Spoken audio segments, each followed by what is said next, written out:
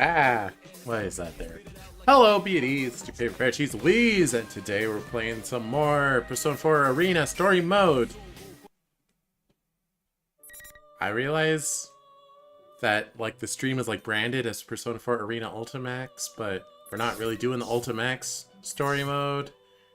We're doing the regular story mode, but I don't really want to make another thumbnail for base Persona 4 Arena, and I'm technically not playing base Persona 4 Arena, I'm playing Ultimax. It's just this story mode in it. It's my story and I'm sticking to it. Alright, let's get it underway. I'm gonna try to knock out 3 stories again. Hoping to do Yukiko, Teddy, and Akihiko? Yeah, let's do it.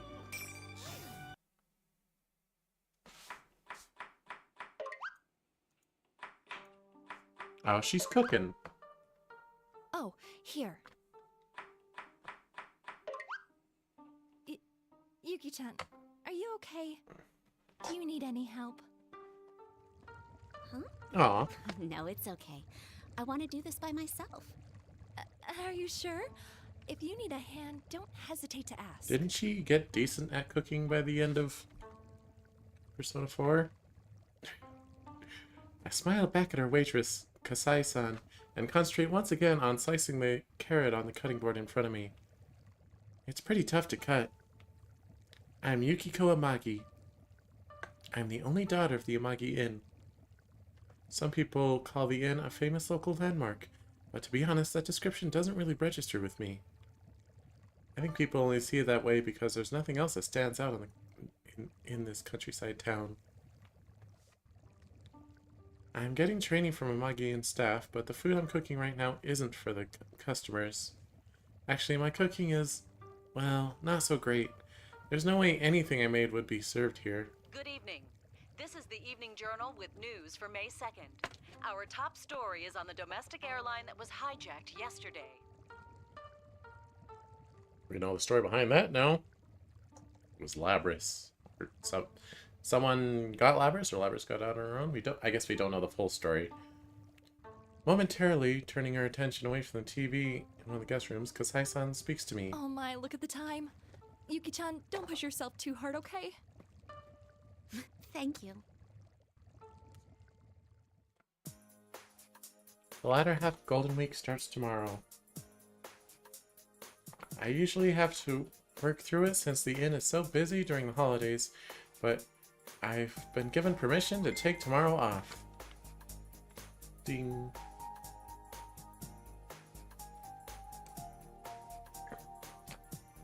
And that's because Yukun is coming back to spend time here in Inaba. Yu Narukami, my boyfriend. But it's not canon, so I can't say that. Dang it. He is a precious friend who transferred to Yasogami High here in Inaba last spring. He had to move back to the city after his parents returned from their job overseas. But now I finally get to see him again after 2 whole months. Just thinking about that news puts a smile on my face. People may think that I'm overreacting over just 2 months, but it still makes me happy. I mean, the year spent with Yukun was quite a special one for us. Sounds hard to believe, but last year we got wrapped up in a serious mystery that occurred in this town and solved it ourselves. The one who led the team we created then, the investigation team, was Yukun. Most of us who were in the investigation team are going to meet up for his return tomorrow. I'm already excited about it. Just as I begin to lose myself in these thoughts, an acrid burning smell stings my nose. Oh, right. I was grilling the fish. I hurriedly flip the sea bream I left on the grill. Sea bream? Sea bream. What does that mean?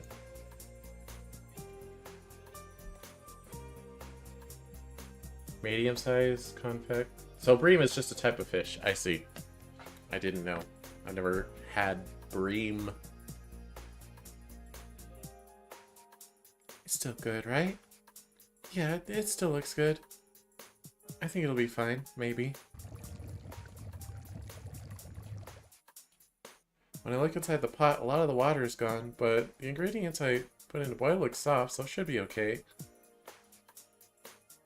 Hey, it's probably time to turn the stove off, though.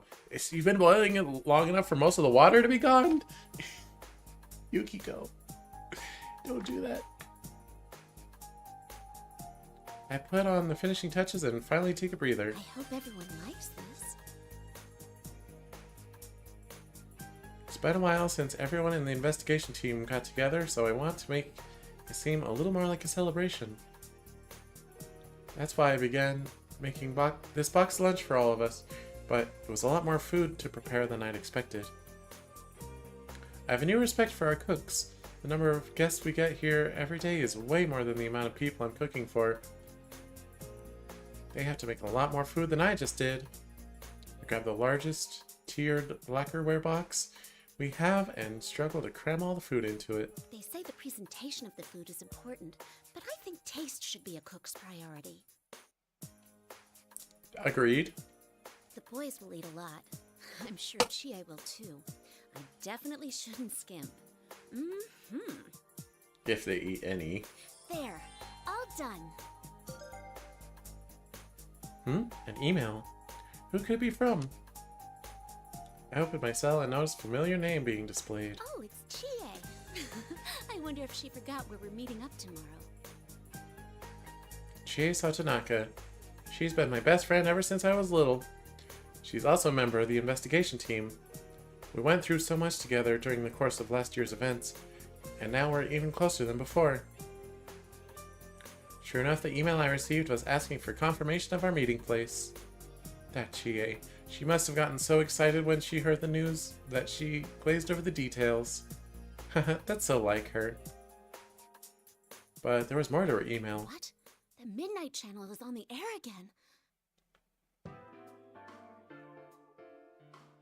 The Midnight Channel. At midnight on rainy days, if you look at the TV that's turned off, you'll see your soulmate. That was the urban legend that spread like wildfire in this town last year. At first, I obviously thought it was just a rumor, but I was wrong. It wasn't some superstition, there actually was something to the rumor. When we tested it out for ourselves, we really saw an image appear on the TV, even though it was turned off. But it wasn't anyone's soulmate. The person that appeared on the TV was a victim. That's why the investigation team was formed. The phenomenon was closely tied to the incident that we resolved. In a nutshell, it was a series of murders. A few people died, and it was all over the TV news. That alone is already a serious case, but we discovered something even more shocking about it. There was a world inside TVs. Personas and shadows. We encountered so many unbelievable things that there's no way I could explain all of it. But everyone in the investigation team desperately did their best and we managed to take care of everything. Even the Midnight Channel was shut down. So it's pretty strange that it's on again all of a sudden. Seems Chie hasn't seen it in person yet, judging by her email. She just said, "Let's watch the Midnight Channel tonight." I glanced out the small window in the kitchen. Today's forecast is rain. Tut tut, looks like rain. The perfect weather for checking the Midnight Channel. But that's not possible. Words of denial tumble from my mouth. It's not that I don't believe Chie. It's just that I'm really hoping that it's not true. If the Midnight Channel is broadcast again, are we going to see another series of murders? These worries begin gnawing away at my stomach. Standing up against my own rebellious shadow and getting to know everyone better through our adventures in the investigation team are important memories of mine. But this would be something different. Even as I send off a reply to Chie, my emotions are still running wild. I've got a bad feeling about this. Oh, there you are. Someone's on the phone for you, Yuki-chan. I'm so on edge that when Kasai-san speaks up, I jump a little. I feel like a fool. I'm all worked up over the mere possibility that something's going to happen again. Calm myself down and smile at Kasai-san. Though this is kind of odd. Huh? For me? Who could it be at this hour? He said he was Kujikawa-san's manager and he wanted to ask you something.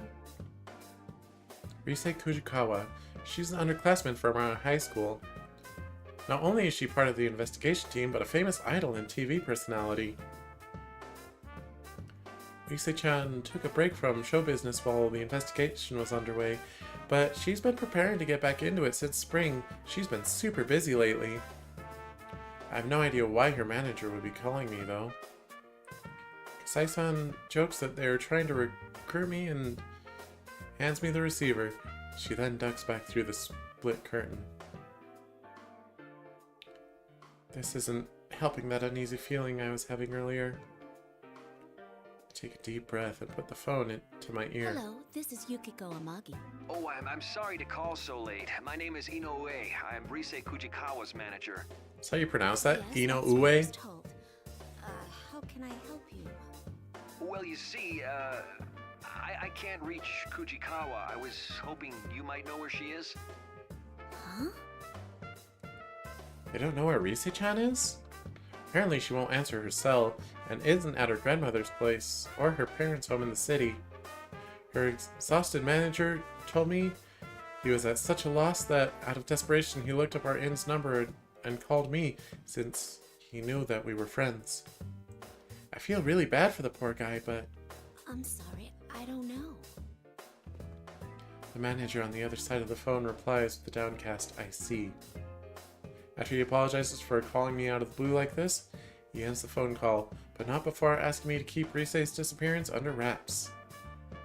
Even setting aside work, he must be worried sick about her. At least that's what he sounded like to me. The world of showbiz is pretty tough. This isn't the first time this has happened. Rise-chan went missing when she took her break last year, so Inoue-san must be afraid of going through that again. But that's the only reason I was able to get to know her. Don't tell me. The revival of the Midnight Channel, Rise-chan's sudden disappearance. My mind is a swirling miasma of depressing ideas and worst-case scenarios. Could Rise-chan have gotten dropped into a TV again?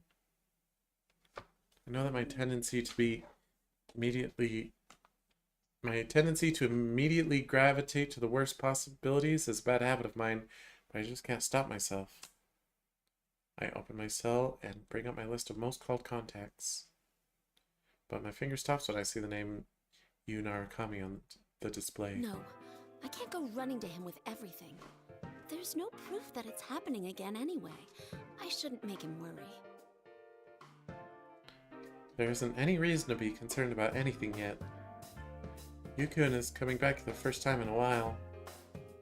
After being away for so long, I wanted to welcome him with joy, not with unnecessary burdens. There's a reasonable explanation for everything so far. I need to keep my wild thoughts to myself until I have some real confirmation. Risa-chan's number is...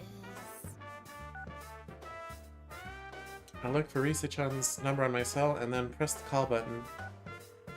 1 ring, 2 rings, 3 rings. No response. With each unheeded ring, my anxiety grows. Why isn't she picking up? Maybe she's in an area with bad reception. Or maybe she's in danger and can't answer the phone. No, I have to stop thinking like that. Maybe I should call Yosuke-kun. I press the button to end the call, as if my worries would end along with it. I begin looking up another number. Yosuke Hanamura. He's another classmate and member of the investigation team, and also apparently Yukun's partner. At first I thought Gosh dang it, Mike!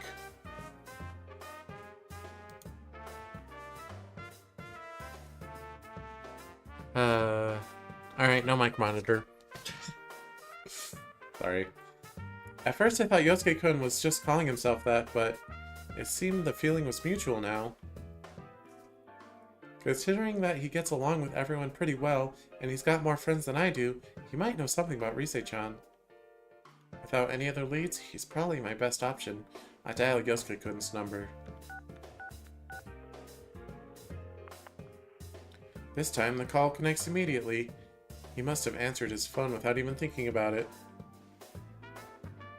I feel a little relieved and speak up. Yosuke-kun? Good evening, this is Yukiko.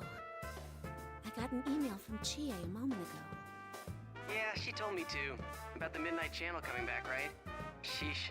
Bet she was half asleep when she emailed you. Hearing Yosuke-kun's cheerful voice takes a bit more of my worries away. To avoid causing panic, I try to choose my words carefully as I relay what I heard from Rise-chan's manager. Actually, I just received a phone call about Rise-chan disappearing. Well, not literally disappearing, but anyway, it seems her people can't get in touch with her. Really? She didn't mention any problems she was having to you, right?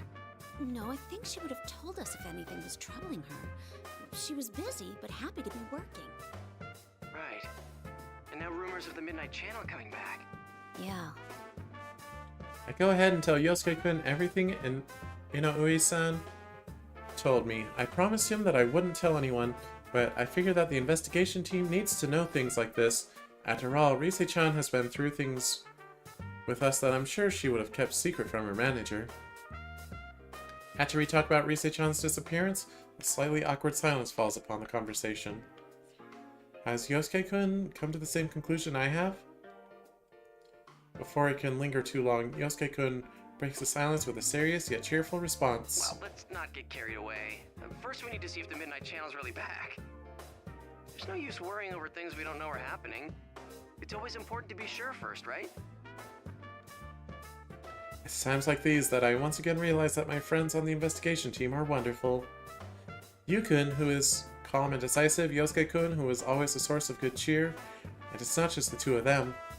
Everyone's personalities on the team complement each other, and because of this, we were able to overcome all the inconceivable obstacles that we faced.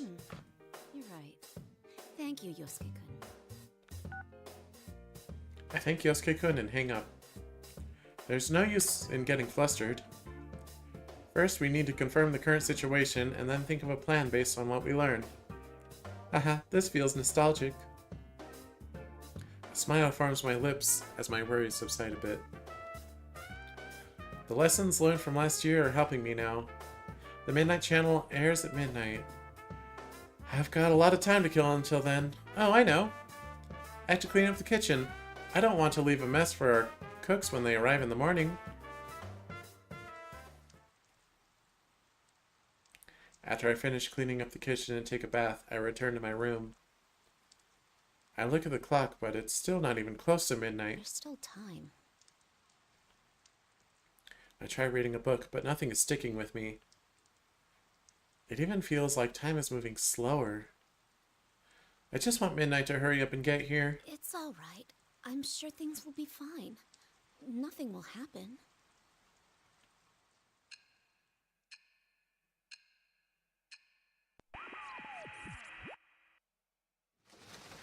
Rivals. They are friends. Yet powerful foes! The desperate fighting program amongst high school students. A new legend is about to start. May the manliest of all men come on down! Nobody touches his precious Nanako, the sister complex kingpin of steel, Yu Narukami! It's only natural. Wage slave in the boonies by day, hero by night, Captain Resentiment, Yosuke Hanamura! Everything that bores me has gotta go! A spunky dragon with deadly legs, the carnivore who's discarded womanhood, Chie Satonaka! You need to eat more meat! Please escort me to the ring, my prince! The unconquerable Snow Black, Yukiko Amagi! I'll finish you in one strike! Blooming roses and bulging muzzles, the blood-curdling beefcake emperor, Kanji Tatsumi! Deep into realms of romance, the body of a child, the brain of a genius, the 2000 IQ killjoy detective, Naoto Shirogane! Is this an army of idiots? Fight and survive towards the one throne waiting at the end! The P1 Grand Prix where fierce fights will be fought! The battle begins tonight! So is it just called the P1 because they have personas? So it's the Persona 1 Grand Prix? What on earth? If they're all in rooms that were only lit by the TV, why was the lighting in all their different rooms different? I sit in the Junes food court with the weight of my homemade boxed lunch and a heavy heart. Until yesterday evening, my only concerns for today were cooking enough food for everyone and worrying about whether Junes would be too crowded. A lot has changed in those few hours. So instead of coming here early to reserve space for my friends, I'm here even earlier out of sheer stress. On a side note, sitting here right now makes me realize that there are a lot more people in this town than I ever imagined. And with that many people, quite a few of them probably saw the Midnight Channel broadcast last night. Why is this happening? I know that I'm not going to get an answer to that question, but I can't help but mutter to myself as I sit and wait. This isn't the first time my image has appeared on the Midnight Channel. I heard about it from Chie and the others last time, but I'd never seen it myself until now. Wait, you've seen the Midnight Channel, just not yourself on it. No matter how hard I tried to deny it, there's no doubt that it was me. They even gave me a ridiculous title, The Unconquerable Snow Black. What's that even supposed to mean? What does it mean? Everyone else got nonsensical names too, but it was no laughing matter. Actually, I can't even remember what my friends were called. The only thing that registered was that all of them were pretty awkward. I was too stunned to catch anything more than that. When Chie called me afterwards, I finally came to my senses. The situation just seemed to be more serious than I imagined earlier. Especially considering that Rise-chan isn't the only one that we haven't been able to get a hold of. Yukiko, you're early! Good morning, Chie. I couldn't stop thinking about things, so I wrapped up my shift at the inn early and came here. Just as my thoughts were getting gloomy again, Chie's cheerful voice is there to snap me out of my funk. I look up to see my best friend waving at me. Yeah, I shouldn't keep dwelling on these bad thoughts.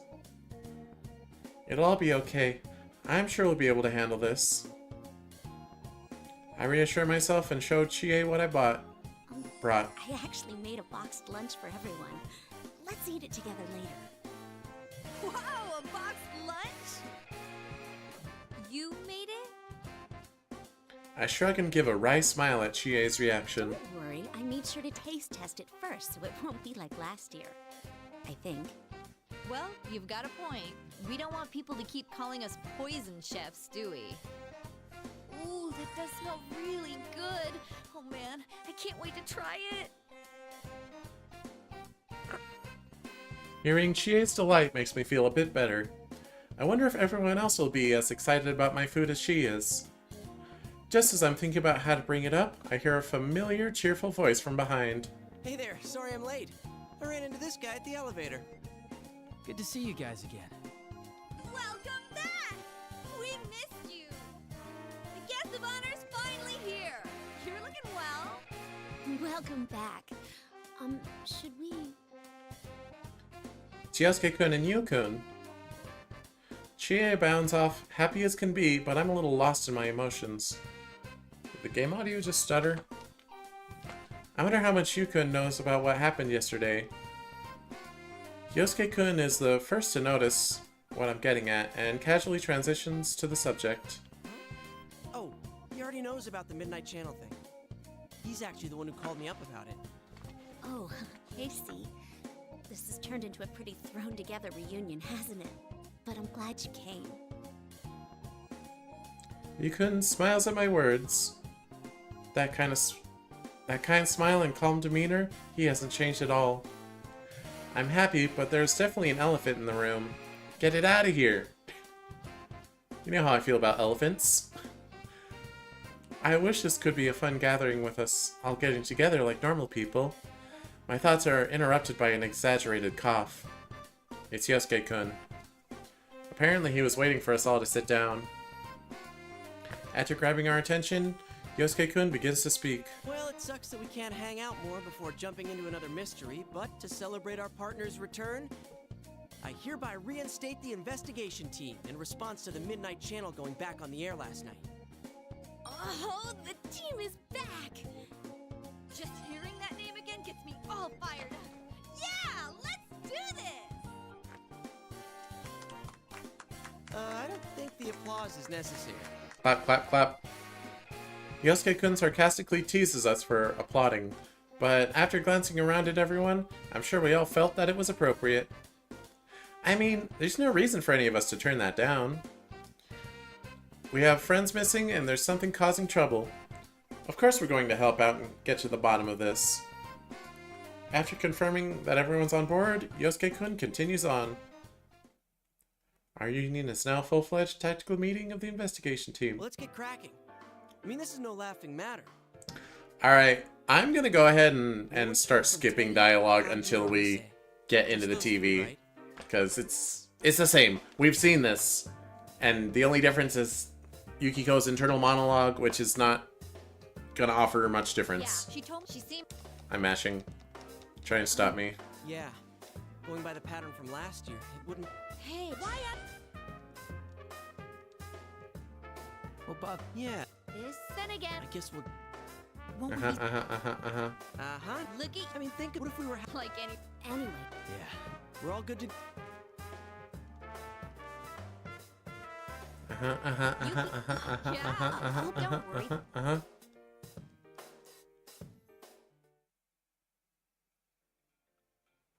Okay, here we go.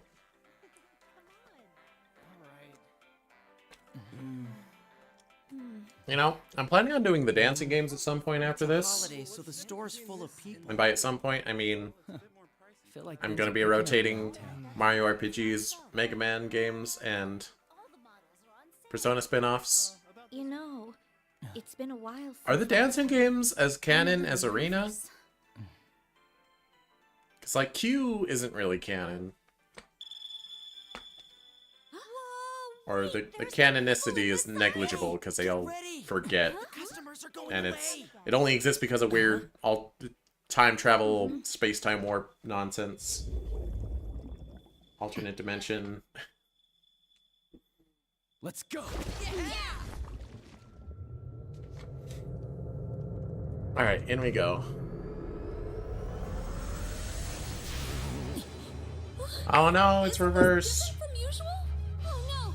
What do we do? What can we do? We can't stop now. Yeah.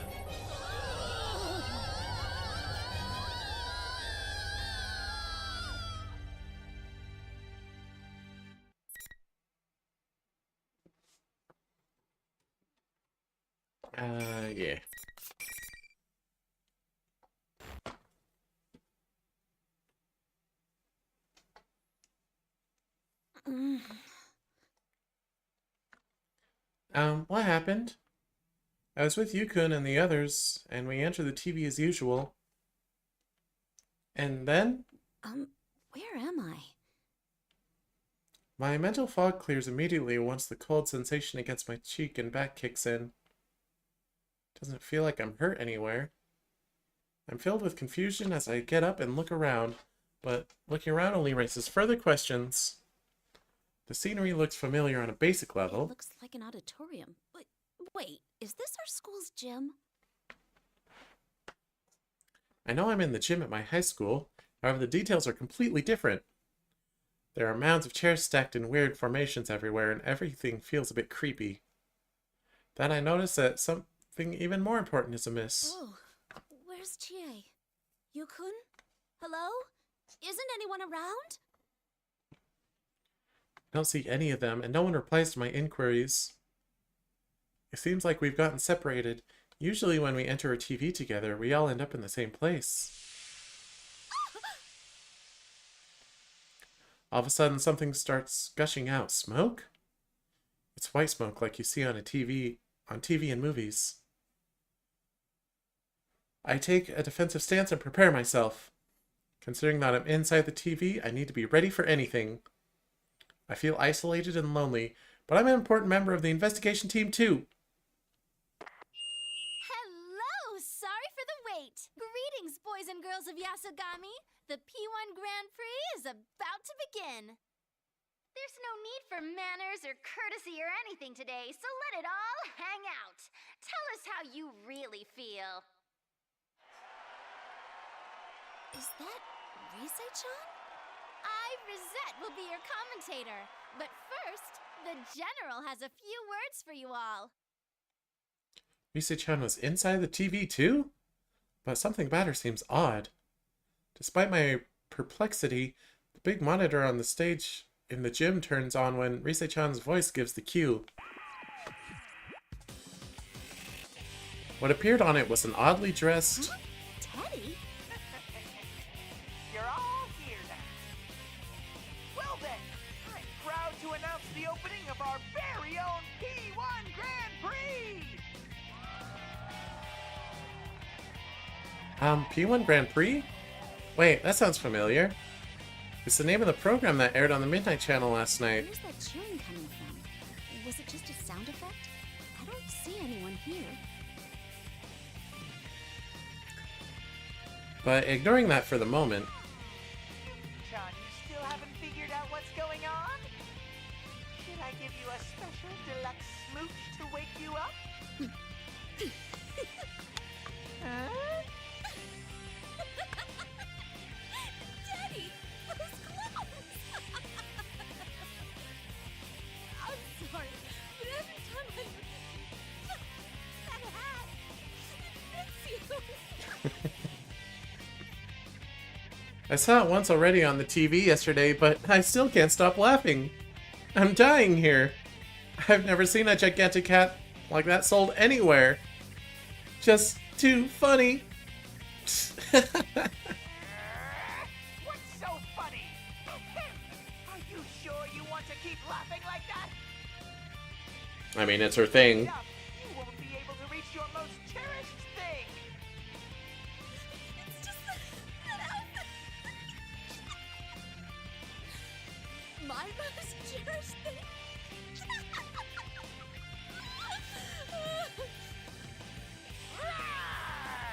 That's it. I'm angry now. If you won't listen when I tell you things, you'll have to find out the hard way. Bring out the next opponent! It's no use. It's still funny. I'm gonna die. Wait, why was there fog before? Or why did the smoke appear before if no opponent popped out?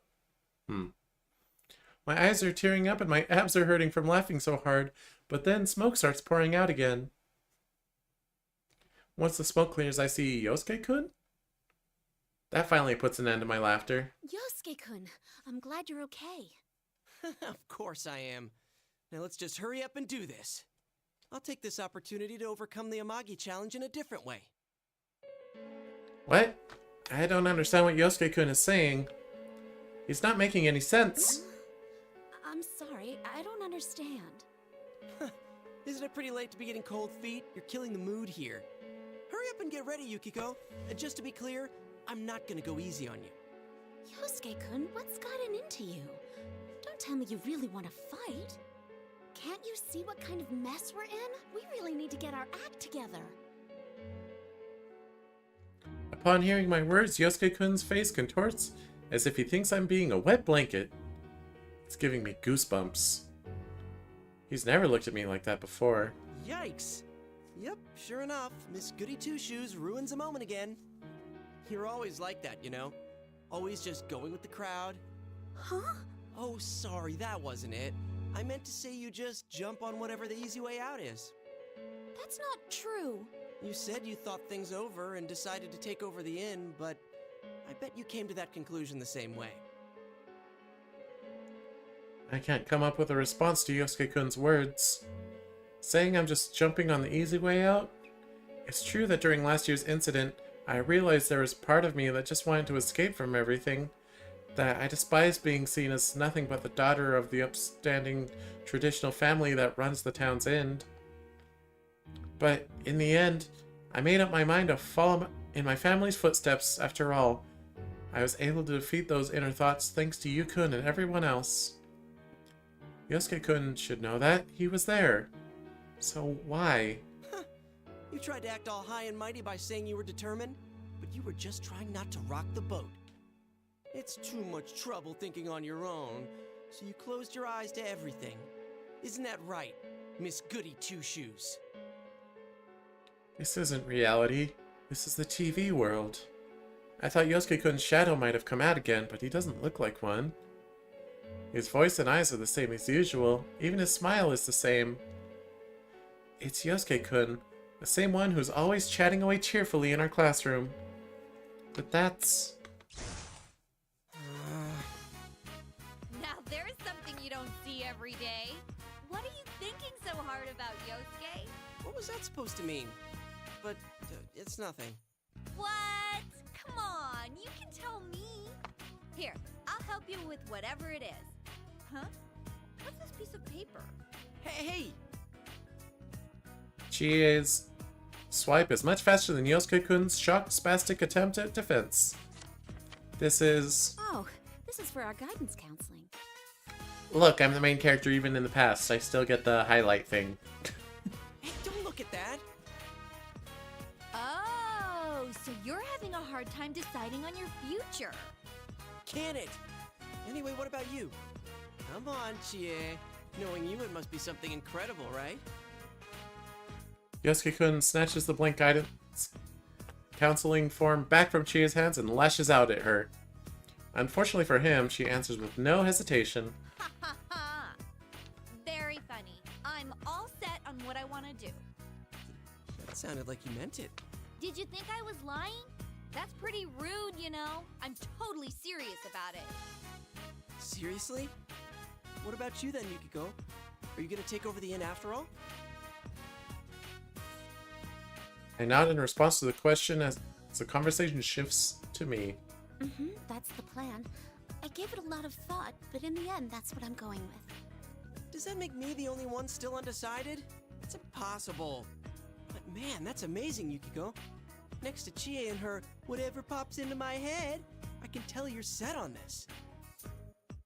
Hey, what did you just say?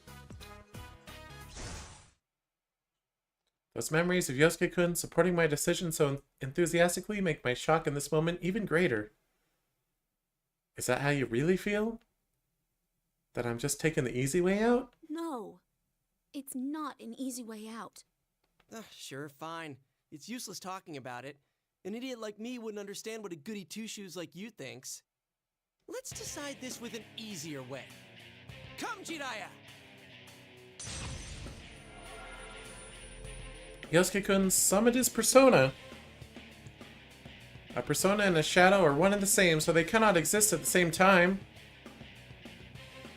In other words, the one standing before me has to be the real Yosuke-kun. Any hope that this isn't really him has just been shot down. The words hurled at me a moment ago bury themselves even deeper into my chest.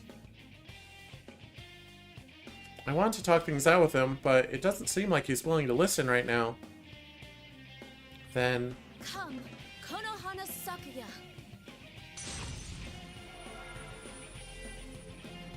I'm not just going to stand here and take this. I need to figure out how the others are doing, so I need to fight and win for now. Well, here goes the first battle. Captain versus Snow Black is about to begin. Who will Lady Luck smile upon? I'm as curious to find out as you are, dear viewers.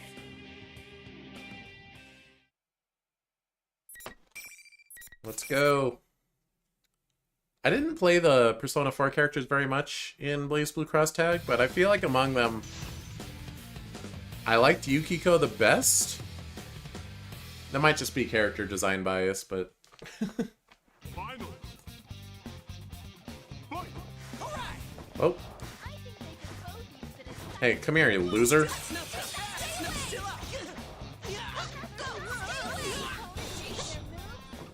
Boy, that light jab is really big. It's not very fast, though.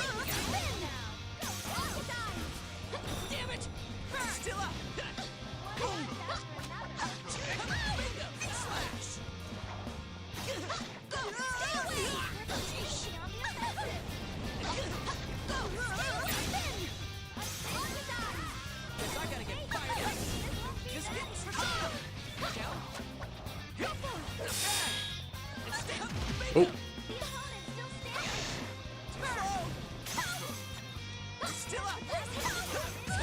Ah, I don't know when to do things. Uh-oh.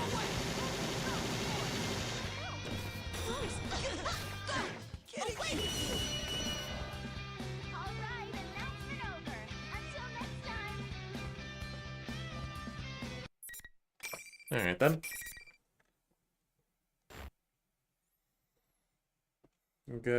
Got him. I won? I really fought and defeated Yosuke-kun.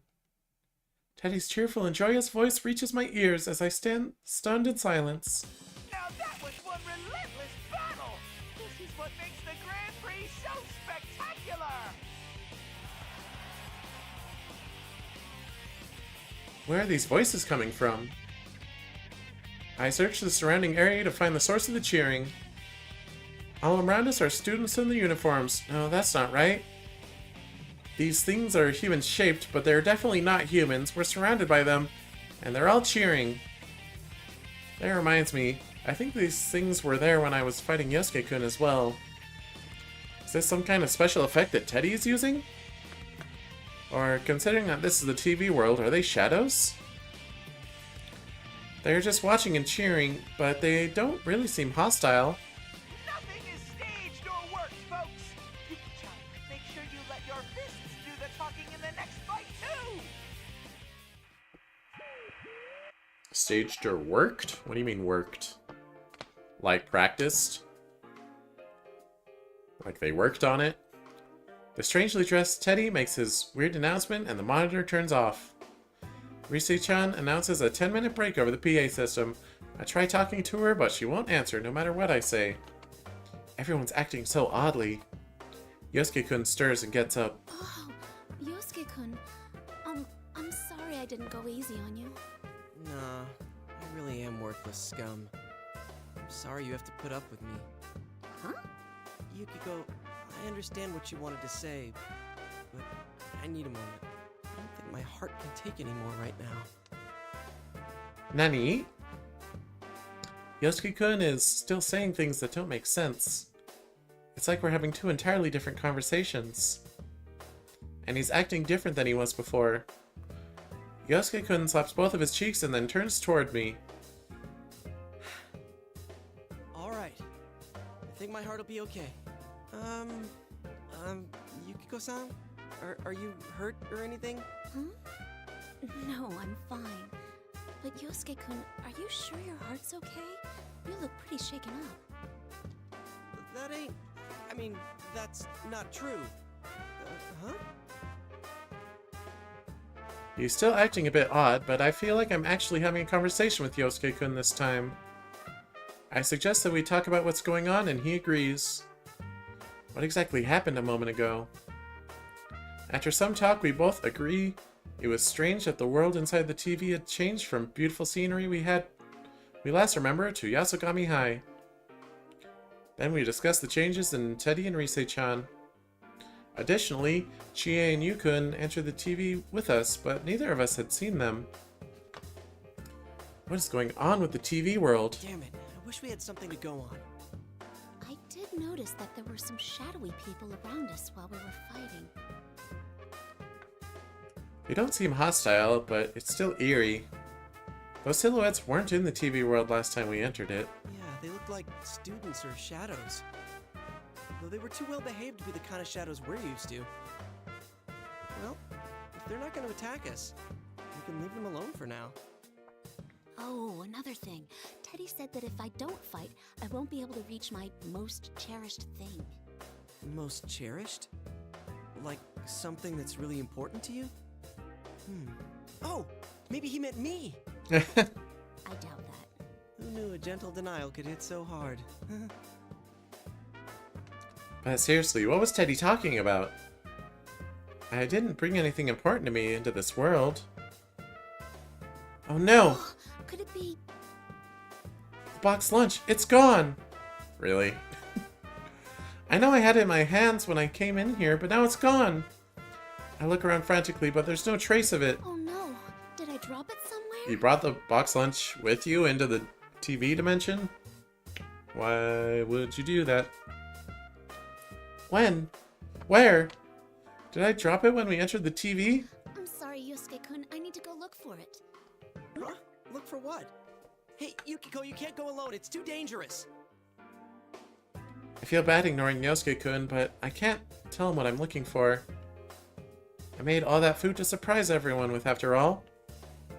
If they're not surprised, it won't mean as much, and they'll enjoy it less. Wait up! Yosuke-kun is about to catch up to me as I'm exiting the gym, but then suddenly he just stops moving. Yosuke-kun, what are you doing? Is that a mime act? No, there's some invisible wall here. The hell? You got through, but I can't.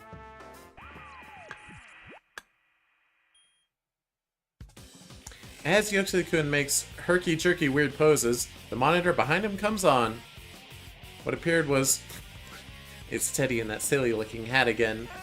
Did I forget to tell you? Only the winner can move on to the next fight. No one's getting out of this school until a champion's been crowned. Only the one who fights to the very end and comes out on top can leave. What's up with that? What am I supposed to do then? I can't get out of here. That's right. Sorry, but you're stuck there, Yosuke. Now, Yuki-chan, if you want to get your cherished skin back, you know what to do. Teddy directs a knowing smirk right at me. Did Teddy take my box lunch? If he did, that's absolutely unforgivable.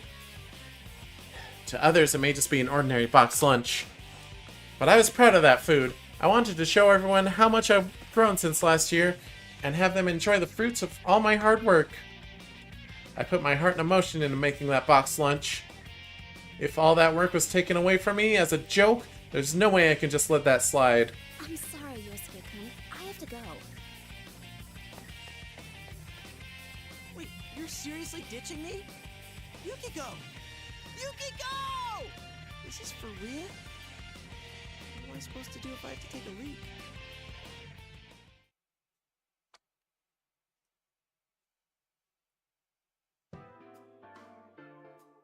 After exiting the gym and running around for a while, I noticed that while this place may look like Yasogami High, the building layout is completely different.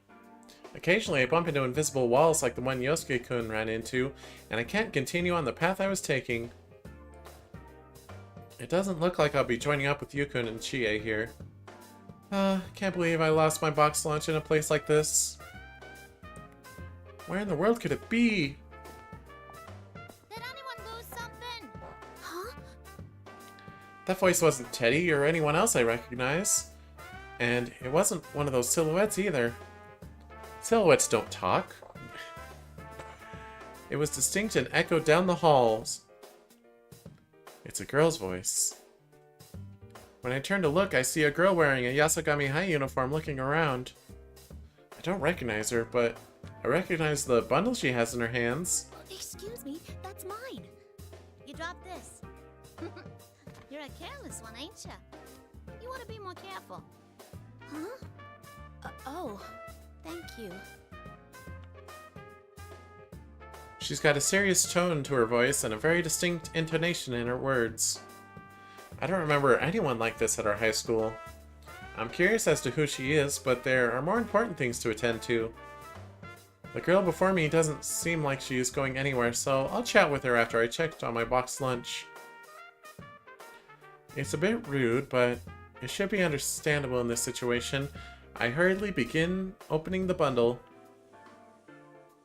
No. I could tell from opening the lacquerware box's lid. It's totally ruined. I should have known though. When I woke up inside the TV, I was splayed out on the floor after all. The box lunch obviously wouldn't have survived unless someone in the TV world happened to catch it and set it aside. You can still eat it. Maybe. I try to reassure myself. The flavors have gotten mixed up a bit, but it's all the same in your stomach, right? It's still good, it's still good. It's just a little airborne, it's still good. I can still give it to everyone. No, I can't. Even though it's still edible, there's no way I can make this look anywhere near presentable. Yikes. That was a box lunch? Yeah, it's all jumbled up now, so I can't give this to anyone. Give it? Oh, were you gonna share it with your friends? Mm-hmm, that's right. Wow, that sounds great. You made it so you could enjoy it with everyone, huh? I'd love to do something like that myself. You gotta enjoy your youth while you can, right? Is this girl trying to cheer me up? Even though we're in such an odd situation, it lifts my spirits just to know that someone else here understands the emotional process that goes into making a box lunch like this. Oh, of course, even if she didn't have any interest in box lunches, I'm just glad that I found someone that I could actually talk to in this place. By the way, what are you... Oh, I'm sorry. I'm Yukiko Amagi. So, what are you doing here? Well, I'm the student council president. It would be weird if I wasn't at school. Student council president? Huh. I think I remember elections being held back in April this year. I didn't quite remember who got elected, so she's the one. Wait, what? Something's not right. I mean, this is... Oh, no. That's not what I meant. Are you, a persona user? What? What are you talking about? She can't use a persona, but she's here in the TV world? In other words, that means... Miss President doesn't notice my confusion and continues right on. There's that wackadoo event going on right now, ain't there? They can't pull stunts like that on campus. That's why I'm looking under every rock for him, so I can shut the whole shebang down. Excuse me. Wackadoo? Does that mean it's not good? Are you looking all around the school so you can put a stop to this tournament? Kids don't say wackadoo anymore. They're too busy saying skibbity and rizzle or... Well, that's what I said, ain't it? I can't believe they didn't run this by the student council first. Huh. Not that we ever would have approved a cockamamie event like this. Anyway, I gotta go stop this tournament. You too, you know? You're that, what was it? Snow Black? Huh? Wait a moment. I'm not participating in it by choice. That's a complete misunderstanding. Oh, this is so embarrassing.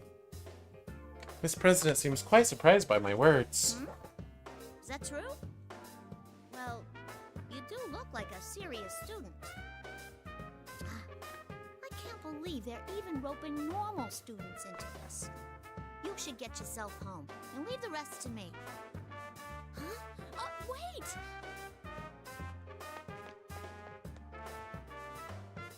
After attempting to reassure me, Miss President turns around and begins bounding off like a deer. I chase after her, but not only is she really fast, my path gets blocked by that invisible wall again. When I turn a corner, I have no choice but to abandon my chase. This wall won't budge at all, no matter how hard I push at it. What in the world is it? It feels like someone has already decided where I'm supposed to go. Still, who could that girl be? She didn't know about personas, and she seems to think that this place is just plain old Yasogami High. Could she be a victim that was dropped into a TV? When I think about that, I feel disgusted at myself for worrying more about my box lunch than her safety. Stupid me. Wait, if she's a victim, then why didn't she appear on the Midnight Channel? Usually the program comes on after a victim enters the TV. None of this thinking is going to help me get any real answers. I need to push forward and focus on understanding what's happening here. Next time I run across Miss President, I need to make sure I get things clarified. If she really is a victim, then I need to rescue her from this world.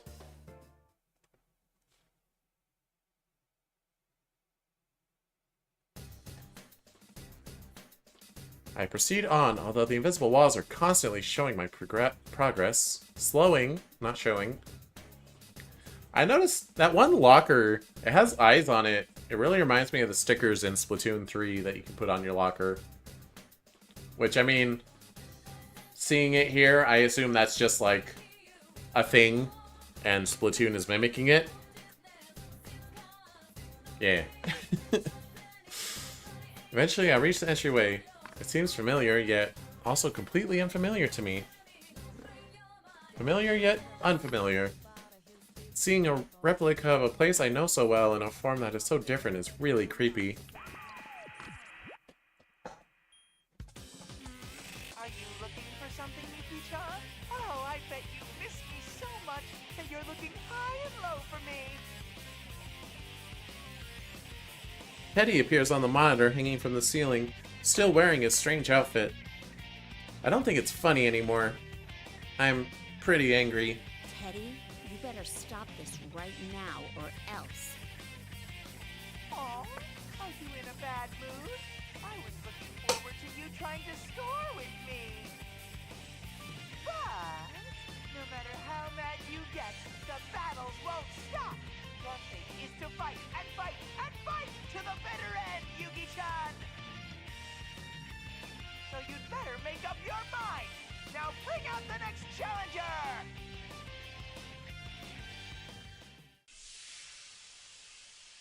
Big smoke pours out the same way as it did when I met Yosuke-kun. I see a faint shadow beyond the smoke. Wait, is that a green warm-up jacket? Don't tell me.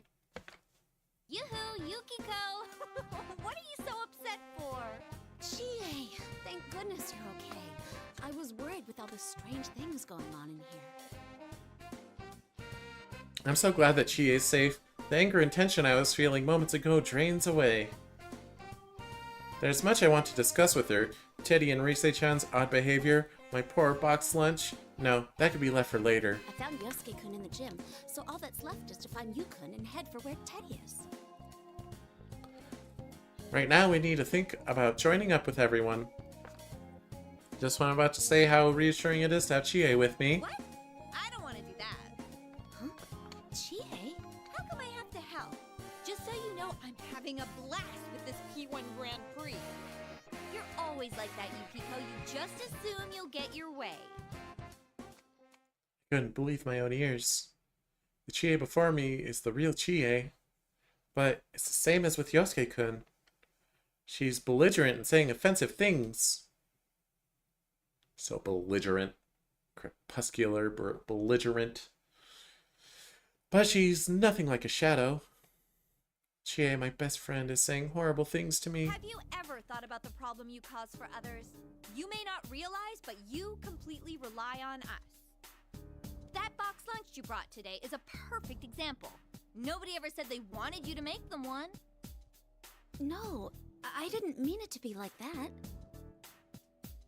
Is that really how things are? I'm about to dispute what she's saying, but I'm at a loss for words. I mean, I guess I do force myself on others. I do rely on others. So I can't completely deny Chie's words. Even though I think it's not true, maybe that's just how I want to see things. What Chie is saying may actually be how everyone views me. Woohoo! The cattiness is through the roof here. Let's get today's episode of Girls Gone Feral started. There you That's a go, reference. The same old I didn't mean crap from you. You think that excuses you from relying on other people? Yukiko, I'm serious about this. Let's settle this once and for all. Here goes Persona!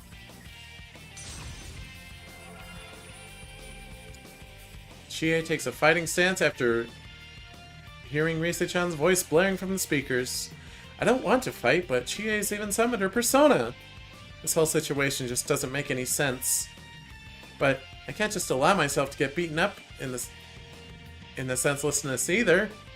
Senselessness. There's a lot of S's in that word.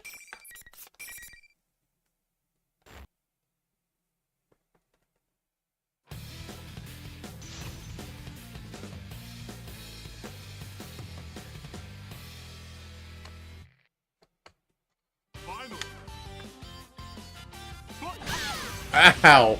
Ow! Dang. Chie's a threat.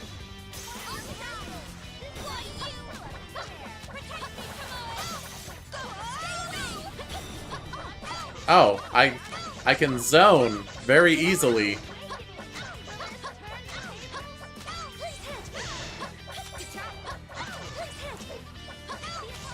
I see, she's a zoner.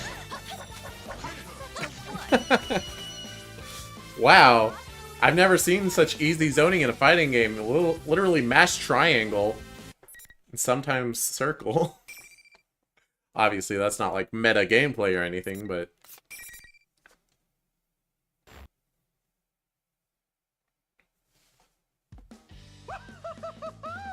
Whatever you might have said, you were going for the throat in that fight, weren't you, Yuki-chan? Seeing people turn on each other so fast is scary. Watching you made my fur stand on end. Oh, you were totally enjoying it. Was it that obvious? Thanks for the ugly battle, Yuki-chan. Keep it up for the next fight, too. This may be what people call burning with rage. What's so entertaining about Chie and me fighting each other? I can't believe that Teddy would do something so amazingly cruel like this. And I'm starting to tear up. As I'm starting to tear up, Chie regains consciousness. My heart stops for a moment, but then Chie turns toward the monitor and starts yelling at Teddy. What in the world is going on? Now she's acting totally different than she was just seconds ago. Hey, Ted, I heard you, you know. How dare you say that? If you don't quit this nasty joke soon, you're gonna pay the next time I see you. Blah, blah, blah! I can't hear it when sore losers talk! That's pretty good comeback. Quiet and stay there like a good dog. What? You're really pissing me off, Ted!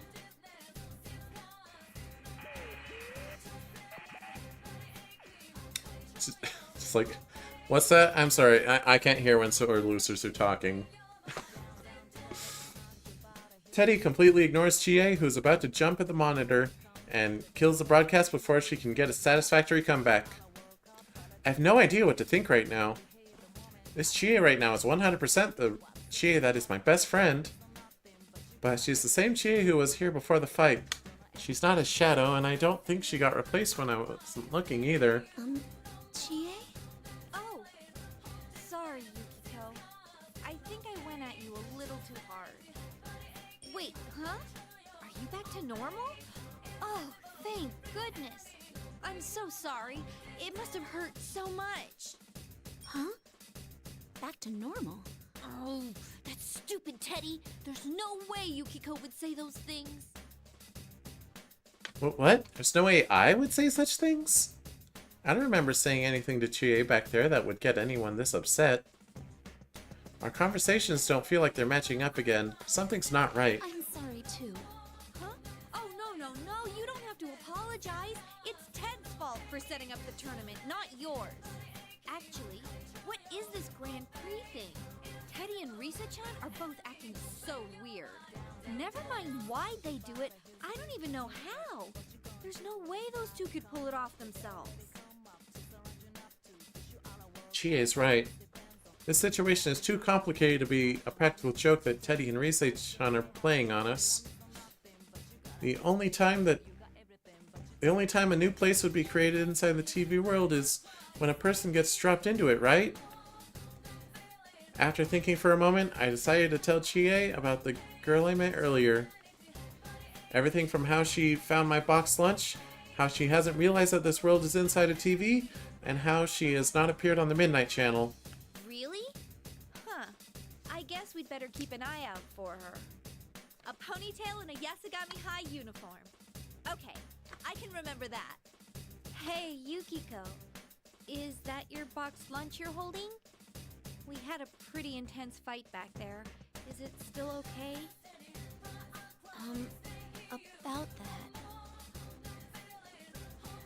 Oh man, what a tragedy. When I show her the ruins of the boxed lunch, Chie's shoulders sag. Yes, it is truly a tragedy. My creation has been reduced to a pitiful pile of mush. You're not getting away with this, Ted. You'll learn firsthand how vicious I can be over wasted meat. There's actually not much meat in it. There isn't? Anyway, let's hurry up and find him so we can get revenge for your boxed lunch. The moment Chie yells out defiantly, the sound of familiar footsteps reaches my ears.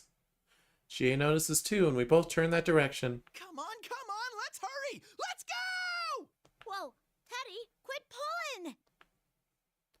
A familiar round form with vibrant red and blue fur. That's... Teddy? And that's... The girl that Teddy's tugging along is definitely the one who found my box lunch.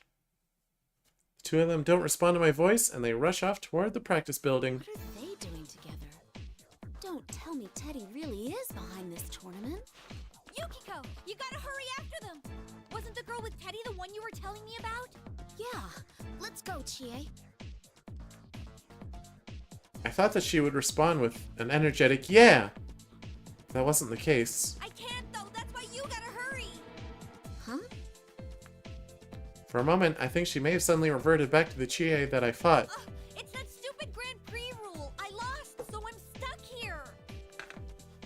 That's right. I totally forgot about that. Teddy said that the rules of this tournament only allow the winner to go on. In other words, even if I did find my friends, we won't be able to travel on together. So not only is Yosuke-kun stuck, but now I have to leave Chie behind too? But I'll be okay! Hurry or you'll lose them! That's the Chie I know, with her typical smile. That little bit of comfortable familiarity gives me strength, and I give her a determined nod as I prepare to head out. All right, I'll come back for you, though. I know! I believe in you! Go get him, Yukiko! Bolstered by Chie's words, I depart. I hope there aren't any invisible walls on my way to the practice building.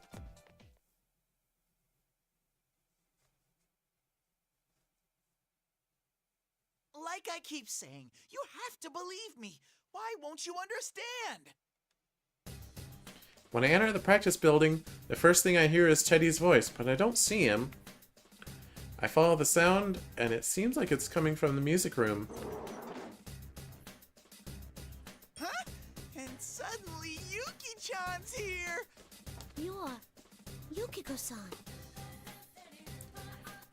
Teddy gasps in surprise while Miss President looks at me in wonder. I finally caught up to them. It seems that since we're not talking through a TV, we can finally have an actual conversation. It's time you explain yourself, Teddy. Why are you doing this? And who is that girl? Did you call her into the TV? I'm very upset with you right now. What are you talking about? The murder in your eyes is terrifying! Boo. Why? Why is every cutie pie I meet angry with me? What did I do? Is it because I'm Miss President's Knight? He's white knighting. I'm at my wit's end. Murder in my eyes? Duh! Doesn't he know what he's done to me? Yosuke-kun and Chie said such horrible things to me, and my box lunch has been ruined. My feelings have been seriously hurt. Trying to play this off as him being her knight might be some kind of joke to Teddy, but if he's going to keep this up, I won't forgive him. Hey, wait a sec. Even I think you seem kinda on edge here. There's no call to get so worked up. I'm sorry, but this is between Teddy and me. I'm sure you understand, Teddy. I'll say it one more time. If you upset me anymore, you're going to pay. I slowly edge towards Teddy while asserting my threat. Yosuke-kun and Chie both returned to their normal selves after I fought them, so maybe Teddy will return to normal if I fight him too. I can also avenge my boxed lunch. Oh, I get it. You're jealous. You've turned green with envy because I'm all lovey-dovey with Miss President. Are you, though? Also, the blush is going over his eye. That doesn't look good. Come on, that's amateur hour. Something snaps inside me. Come, Konohana Sakuya. Ah! Yuki-chan's seriousness gauge just exploded! It was your fault! But I'm Miss President's Knight! I can't lose! Kintoki Doji! You're gonna lose, though. Teddy summoned his Persona 2? Then that means... Guess there's no choice but to fight. He forced my hand. It's not like I was just going to let him off the hook anyway. Teddy needs to be punished. Huh? A direct challenge against the General himself? We're joining this shocking turn of events already in progress. Now, who will win? The General or Snow Black? Let the argument be decided with fists. I had forgotten about Rise-chan until her joking voice was amplified over the loudspeakers. But right now, punishing Teddy is top priority. I'll get revenge for my box lunch. Awesome. My favorite fight in every route, beating up Teddy. Let's go.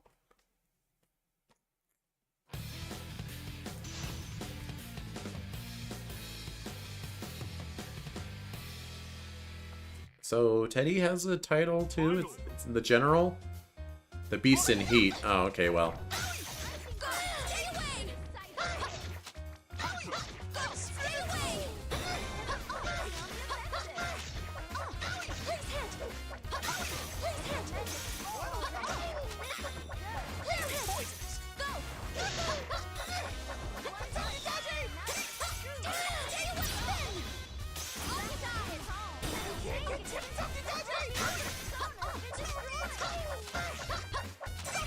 Perish. I will perfect you. Ah, I didn't perfect you, dang it.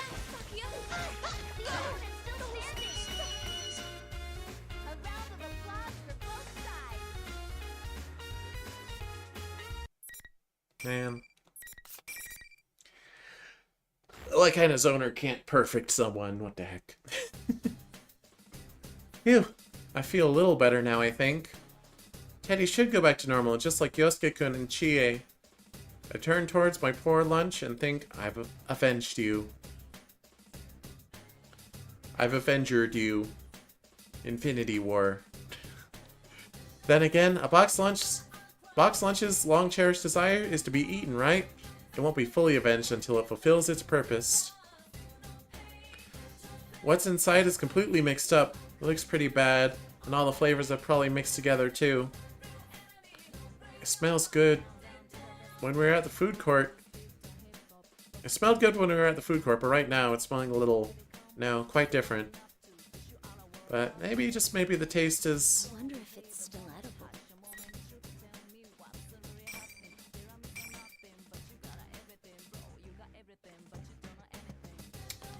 Alright, so this is probably the joke route split. Maybe I should see. Yep. The fade. All I have to do is check. Simple as that. That's right. Why didn't I just do this sooner?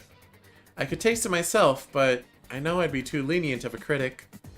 It would be best if I get an unbiased opinion about it. Hey, Teddy, won't you try tasting my boxed lunch?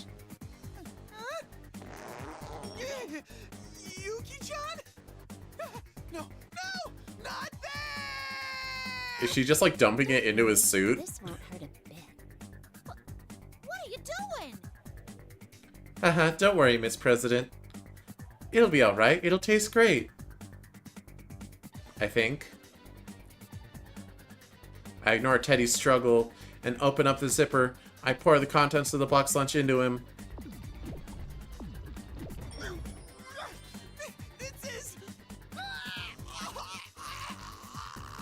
Well, you deserve it. What? What's going on? Are you alright, Teddy? Huh? This is unexpected.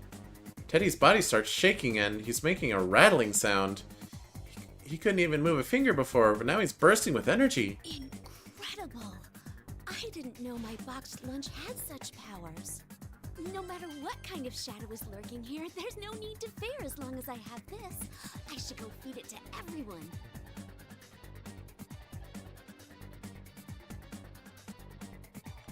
If I keep wasting time, my box lunch will go bad. I need to hurry and deliver this to everyone before it gets cold. It might lose its potency. Hey, Yukiko-san! Teddy's not looking so hot. Holy crap! I love Labrys's voice, actually. After leaving the music room, I feel bad for being so rude and not letting Miss President have some of my food. She did find it after all, but oh well. The ones I really want to give this to are the members of the investigation team. I would really like to go back and see Chie, but those invisible walls won't let me get there. As I plod forward in the only direction I'm able, I peek into one of the open classrooms, and I'm relieved to see one of the people I've been looking for from behind. Yukiko, are you alright? Mm-hmm. I'm okay. I'm glad I found you. Yeah, something's not right here. It's too dangerous to wander around separately. Yukun seems to be seriously troubled, but everything will be okay now. If he just eats my box lunch. Here, eat this. It'll cheer you up. The moment I present my box lunch, Yukun jumps far back with incredible speed. On top of that, he's even drawn his sword. Huh? Don't tell me, has Yukun gone crazy too? Yukun, no! Yukiko, calm down. You need to snap out of it. Just as I thought, our conversation isn't matching up. It's the same as when I first ran into Yosuke-kun and Chie. All the more reason to heal him with this box lunch. When I try presenting the box lunch to Yukun again, he slowly backs away from me with a tense expression on his face. This isn't like Yukiko. If she was in her right mind, she wouldn't be putting her friends' lives in danger like this. There's no way around it. I'm sorry, Yukiko. Yukun raises his hand to the sky and summons his persona. It's no use. Wait. It's no use! Thank you, Silver. Yukun won't return to normal until we fight. I don't want to fight him, but I don't have a choice. Don't worry, Yukun. My boxed lunch will help bring you back to normal. I'll make sure to heal you, Yukun.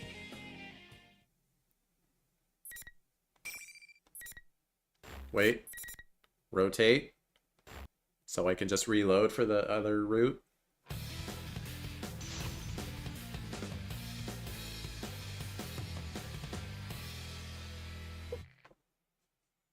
Finally! Fight! Persona! Over here!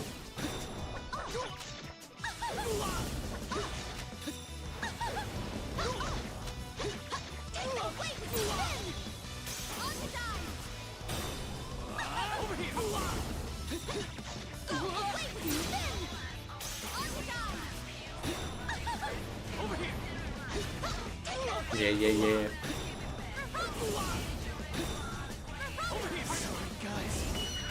Yeah, her Hadouken's pretty good. It like travels delayed across the ground.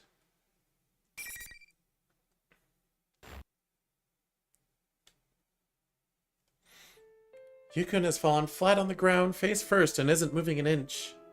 Did I go a little too far? I did set him on fire. Well, no better time to bring out the you-know-what. Are you alright, Yukun? I'll have you healed in no time. Have you returned to your usual self, Yukiko?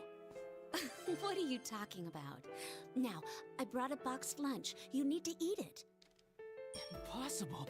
She hasn't snapped out of it? Oh dear. I'm getting flustered now. Teddy enjoyed it, but I wonder if Yukun would like the same flavors. Open wide.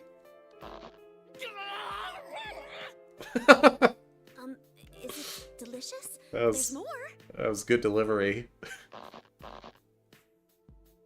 For some reason, Yukun doesn't seem to have returned to his normal self after the fight. He's still flailing around. Since the TV world still has him under its spell, I use my elbow to pin him down and shovel food from the box lunch into his mouth. This should return him to normal. Haha, to think I was worried about the contents getting mixed up. Instead, it tastes even better. I'll have to use this information in my future cooking.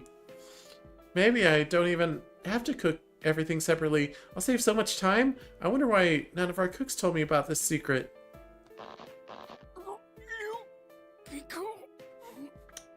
That's how I cook. I just stir fry everything together. And it turns out okay. Don't... Yukun suddenly stops moving entirely. Huh? What's going on? I look at Yukun's face. His eyes are closed and his body's gone limp. He must have been so tired that he fell asleep. I bet Yukun is in a state of food-induced bliss. He's able to completely relax due to the flavor nirvana that he's experiencing. I'm so happy. There's still a lot more where that came from. I should give him another helping, since he enjoys it so much. People can swallow food while they're asleep, right? I guess I should feed him something soft, just in case. Is she gonna keep force-feeding him while he's unconscious? Oh dear. Oh, there she is. Huh? Yu's with you? Yu's with you? Huh, Yosuke-kun? I thought he couldn't leave the gym. Yosuke-kun? And everyone else too? What's going on? Sheesh, what are you talking about, Yukiko-senpai? The case has been solved. Yep, but for some reason, you and Yukun hadn't shown up. That's why we all came looking for you. So, what were you two doing here? Huh? Nothing. Naoto-kun's here too? The case has been solved, so this weird tournament is over, and I don't have to fight against everyone anymore? I take the time to check off the faces of my friends that have been gathered. Yosuke-kun, Chie, Rise-chan, Yukun is right here. Oh, even Naoto-kun and Kanji-kun are here. So everyone in the investigation team has gathered, and we all have free time now, right? Teddy's not here, but he's already eaten, so he'll be fine. Oh, this is perfect timing. Let's all eat my boxed lunch to celebrate the case being solved. Huh? Boxed lunch? She didn't say what I thought she said, right? I assume your employees at the Amagi Inn made this for us? No, I made it myself. I put my heart into it. Huh? Wait, didn't your boxed lunch get all messed up? Oh, don't worry about that. It won't make a difference after you eat it. Everyone is smiling at my words. Or so I tell myself. I'm glad that I decided to make this box lunch. It'll be the perfect remedy for all the tension they built up during this weird situation that pitted us against each other. Yosuke, you'll try it, won't you? Yukun, who had gotten up without my knowing, places a hand on my shoulder. I think he's silently congratulating me for a job well done. He's probably telling the others that they should partake. I'm so happy, but all this praise is a bit embarrassing. Isn't that a bit... Hey, Kanji, where do you think you're going? Get off my back! This ain't the time for bluffing. I'm too young to die! Oh wait, there's probably not enough for me anyways. I can't take any if there won't be enough for my senpai. Oh, you don't need to be so modest. I brought plenty. When I show them the food packed away in the tiered box, everyone looks overwhelmed. Haha, it was a lot of trouble making so much. They've probably never seen a super feast this big. I'm happy that they're so surprised. Holy crap.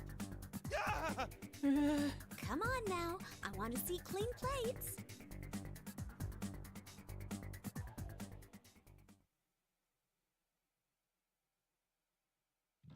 The next day, after everyone ate the box lunch and returned from the TV world, Yukun and the others all got really sick. The holidays we look forward to spending together sadly ended without us being able to see each other much. Maybe they all got the flu or something? Despite that, it was a lot of fun. It had been so long since everyone was able to get together like this. Now I just need to take everything I've learned, practice really hard, and make an even more amazing box lunch next time.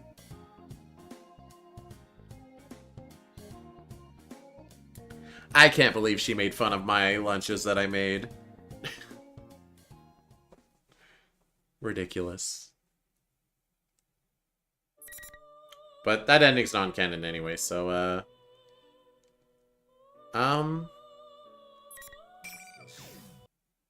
can't I load?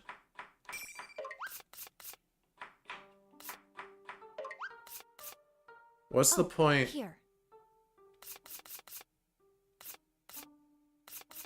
What's the point in having saves if you can't load your saves? Hang on, there has to be a way to load that.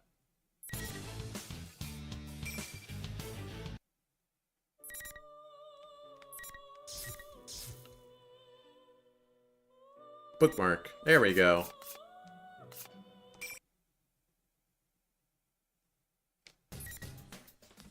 I have faith in myself.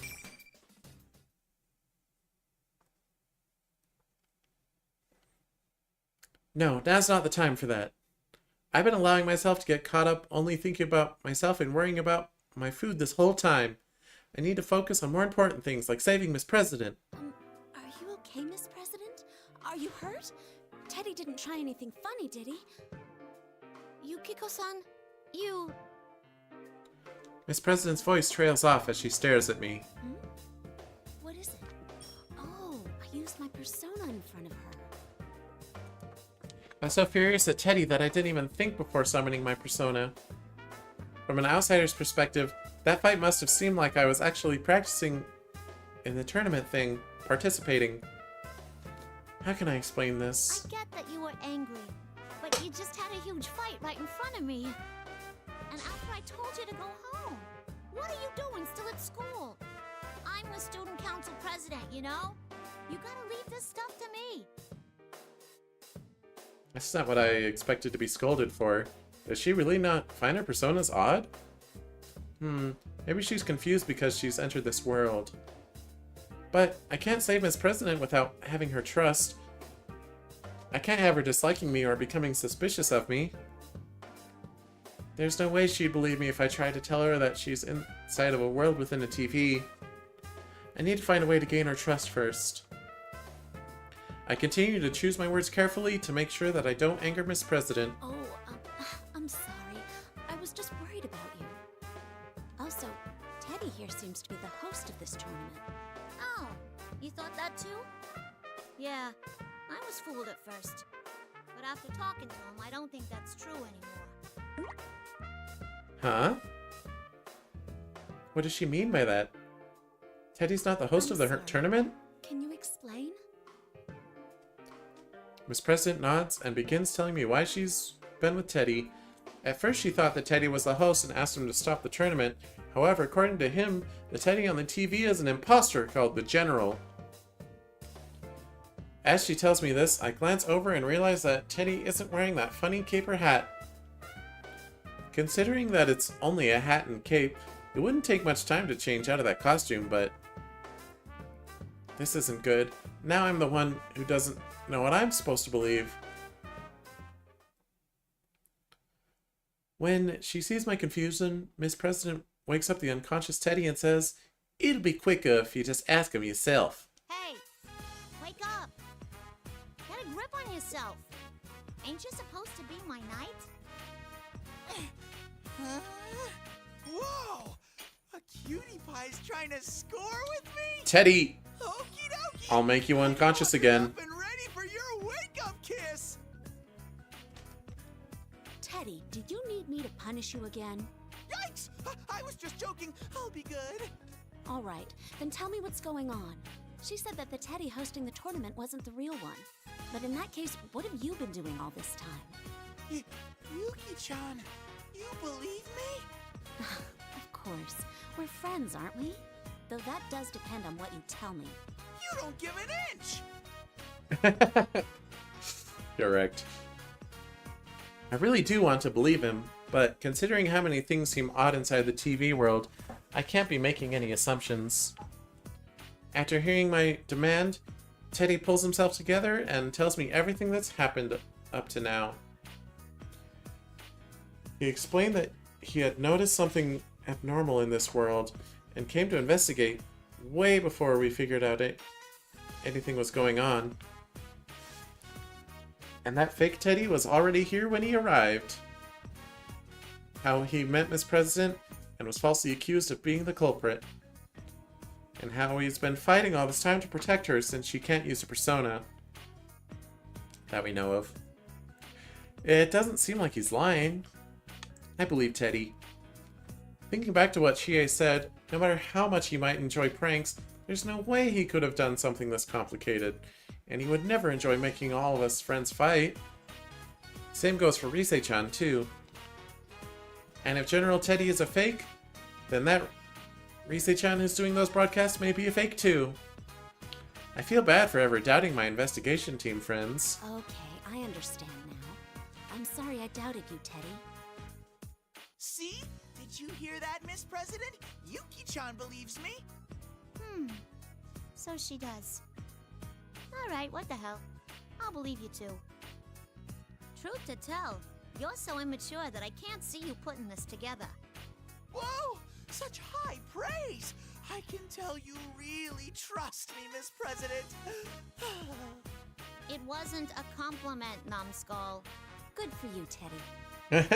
You've been protecting Miss President all this time, right? Well, I think you did a great job. Oh my! Praise from Yuki-chan too? I'm on a roll! This is great! So great! Keep it coming, please! Sheesh, he always gets so carried away. But I have to say, I'm definitely happier to see this Teddy than the one in that weird costume. But then who's in the announcement room? He looks exactly like you. Some relative of yours? Huh? There's nobody as adorable as me in this world. The announcement room? Oh, right. This is supposed to be Yasogami High. If he's using the PA system and TVs, then he may be in the announcement room. But Miss President's question is important too. What in the world is that fake Teddy? General Teddy.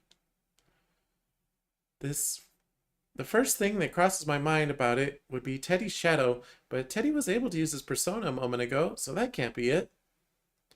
So that means someone's disguised as Teddy. Who in the world would do such a...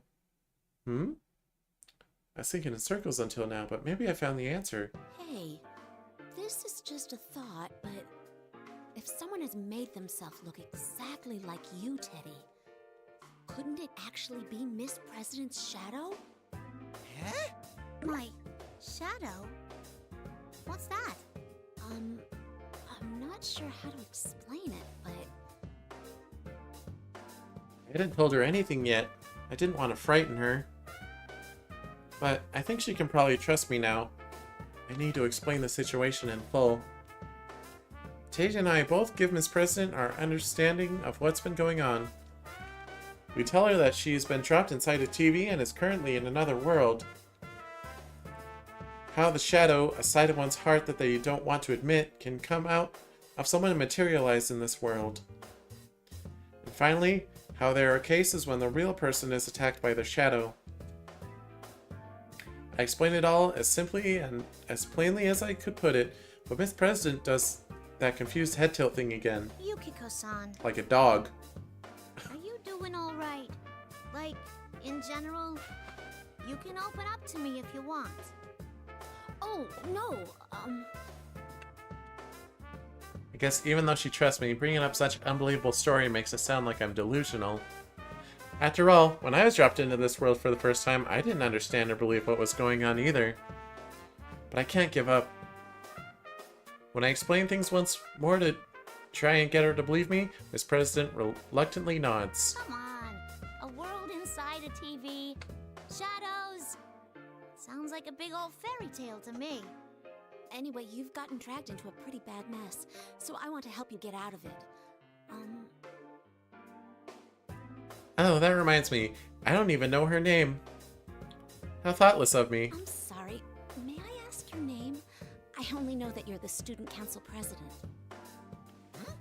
Say, you never told me either. Please tell us your name, Miss President. Huh? My name? Miss President stammers and looks away. I wonder what's wrong. I didn't ask her anything odd, did I? Are you all right? I'm sure you must be confused with all that's been happening. That's not it. What gives? I can't remember anything. Why? I'm supposed to be student council president, too. Miss President, please, calm down. It's okay. You know what they say. Less talk, more action. Teddy and I try to calm Miss President down. It seems she doesn't remember anything other than being student council president. Apparently she was so caught up with the situation, she didn't even realize that she had forgotten about everything else. I don't get it. Could something this bizarre really happen? Don't worry. I bet you just can't remember now because of the shock of being dropped inside a TV. The same thing happened to me last year. I couldn't believe that it was reality either. I think that her jumbled up memories are only natural considering how abnormal this situation is. A TV, huh? It's just so hard to swallow. I'm sure you'll remember everything once we get back to the real world. Let's go look for that fake Teddy for now, okay? Of course TVs are hard to swallow. They're enormous. And toxic. Sorry. When I smile at her, Miss President seems a bit more relieved and her expression softens. We have to get her out of this world. And to do that, I need to stay strong too. A blossoming friendship between two cuties. This is great. I'm so touched. Teddy! In honor of the occasion, I request that Miss President try to score with me. You're gonna score with my foot in a second. Teddy, if you continue mentioning that, I'm going to get angry again. Oh no! Is the scoring princess becoming truly enraged? That joke's a year old now. How many times are you gonna keep making it? Sheesh! We're going on ahead. Sheesh! Whoa, hey! Yukiko-san! I take Miss President's hand and begin walking briskly. Sheesh.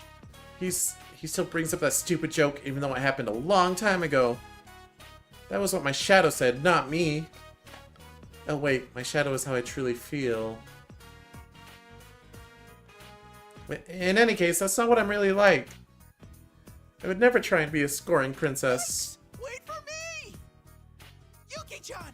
Miss President! I don't want to be left alone! Bonk. Oh. I forgot.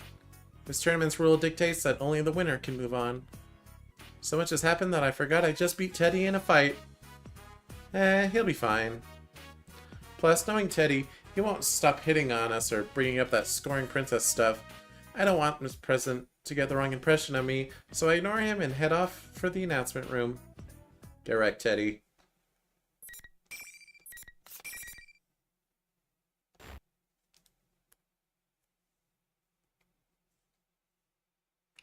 We've searched everywhere for the announcement room where that fake Teddy should be, but we still can't find it. I'm starting to get tired. I suggest to Miss President that we should take a break and try opening one of the nearby classroom doors. The monitor near the ceiling isn't on. There's no one here either. Thank goodness. We should be able to rest for a bit here. I set the box lunch on a desk and sit down with Miss President. Phew. Now that I've finally taken a seat, I suddenly realize just how exhausted I am.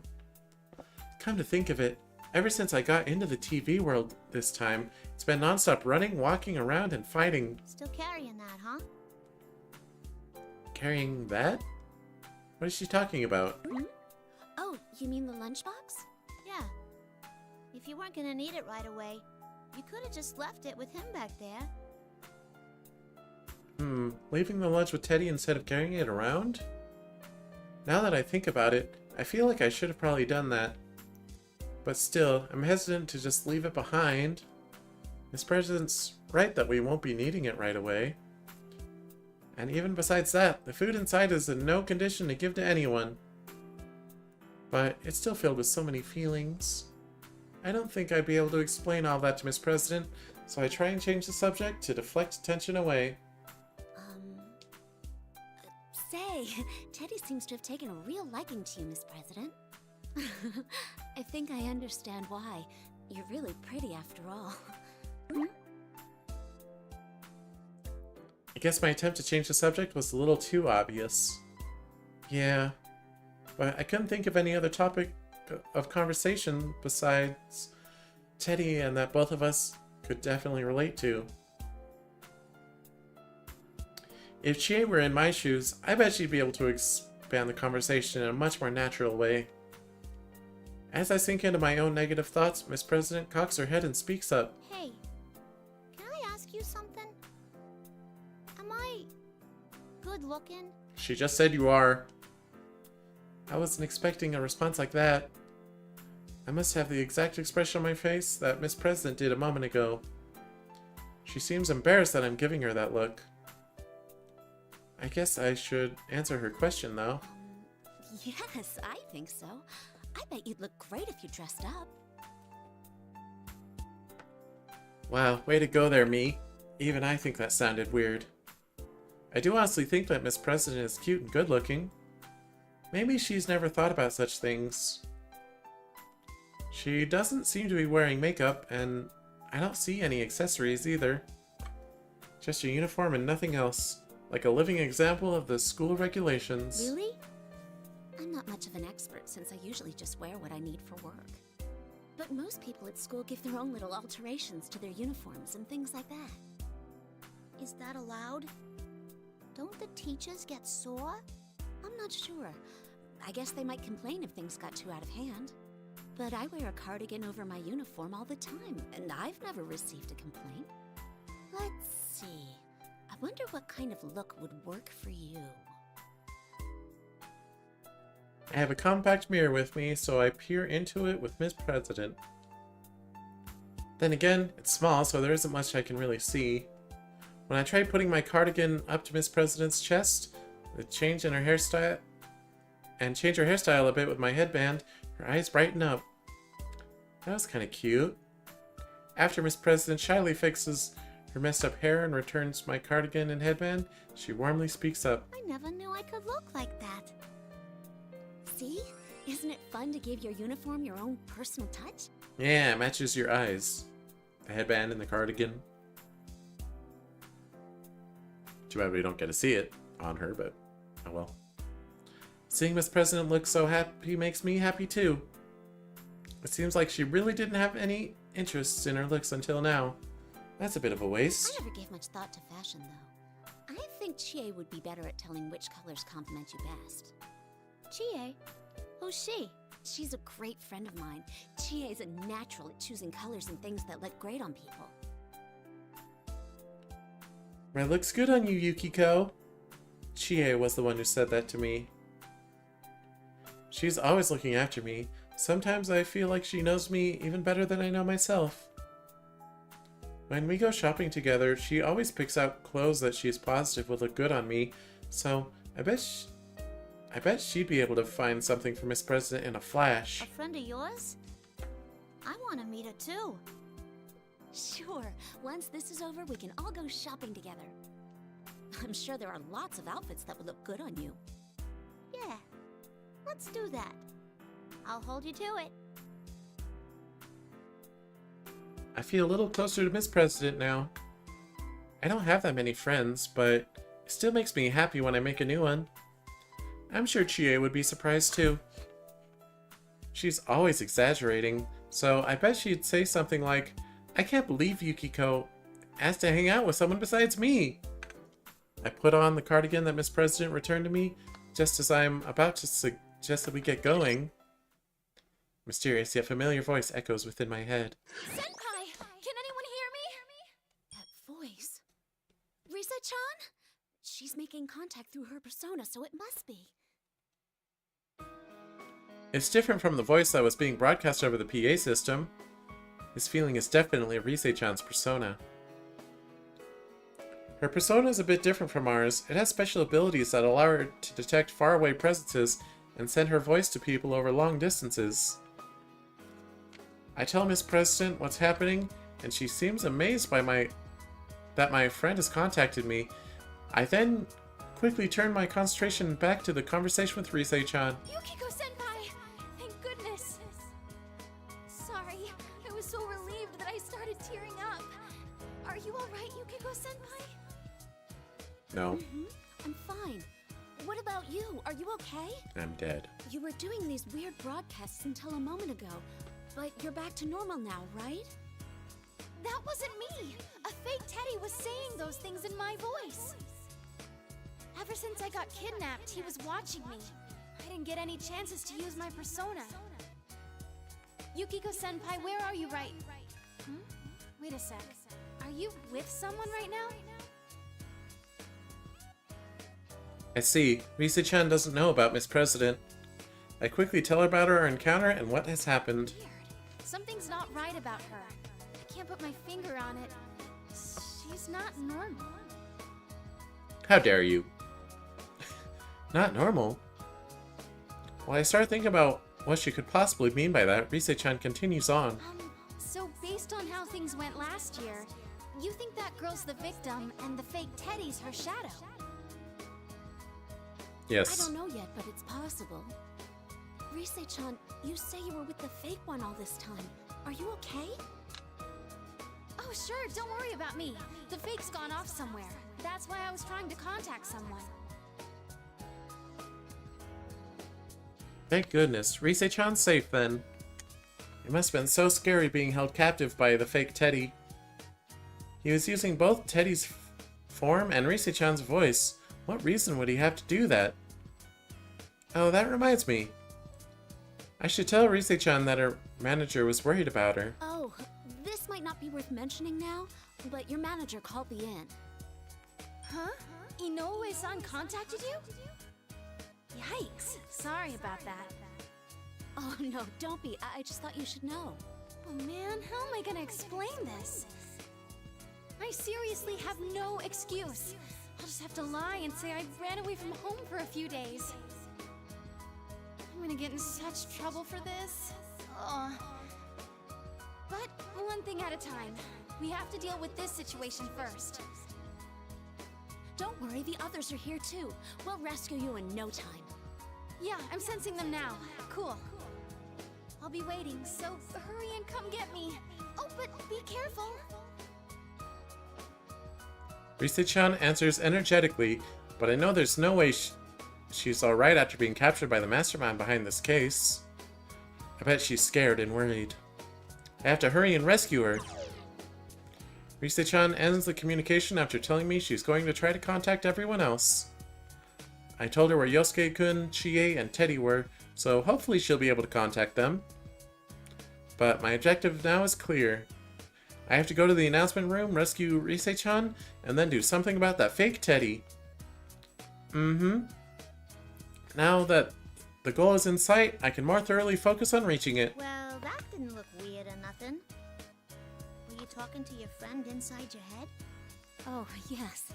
Sorry. I bet it's hard to believe, but... Nah, I could tell from watching you. You didn't look like you were faking it. You must really get along with him. Huh? I could see on your face that you didn't doubt him at all. And I'm sure they trust you right back, huh? After thinking for a moment, I can't help but smile. They sure do. We've been through a lot together, you see. I feel like Miss President's acting a little off. I thought she might feel out of the loop after I had that whole conversation without her, but it seems like something else is on her mind. It's like she feels awkward. No, apologetic?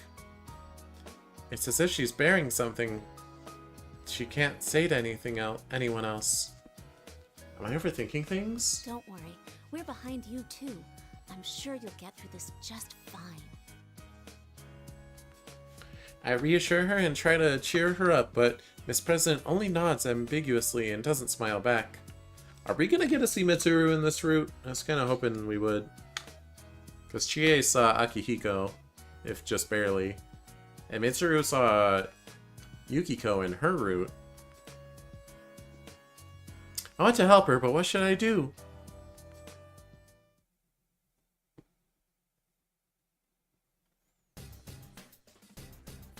We walk around the school some more and finally find the announcement room. The culprit of this case must be waiting behind this door. That realization makes me tense up. I motion toward Miss President. When she nods back, I fling the door open. Yukiko-senpai, you came! Huh? Only Rise-chan is in here?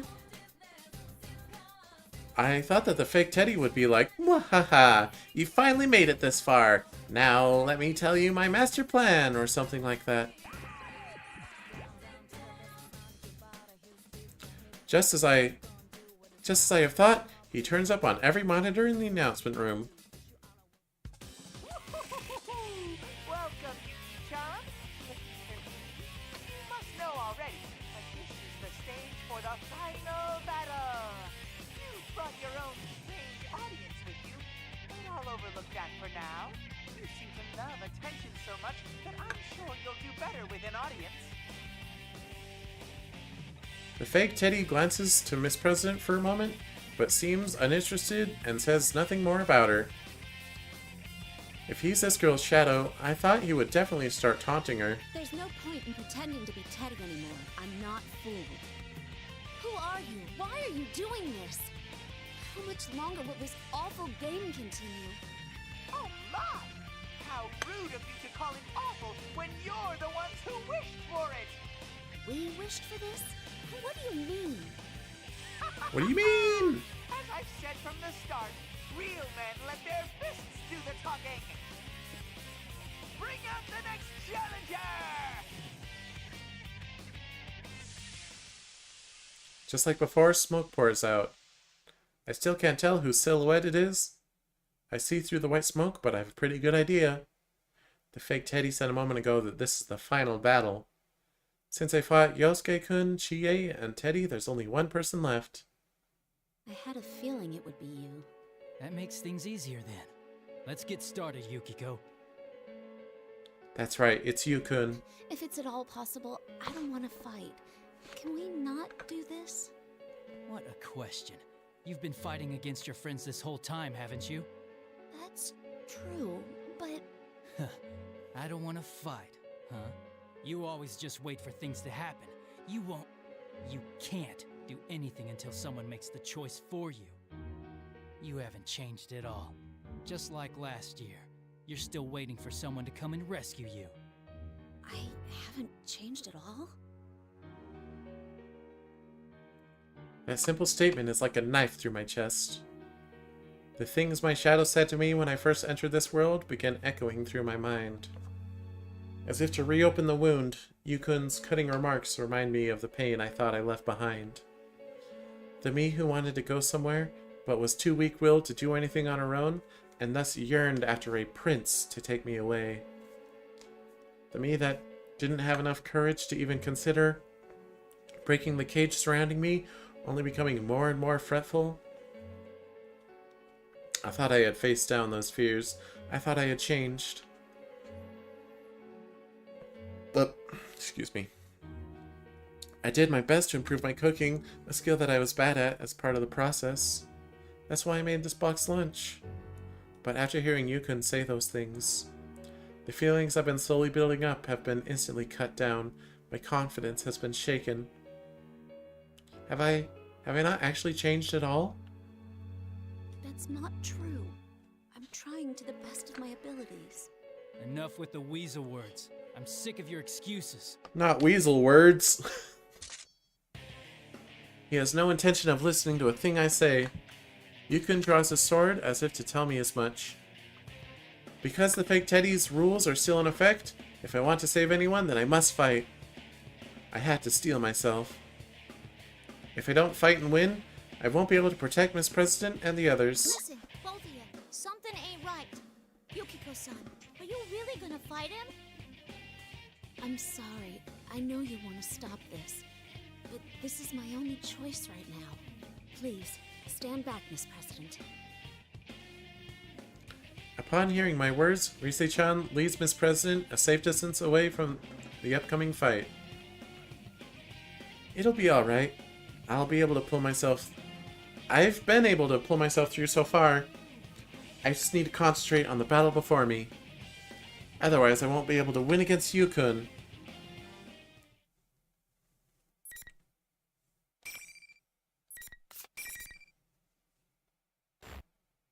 Beep.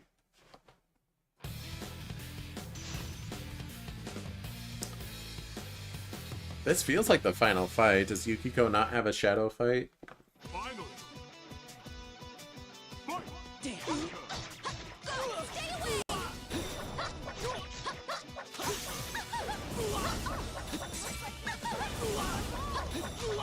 Get away from me, you freak.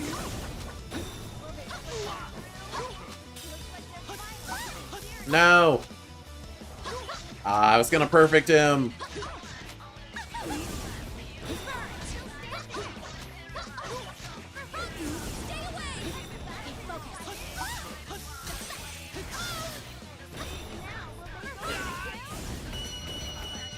Ah, well.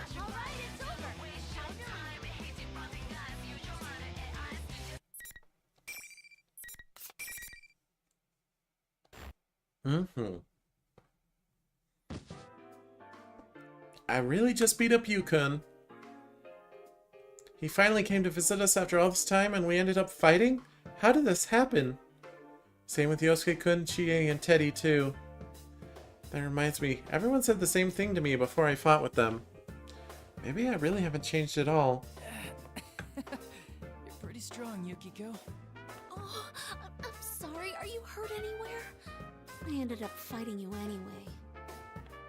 I try to excuse myself to Yukon, who's just gotten back to his feet. He looks puzzled. Huh? I knew something wasn't right. You've done a complete 180 from how you were a moment ago. I was just thinking the same thing about you. If you doofs don't mind me butting in, something wasn't right with either of you. It was like neither of you could hear what you were saying. The way you answered each other didn't make no sense. We didn't hear what the other was saying? Huh. It was like this after each of my fights. Once they were over, it was clear that our conversation beforehand weren't matching up at all. I didn't have time to check, and to be honest, was afraid of what I'd find. But what if the things we heard from each other weren't actually what we said at all? I see. Was that the fake Teddy at work too? You think he's doing it on purpose to make friends fight each other? That's crazy. Why? How could anyone do something so horrible as making someone fight their friends? Miss President is disgusted by the situation. It almost seems as if she was the one who was forced to fight against all her friends. She must be a very kind person. I feel as if she's getting angry for my sake. I tell her not to let the situation bother her and calm her down. And then I introduce her formally to Rise-chan and Yukon. I explain how I met her in this world, how she can't remember anything, and how she may be the victim at the heart of this case.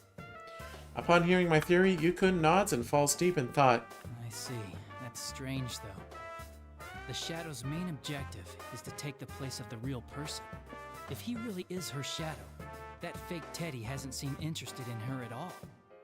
Yeah, you're right. He completely ignored Miss President a moment ago, too. You still haven't figured it out? I made sure to spell it out for you from the start, too. Oh, there's our Shadow. A voice suddenly echoes throughout the room. I feel as if I've heard it somewhere before. But it's a voice that I really don't want to remember. Who's there?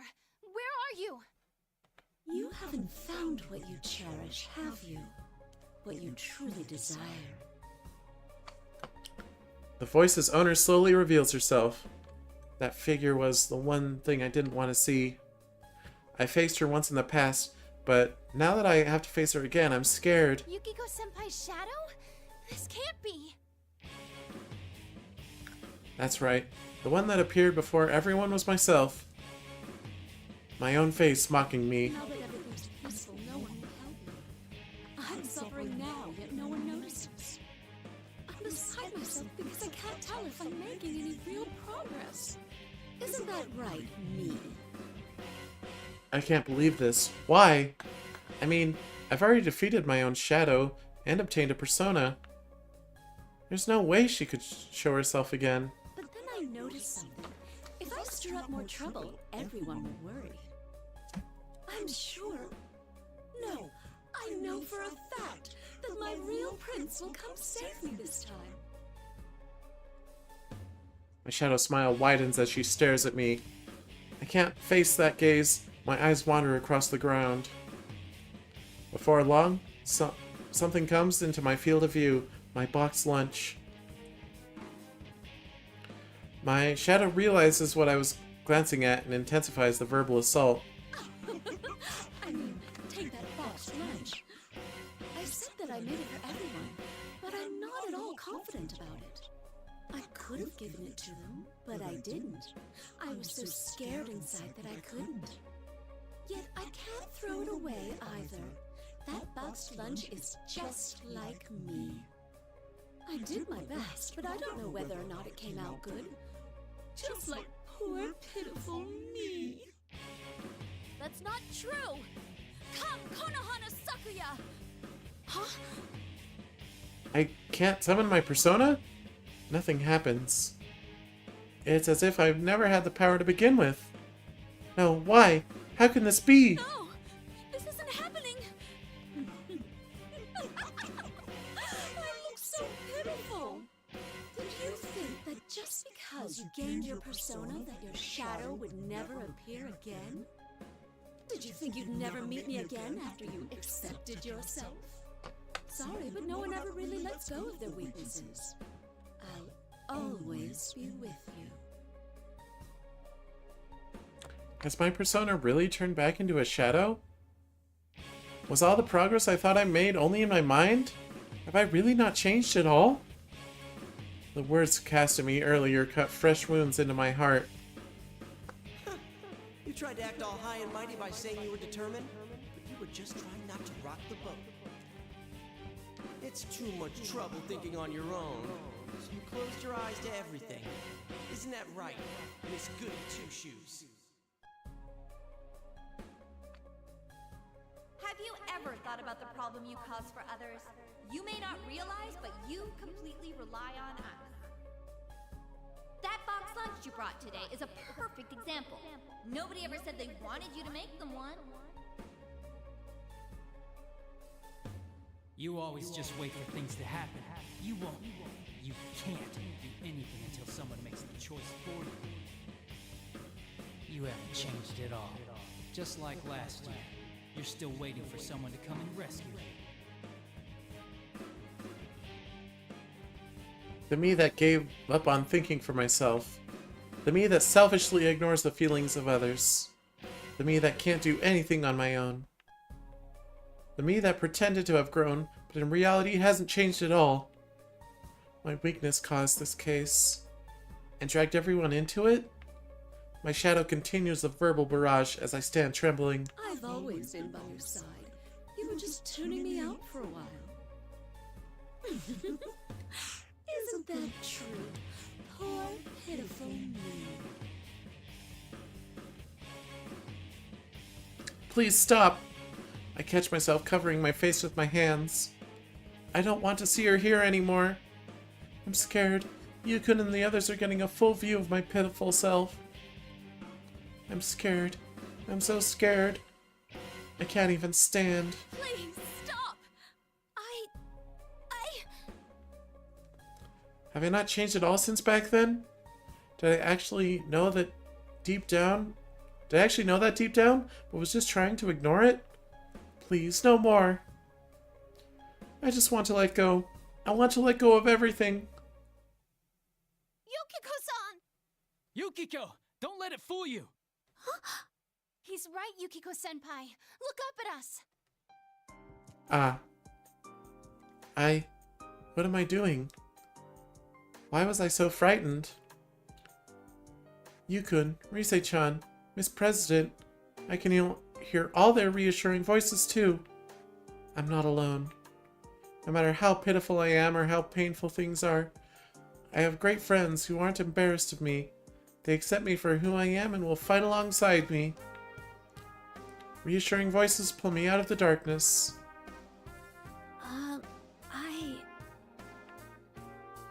I slowly open my eyes. Before me, I see Yukun from behind. He has stepped in between me and my shadow to try to protect me. Risei-chan is holding my body up. Don't give in. You overcame your weakness back then, didn't you? We all know you did. We were there. Yeah, you're not running away from anything. Well, Risei wasn't there. Not last time, and not this time either. You came to rescue me just like you said. This is the second time you've done that. You're not weak at all. You're both right. I can face myself. I can do this. Yukun, please, let me do this. Yukun and I exchange glances. When he sees me nod with determination, his expression softens and he stands aside. He believes in me. His trust makes me so happy right now. Thank you, Yukun. Look after Miss President and Rise-chan. Of course. I get back to my feet and stand firmly. I fix my gaze upon the smirking shadow in front of me. If it was my weakness that caused this case, then I'll bring an end to this case myself. People never let go of their weaknesses. You're probably right about that. That's why I must continue fighting against mine. And I can do it because I know I'm not alone. Yes, now I can take a step toward that goal. Yukiko-san, can you really beat her? Miss President's voice. Yeah, I'm surprised too. If not for everyone, I'd never have realized I possessed such inner strength. I take a deep breath. I won't look away again. You say you're my weakness? Then no matter how many times you come back, I will continue to stand up against you. Now, come.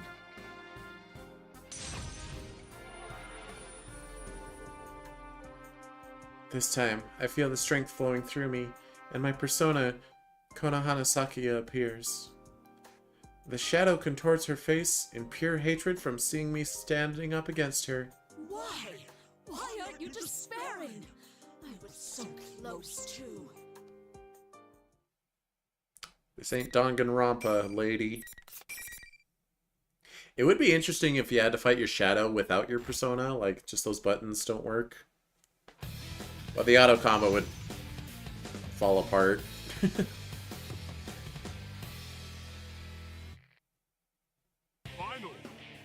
Hey, you Alice looking so-and-so.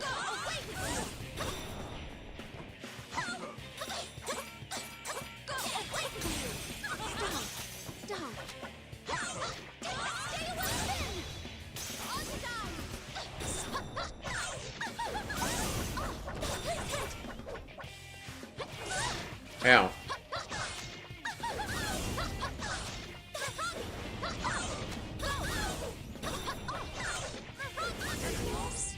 Haha.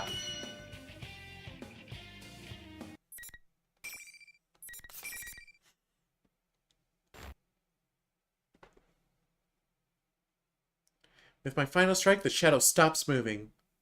I won. I've defeated her. Again. You did it, Yukiko. Thanks.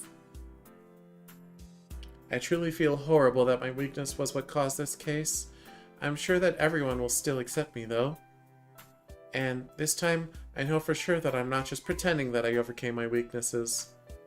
I'll be alright now. Even if I go astray again, I will be able to stand against it. Huh? Senpai, be careful! Something's not right with the shadow! We all turn towards Rise-chan, and simultaneously all the lights in the announcement room turn off. What happened? They repeatedly suffered the pain of fighting their friends, but they still didn't lose heart. A voice echoes in the darkness. An ominous voice that makes me feel like insects are crawling all over my skin. But still, this voice is somehow familiar. No one can understand you after all. What a shame. The lights come back on, and the one standing before me was the fake Teddy? But why? Just a moment ago, I was positive that my shadow was there. What are you talking about? The fake Teddy looks straight at Miss President and is addressing her. The air about him and even his voice are completely different now. Who are you? I thought you were my shadow. No, that's not true, Senpai. I couldn't tell until now, but the one this thing's based on is Miss President. Nani? What are you talking about, Rise-chan? That's impossible! I mean, just a moment ago I was... I thought something was odd. Yukiko used her persona in the fight. Personas and shadows are one and the same. It's impossible for both to exist at once. Yukun is right. How could I have forgotten that? The power personas can only be obtained by accepting one's shadow. The reason I'm able to use my persona is because I already faced my possibility... Wait, what? Can't read. I already faced my shadow. Skipped a line. But I was fighting that thing with my persona. It couldn't possibly be my shadow. Plus, we've never seen a shadow take on someone else's appearance. Maybe that's why your conversations with each other got all jumbled up. Either way, this isn't like last year. Hey, would you stop treating me like I'm some kind of freak? This wasn't my power originally. It's hers. Her power? What's that supposed to mean? Miss President cradles her head and denies the shadow's words. No! I'm not like that! Why so desperate all of a sudden? It's about time you remembered. Stop deluding yourself!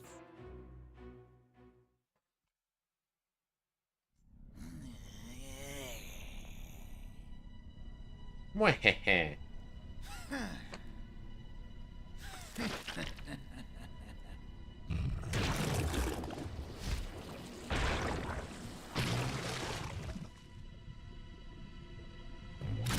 What if he was a robot, though?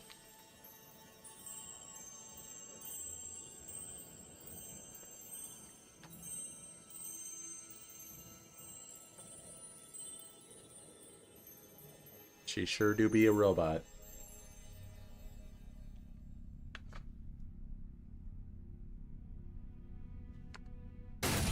Ah! That always startles me. It's quiet for so long and then just like BAM!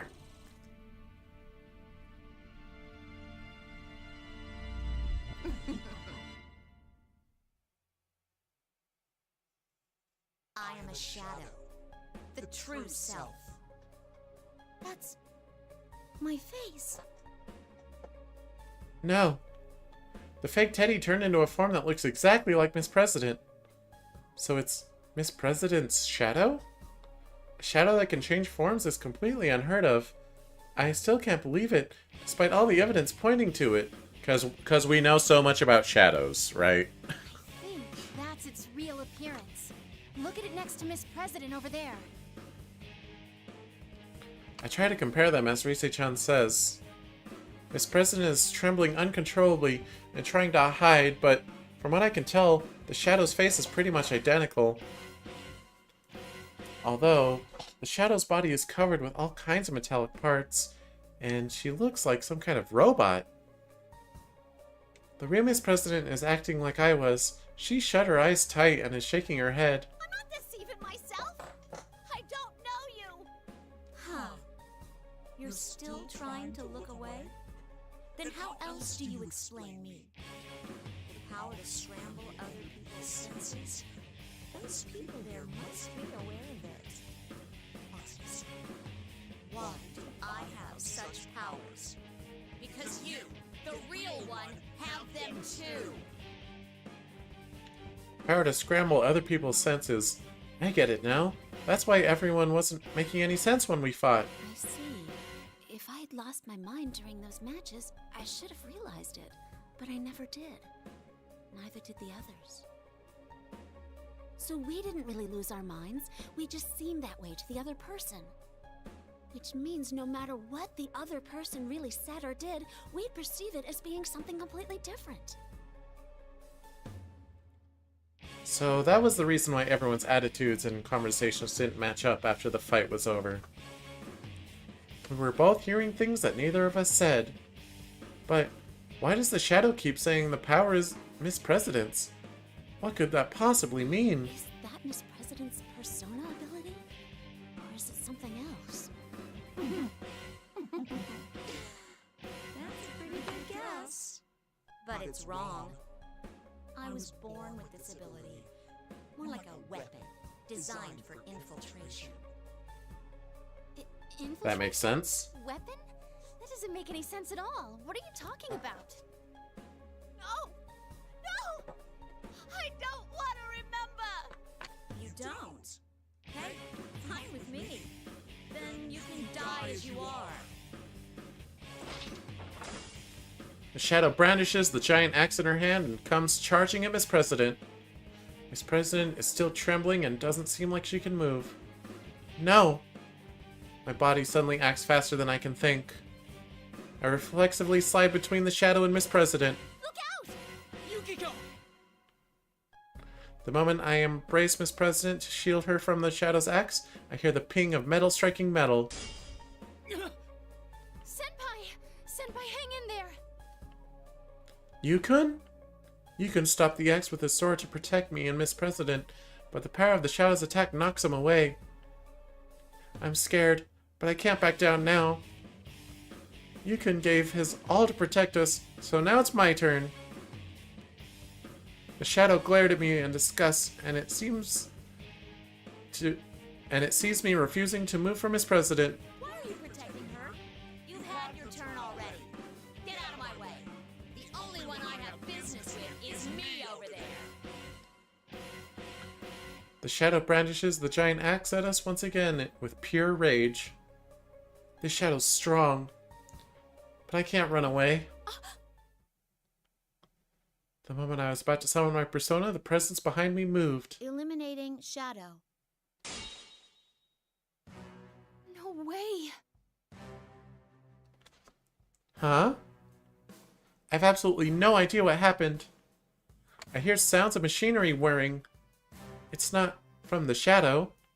It's coming from Miss President. Target confirmed to be a shadow. 5th generation anti-shadow suppression weapon Labris. Initiating elimination process. What in the world is Miss President? What is she doing? What is she? Huh. Well, that was different. I don't think she willfully awakened in any other routes so far. Before we pop into that, let's go test Yukiko's super.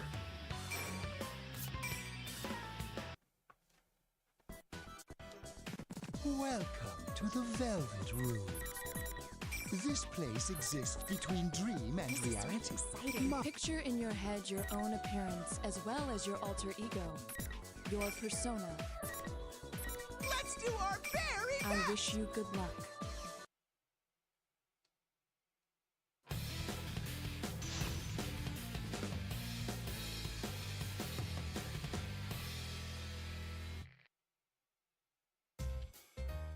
I really don't understand why they have an element of the UI list their heights and weights, if most of them are going to be question marks anyway. You shut up. Oh, that's not right. Here comes the last one. My dear cherry blossoms. Bloom in full splendor.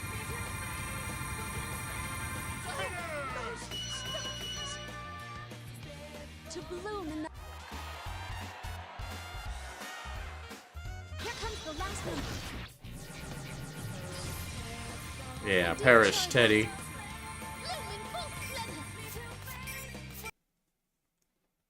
Alright, speaking of Teddy perishing, we did our character that we like, so, guess we gotta do a character that we don't like so much. It's time for Teddy. Teddy time.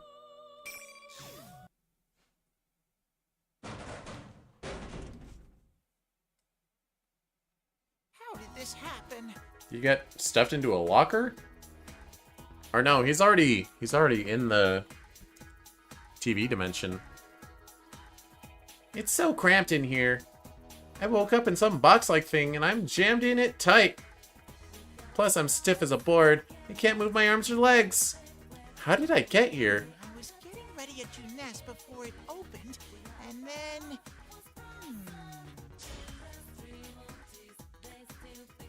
Every day is Customer Appreciation Day since I worked at Jeunesse. I wish sometimes I was the one getting waited on. That's what I was thinking while I was cleaning the store. The lady in the electronics came over and asked me to clean up there too, so I gladly agreed and... Oh, now I remember.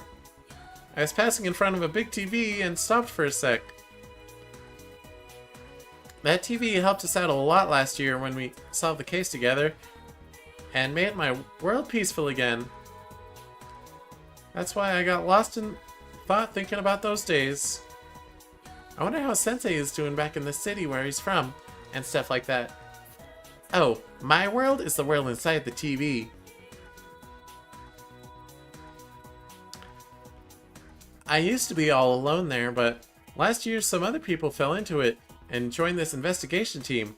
Well, the details don't matter. The point is, I helped solve a murder case.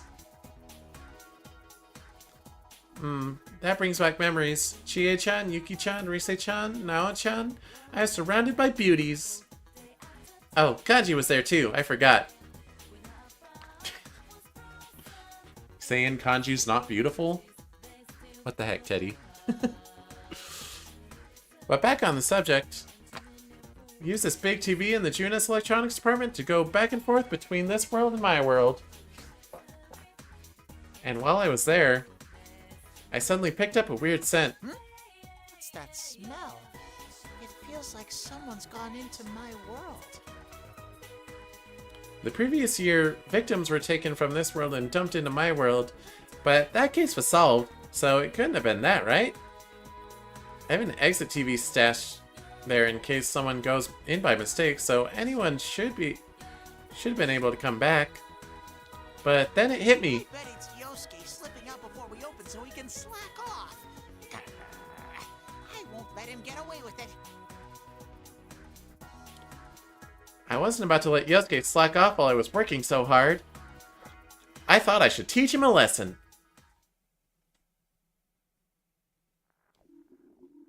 And that's why I jumped into the TV. I wasn't thinking of slacking off myself, not at all. What happened after that? I remember it felt a little different than normal when I fell in. I don't remember anything after that. Where on earth am I? Actually, what time is it? It's not past snack time yet, is it? Oh no. Thinking about snacks is making me hungry. Sensei, Yosuke. I won't slack off anymore. Please help me. I'm so hungry that everything's spinning. This must be what it's like to see your life flash before you at the end.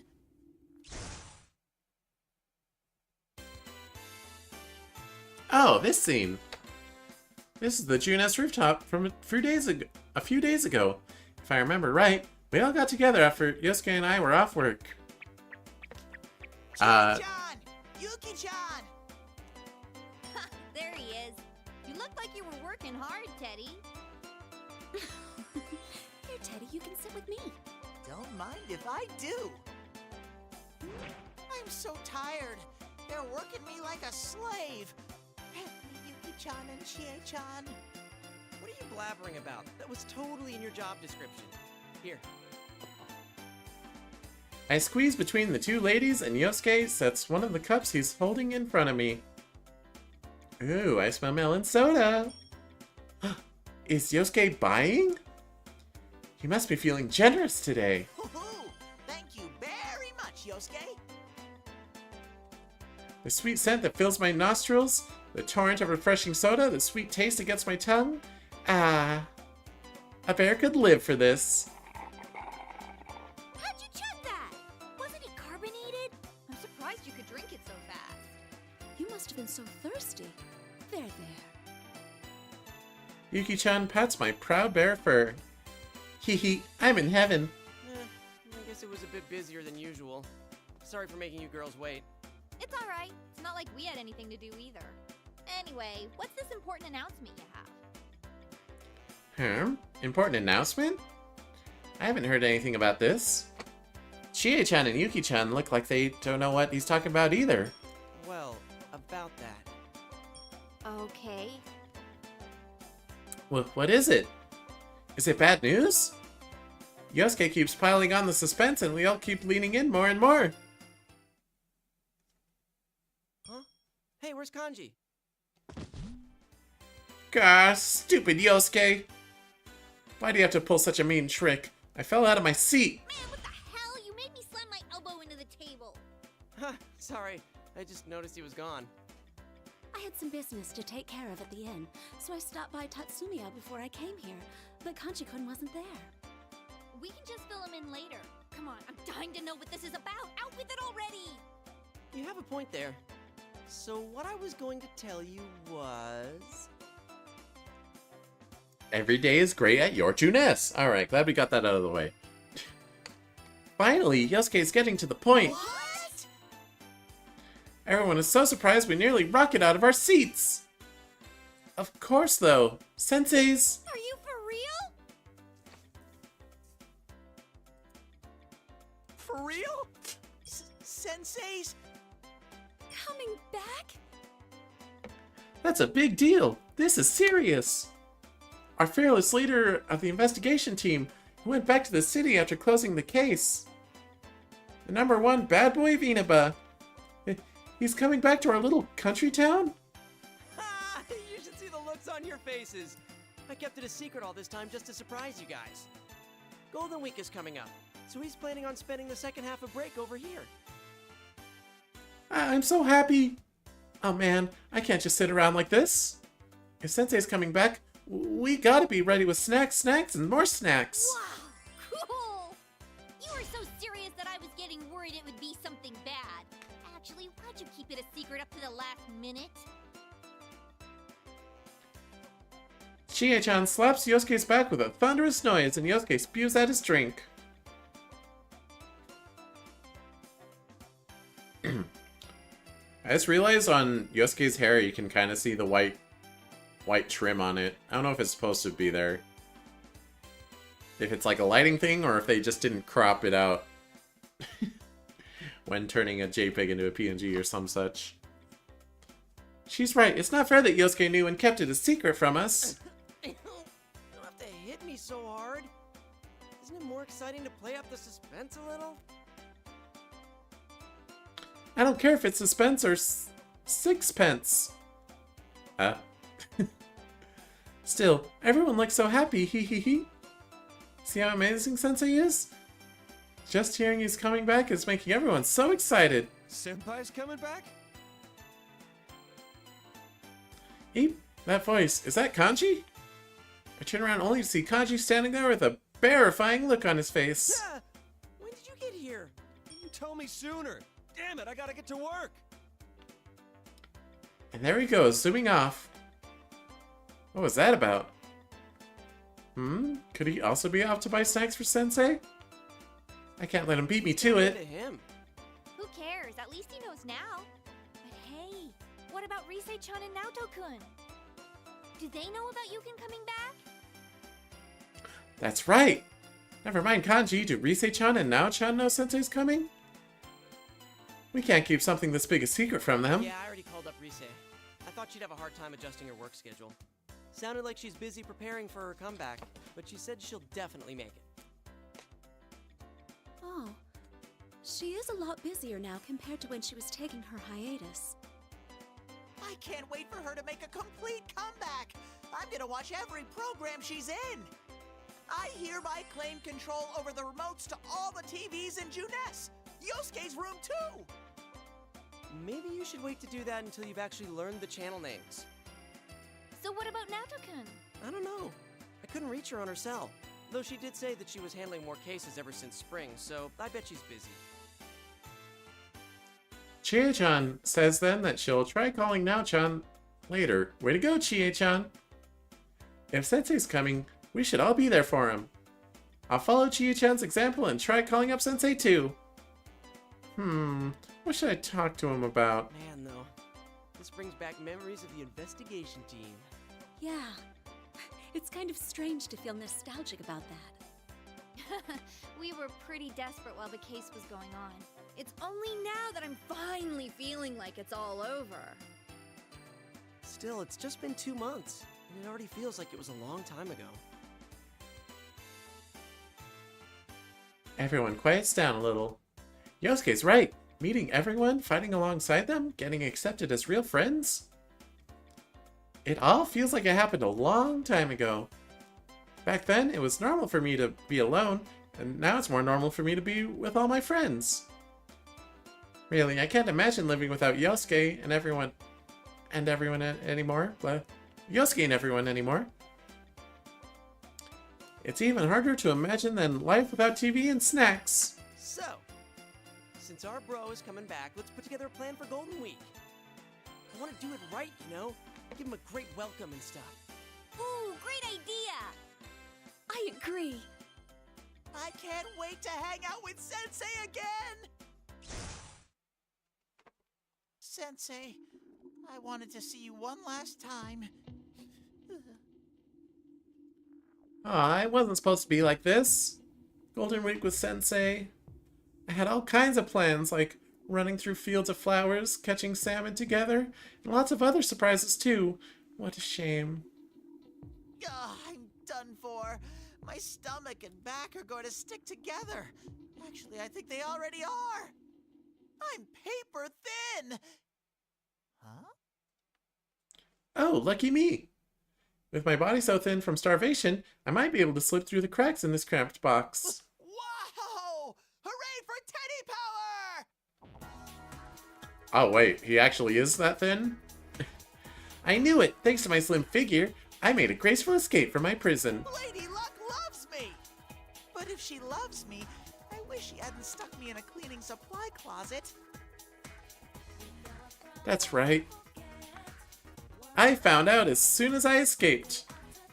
It turns out that the box I was in was a cleaning supply closet I've seen at school. Well, anyway, I'm happy to be out safe, yep. When I breathe in deep and flex my muscles, my body poofs out to its original round shape. There's no way anyone could do that. Hehe, don't think I'm just an ordinary boy like any other. Actually, don't worry about details like that at all. What's important is that I'm free now. Yeah! So, where am I? If there's a locker... Heck, I can't believe a combat veteran like me forgot to check my surroundings. There are desks and chairs, lockers, and a blackboard, a bulletin board, and Then this must be a school! Huh? But why? I thought I entered a TV. like I said, this world is inside the TV. You have to go through a TV to get here from Sensei's world. And depending on what TV you go through, you come out somewhere different in my world. This isn't where I usually start out. That's strange. Oh well, I should just hurry on ahead.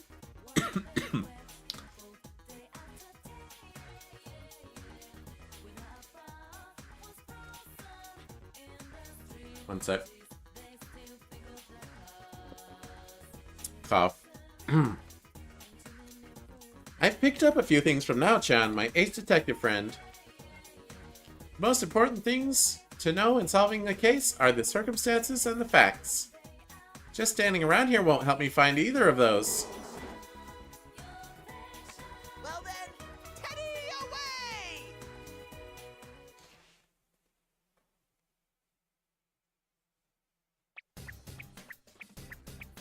This makes no sense. There ought to be someone else here. What's going on? I wander through the weird building and in search of a clue, but I'm not finding anything. This building really is bizarre. I don't know much about it, but this place looks like what I remember of Yosuke's school. The thing is, my world changes whenever someone enters it. My world changes whenever someone enters it. I don't know how to intone that. I know that all too well from the case last year. When someone gets dumped in here, that person's hidden feelings affect the world around them. Does that mean whoever it was goes to the same school as Sensei and Yosuke? Then again, I still don't know if anyone really did get dumped in here or not. I see a little light through a crack in the door of a classroom at the end of the hallway. It reminds me of that naughty nurse show Yosuke watches late at night. Time to sneak a peek. I'm coming in! Wait, is that a TV? Why is it here? The classroom ceiling's all weird, and there's a turn-on TV hanging in the corner. It's on, but nothing's showing on it, just static. I get closer to it when... of course. Gotta watch this again. No, we don't. We're skipping it. The P1 Grand Prix? What the heck? Sensei, Yosuke, Chie-chan, even Yuki-chan. And who was that bear in the funny clothes? What's going on? When did those guys record this cool commercial? There was someone like me on it too, but it wasn't me. Those taglines are pretty funky, but that's not the biggest problem. Who's this General Teddy? I don't remember making this video, but it looks exactly like me. Exactly? You looked exactly like me. And my shadow? Did it spill out again just like last year? That still doesn't make sense. I'm positive I would have noticed if my shadow came back out again. So, he's a no-good faker out to cash in on my popularity. How dare he impersonate me and mess with everyone with that neat-looking tournament. A violation of my image rights can't be tolerated. Tolerated? Oh, I just made a joke. Hee. What's...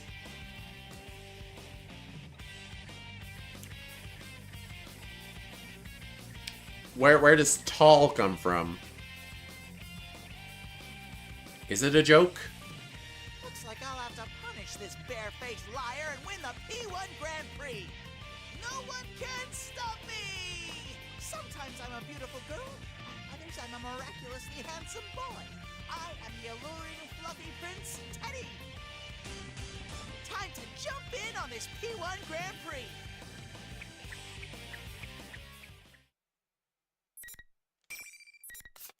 Yeah.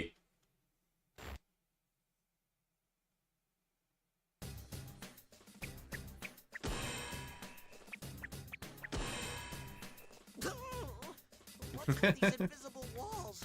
It's no fair that I keep squashing my nose into things I can't see. You gotta, like, hold your arm out in front of you, man. Ever since I left the classroom, I keep running into invisible walls everywhere. My head's all lumpy now. Who put these things in the middle of the hall? I'm having a hard time getting through them. I stamp my feet in frustration, and then hear a strange voice calling from behind. Hey, you there. Round thing. What's all this fuss about? When I turned around, I was greeted with the sight of a cutie pie with adorable eyes. Her hands were resting on her thin hips.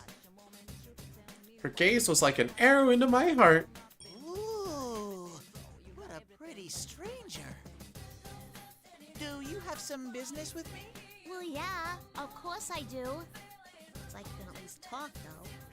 Anyway, I'm gonna need you to stop all this horseplay at once. You're hosting this event, right? Sheesh, how rude. That's just a huge misunderstanding, baby. That Teddy's pretending to be me. Can't you tell how much better my coat of fur is? Pretending? You seriously think a lame excuse like that is gonna fly? What if other students got hurt in this crap? You didn't even run it by the student council. Yikes! She doesn't believe me? Can't she tell the difference between such an adorably genuine article and a cheap fake? My teddy fur has truly lost its sheen. Actually, who is this girl?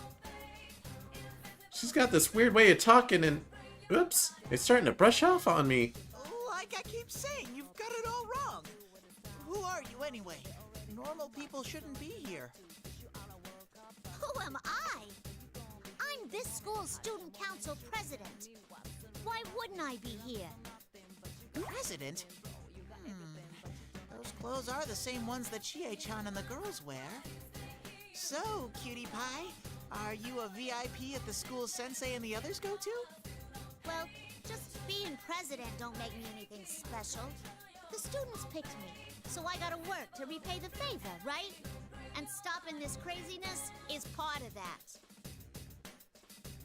My, how modest! A pretty girl chosen by her peers who works her fingers to the bone for the common people? She's a goddess. I've just met a goddess. How moving. I don't care who she is anymore. I'm going to support whatever Miss President does all the way. If she wants to stop this mess, then I'll roll up my sleeves and get to work.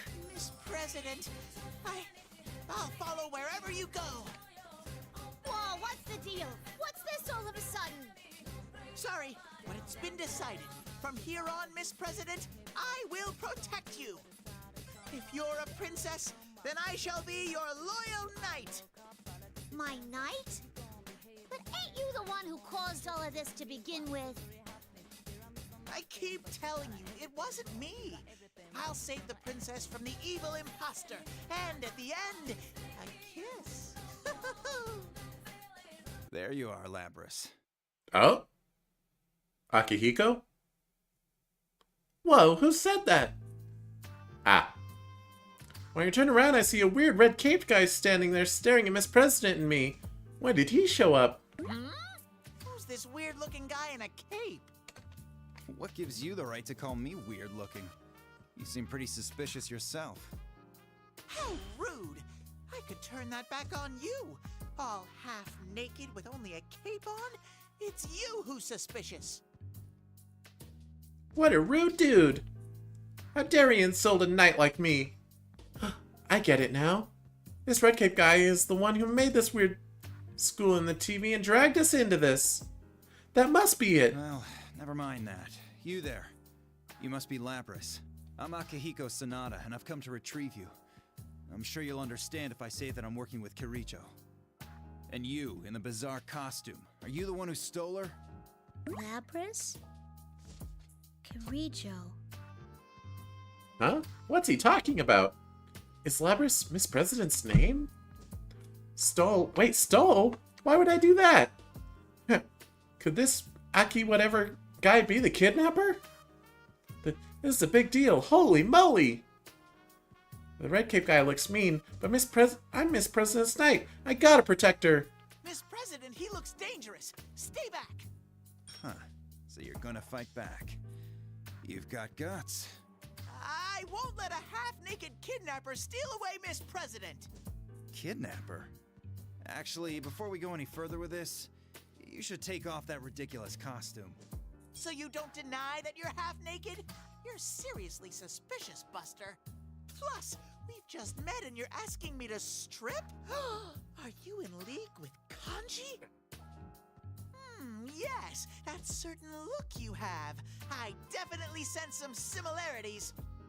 What are you raving about? Look, if you're gonna get in my way, I'm not gonna show any mercy. The moment my gaze meets the red cape guys, my animal instinct goes wild and warns me of danger. This guy must be really strong. But still... I'm Miss President's knight now. I can't let you beat me. I admire your determination, at least. What are you, anyway? Me? I'm a bear! I've crossed paths with them many a time. Bears are very mysterious animals. Although none of the ones I've ever met can talk like you or have such strangely colored fur. Oh, God! Those are real bears in the forest. What kind of life do you lead? Wait, before that, are you saying I'm not a real bear? I don't need a lecture on my lifestyle from a freak in a costume. Enough with all the talking. Come at me. Alright, was not expecting Teddy's first fight to be Akihiko. When the red cape guy breathes out, oh man! That silhouette behind him. Can this guy use a persona? No, I'm really confused about who he is. What's that? Never fear, Miss President. I'll stay true to my word and protect you. I pushed the scared Miss President behind my adorable back and glared at the red cape guy. I don't know who he is, but it's time for me to step up to the plate and show what I can do. Show I can do it. I had a feeling you wouldn't be fazed to see a persona. Alright. This is the P1 Grand Prix, right? If you want to see it that bad, I'll show you what it means to be the manliest of all men. That sounds like something Kanji would say. I don't like this. Is there any way I can turn down your kind offer? Now, there's no need to be modest. If you're gonna claim to be a bear, show me your wild side. Here we go. Rip Teddy. Okay. I am gonna BRB real quick. Real quick.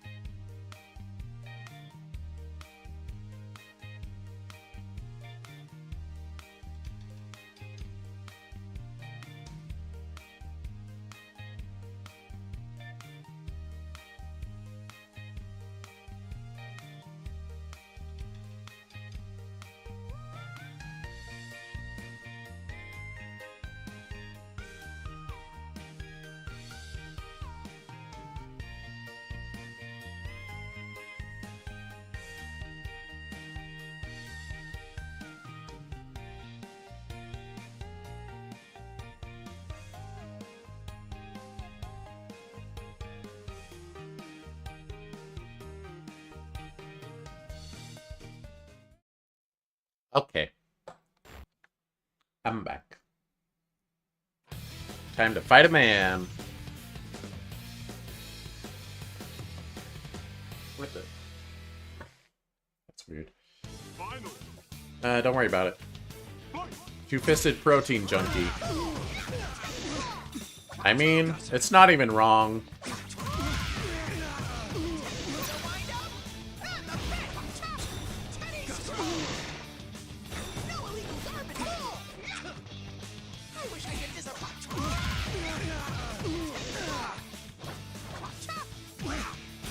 Whoa, that is a big normal.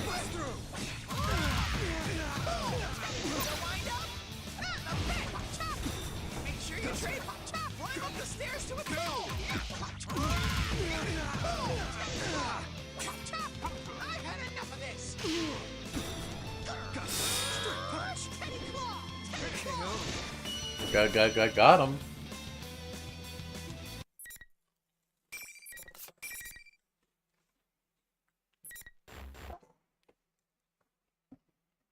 Holy moly, I won! I won! Did you see that, Miss President? I did it! I did my best! I put up with the suspicious guy's punches and kicks and beat the stuffing out of the bad guy. I never knew I could do such things for myself. And now my reward, the knight gets a kiss from his princess. Huh? Miss President looks all sad for some reason. Aw, how thoughtless. Her knight's waiting. What's wrong, Miss President? Come on, favor your knight with a kiss. Lapras. Hmm? Oh, that's what Red Cape guy called her. Labby. Hmm? Could Miss President be a foreigner? I don't think Labras is a normal name, Teddy, in any country. Could be. But I don't think so. Ooh, that would make her just like me in a way. In a way. Huh? What's going on? Why is there another one? The TV attached to the ceiling turns on and... What the? It's that fake Teddy again. What's going on here? I thought I disposed of that filthy bear costume. Hey! How dare you call the adorable real Teddy filthy, you faker! Very sneaky, trying to capitalize on my popularity. I'll rip off that bear hide in no time. It's too troublesome to have you running around. I need to figure out how to deal with you.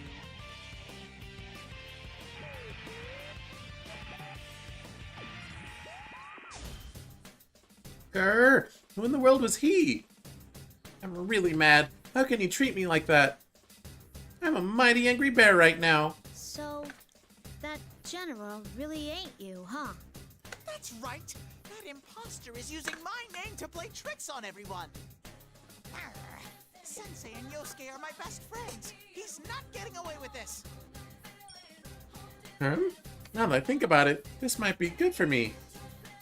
I wasn't expecting this, but thanks to the fake Teddy, I think Miss President believes me now. Miss President, you're not still doubting me, are you? Nah. After what I saw just now, I'm willing to believe that ain't you. Gotta say, I wasn't expecting to see someone else who looks just like you. You're telling me? So, you really were gonna try and protect me, huh? Thanks for that.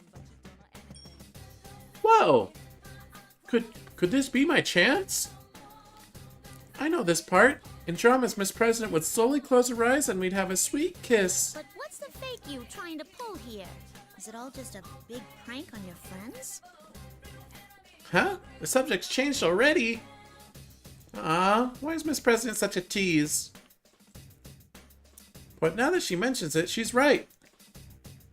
Look at that fake want. If that's the case, he must be after my fame, seeing as how I'm a national idol. Nah, that's impossible. What? How cruel! How humiliating! She brushes me off like a piece of lint. Guess guess we'll just have to go ask the fake you what his deal is, face to face. Come on, we should get going. Wait a second. Did you just say we? I can go with you? You're my knight, ain't ya? Then we ought to stick together. Oh! A cute girl's asking me to stick with her. Or is she asking me to be her companion for life? Sensei, Yosuke, this is a big deal. This spring, Teddy finally ascends to adulthood. I'll jump up to the top of the ladder, all the way. Yes, ma'am! I shall jump into fires and battle shadows for you, Miss President. I'd stake my life to protect you. Now you're getting goofy. We're just gonna go warn that fake Teddy is all. That's fine. I'm still your knight, for a knight must protect his princess. But there was something I didn't know as I took off after Miss President. I didn't think I would have to sacrifice myself for real to protect her. Foreshadowing.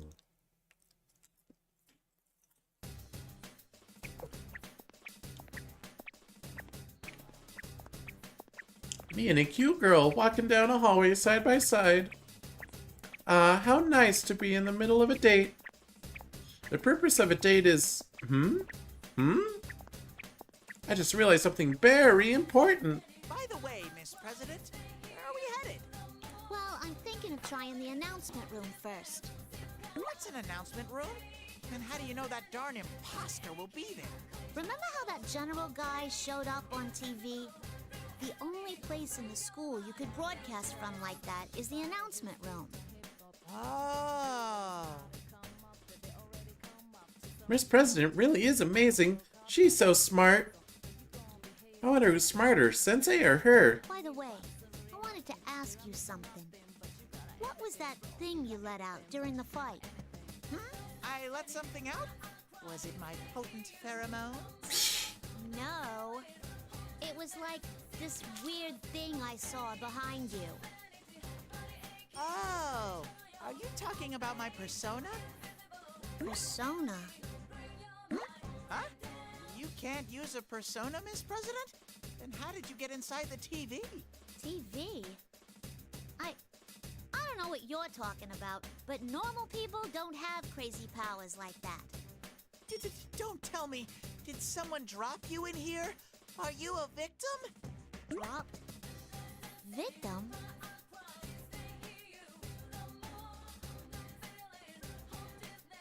Sorry. Chewing on a cracker. Oh my, so that's what happened. Miss President is another victim.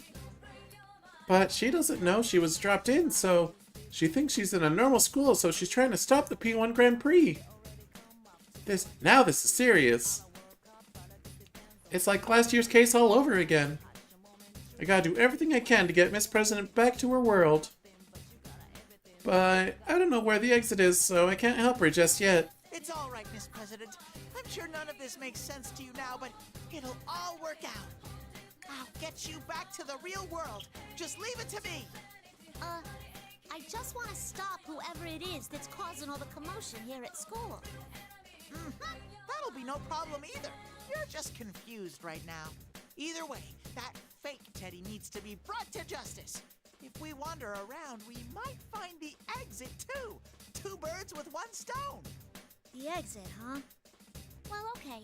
If we don't get moving, we might be attacked again. Like that half-naked Mr. Redcape? He was obviously some kind of pervert. He was calling you lovely or something. Is that your real name? Boy, nice short-term memory, Teddy.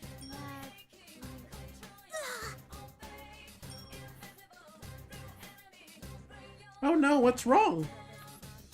Miss President suddenly crouched down. Is something wrong? Does she not feel okay? Oh no! Are you all right, Miss President? Yeah, I'm okay. I just felt a little dizzy. Miss President gets back up and starts walking, but she's still staggering a little. What could that be about? I just said that name that Redcape guy mentioned. Except you didn't at all. You got like one letter right. In any case, we gotta hurry and get to the announcement room.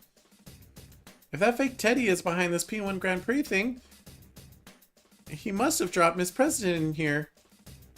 To get Miss President back out, I gotta go face to face with the faker and give him a piece of my mind. Oh, that hurt. Ow! My unstoppable nose met an immovable object. Sheesh! Another invisible wall? What's up with these things? I couldn't help but fall on my behind. Is this another one of the faker's tricks? Seriously, what a mean thing to do. What are you doing, falling over like that? Huh? Miss President walks right by me on the ground and looks back at me. Huh? There should be an invisible wall there. What's going on? Miss President, didn't you feel anything? There was an invisible wall. Invisible wall? There's nothing here. What in the world? I try going through one more time, but it's no use.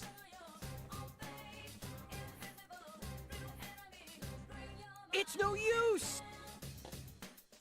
Sorry, not sorry. Miss President looks astonished and starts to pull on me. Wait! Ah! Miss President, I don't think this is working! I'm gonna die! I'm not dying to know what it's like to be crushed to death! Oh no! I didn't mean that as a joke! Sheesh, what's going on? This doesn't make any sense at all. I barely escaped death. Gosh, you're strong, Miss President.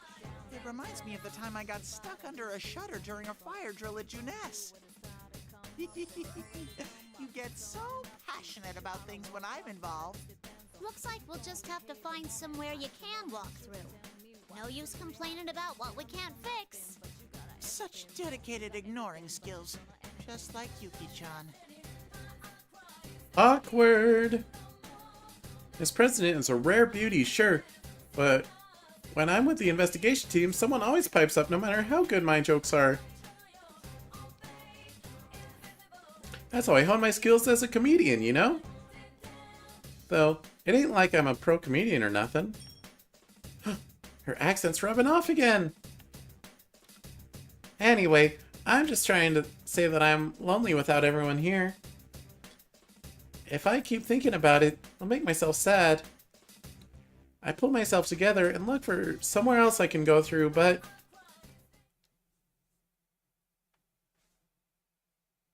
Huh? That's odd. There are invisible walls everywhere and I can't find a way out. Did you hit a dead end? Try looking around some more.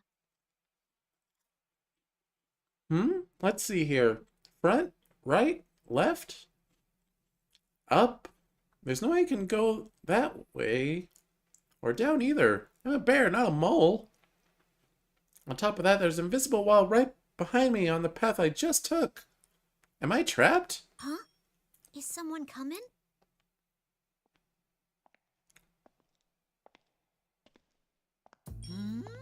That's... Just as Miss President said, someone is coming up from ahead. Just around the hallway corner. A white fluffy coat, long flowing hair, beautiful slender legs. This... Oh my! Ladies and gentlemen, it's time for a celebrity special guest! How do you know that? That awesome fur, that amazingly slender body, that luscious form-fitting attire. My babe sensors are off the charts! I finally sensed another's presence, and this is what I'm met with? Actually, what are you? She's even got a good sense of humor. I'm a bear, obviously. A teddy bear. I twirl around in place. See how elegant? Only I could do that. But the lady crinkles her brow and cocks her head. She's awfully shy for someone so pretty. A teddy bear? Or some kind of bear, at least? Well, I'm willing to take you at your word. Though really, the only bear-like thing about you is your ears. Oh, don't sweat the small details. What's important is how adorably sexy I am. I'll table that statement for now. The main point, as far as I can tell, is that you were the one calling himself the general in this tournament, yes? Not that again. She may be a beautiful babe, but she has a lot to learn about aesthetics. A faker like him is like chalk and cheese compared to my beautiful coat of fur. Like chalk and cheese. Is that a phrase that exists? I'm doing a Google. Like chalk and cheese. Fundamentally different or incompatible. Oh. Well, now it reconnected and now the modem is red? Okay, never mind.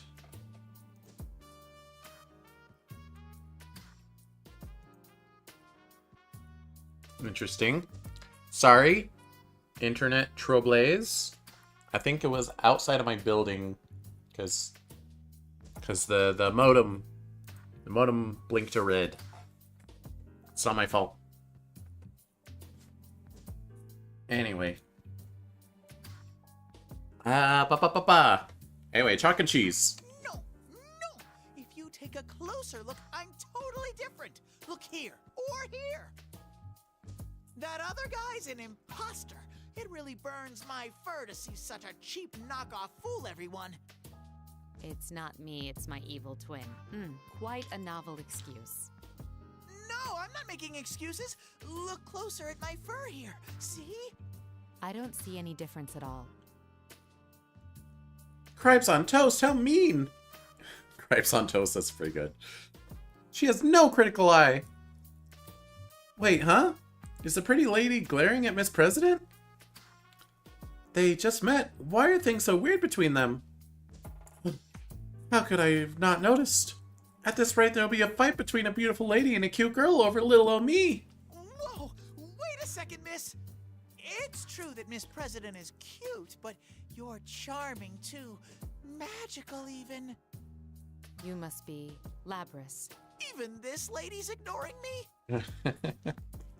What is this madness? Everyone I meet today is way too good at ignoring me.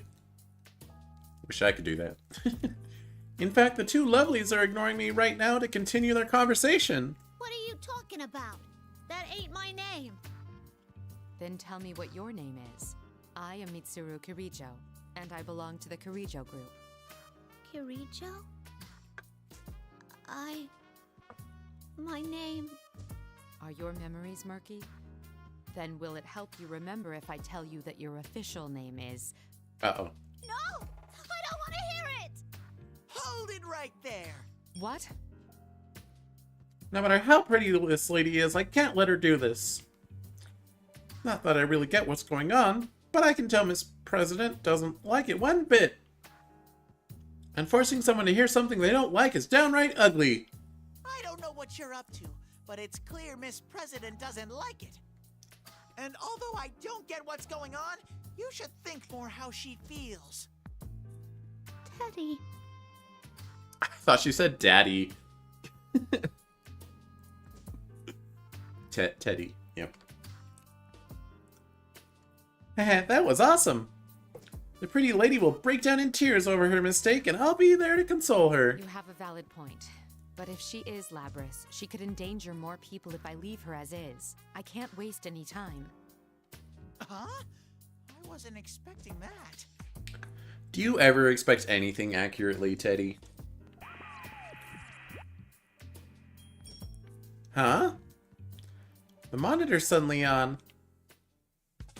I was trying to decide how to deal with you, but it looks like the troublemakers are bickering amongst themselves.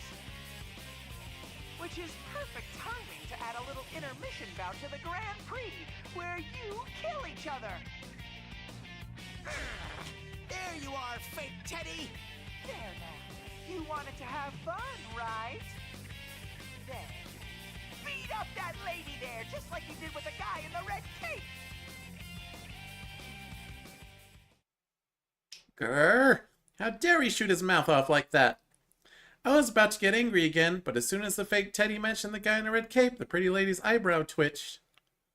I definitely didn't miss that. Could it be? Miss, don't tell me that red-caped pervert is a friend of yours. Are you a kidnapper too? Do you mean Akihiko? That's a rather harsh way to describe him. But are you saying you defeated him? You must be more skilled than your ludicrous appearance lets on. Miss, I'm starting to get the feeling that you're a bad guy. How cruel! You toyed with my innocence. She does look like she could be a villain. I have no idea what you're talking about, but I cannot remain confined like this. If you intend to resist, I will show no mercy. I mean, she is a baddie. Sorry. Looks like the P1 Grand Prix intruder and a false Teddy interfering with the tournament are gearing up for a brawl over here. It looks pretty interesting, so we're gonna show our viewers this fight too. Who will come out on top? Huh? That's Rise-chan's voice. But where is she watching from? Come on, if you don't concentrate, you'll get knocked right out. We made sure to leave you out of this, and you still came wandering back in. So you'd better at least put up a good fight. Ready? Set? I do wonder if they'll ever explain why they're impostering Teddy. Like, they would have to know he exists, first of all. Then they'd have to decide, yeah, I'm gonna host this tournament thing, and I'm gonna frame him as the host. Yep. Can't be anyone else, has to be Teddy. Like, in the general game, I get it, like, in a meta sense. Of course, Teddy's a mascot character, so he's the host or whatever. But why Labris? Why did Labris pick Teddy? Oh, is it because he fell into the TV? Or he didn't fall in, but he went into the TV, and he just happened to be there when Labris got in. That's probably it. Whoa, Rise-chan, listen to me. Instead of clearing up the misunderstanding, Rise-chan made it worse. Now the pretty lady's more pumped up. I can smell it. No! None of this makes any sense. But I'm still Miss President's Knight. I can't let it end like this. I'll give this fight everything I've got. Rather than listening to reason, you'll stay loyal. C'est magnifique. An enemy you may be, but I admire your determination. Now, come. She looks a lot angrier than her voice sounds. I'm sorry, Mitsuru. It's gotta be done. For progress in the video game.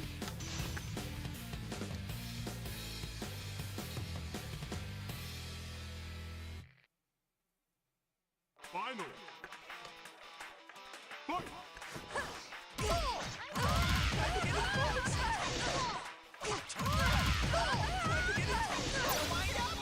Ooh, nice.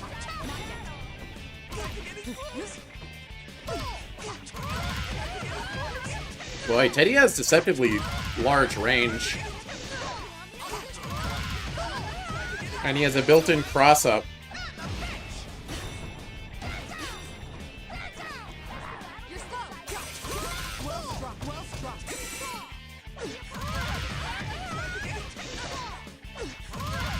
And a perfect, baby!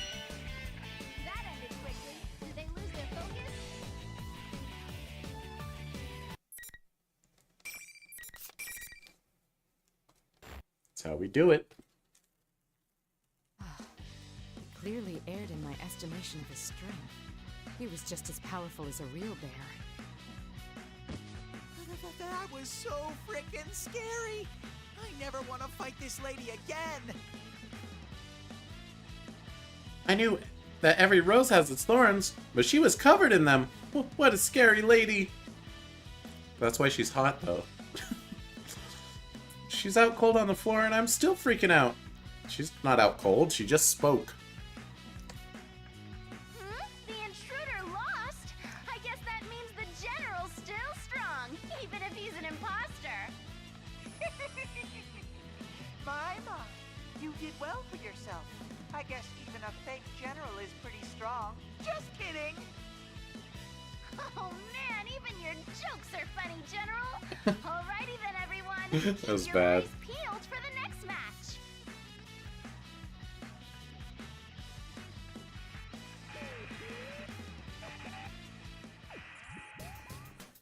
That's it! I've had it with that faker. Faker, I think you're the fake Teddy around here. I'm so jealous that he gets to have Rise-chan joke around with him. Usually, Yosuke no-sells my jokes, and Rise-chan hardly ever responds to them. That's not the only mean thing about Rise-chan. If she just used her persona to look around, she should easily be able to tell that the teddy next to her isn't the adorably genuine article. So why are they so friendly and... Why is Rise-chan talking to us over the PA system thingy? Usually Rise-chan just sends her voice directly into our heads. Something seems strange. Out of the corner of my eye, I see Miss President come out from behind the invisible wall where she had taken cover during the battle. Is it okay to come out now? That looked like one hell of a fight. My lovely Miss President, it's all right now. I totally won the battle. Even an unsurpassed beauty like her is no match for Teddy.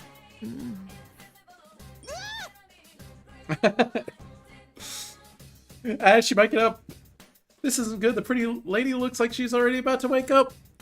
I beat her a second ago, but I get the feeling that I'd get creamed in a rematch. In which case... President, I say we ditch this joint. Huh? What? We're just gonna run from... Whoa! There's no time to explain. I grab Miss President's hand and away we go. Then again, running away because I'm scared is no way for a knight to behave, so I can't tell her that. I make a full throttle dash down the hallway. But then I realize something. Wasn't there that invisible wall blocking my way earlier? Am I gonna slam into it again so the pretty lady catches up to get her revenge? That sounds as scary as it is painful. But I don't want to wait for her here to recover. Please let this work. I squeeze my eyes shut and run on through. Huh? It didn't hurt. What a nice surprise. My furry feet lightly skip across the path that was blocked before. What could this mean? Wait, Labrys. The executioner's coming! It's good that I can pass through, but on the other hand, that means she can too. Feet don't fail me now. Wait a second. Halfway down the hall around where I got stuck, the executioner lady hit something in midair just like I did. She doesn't come any closer to us than that. Did she get stuck on an invisible wall? But why? I didn't get stuck this time, right? Well, fine with me. What's important is that we got away from the scary lady. Gotta keep going.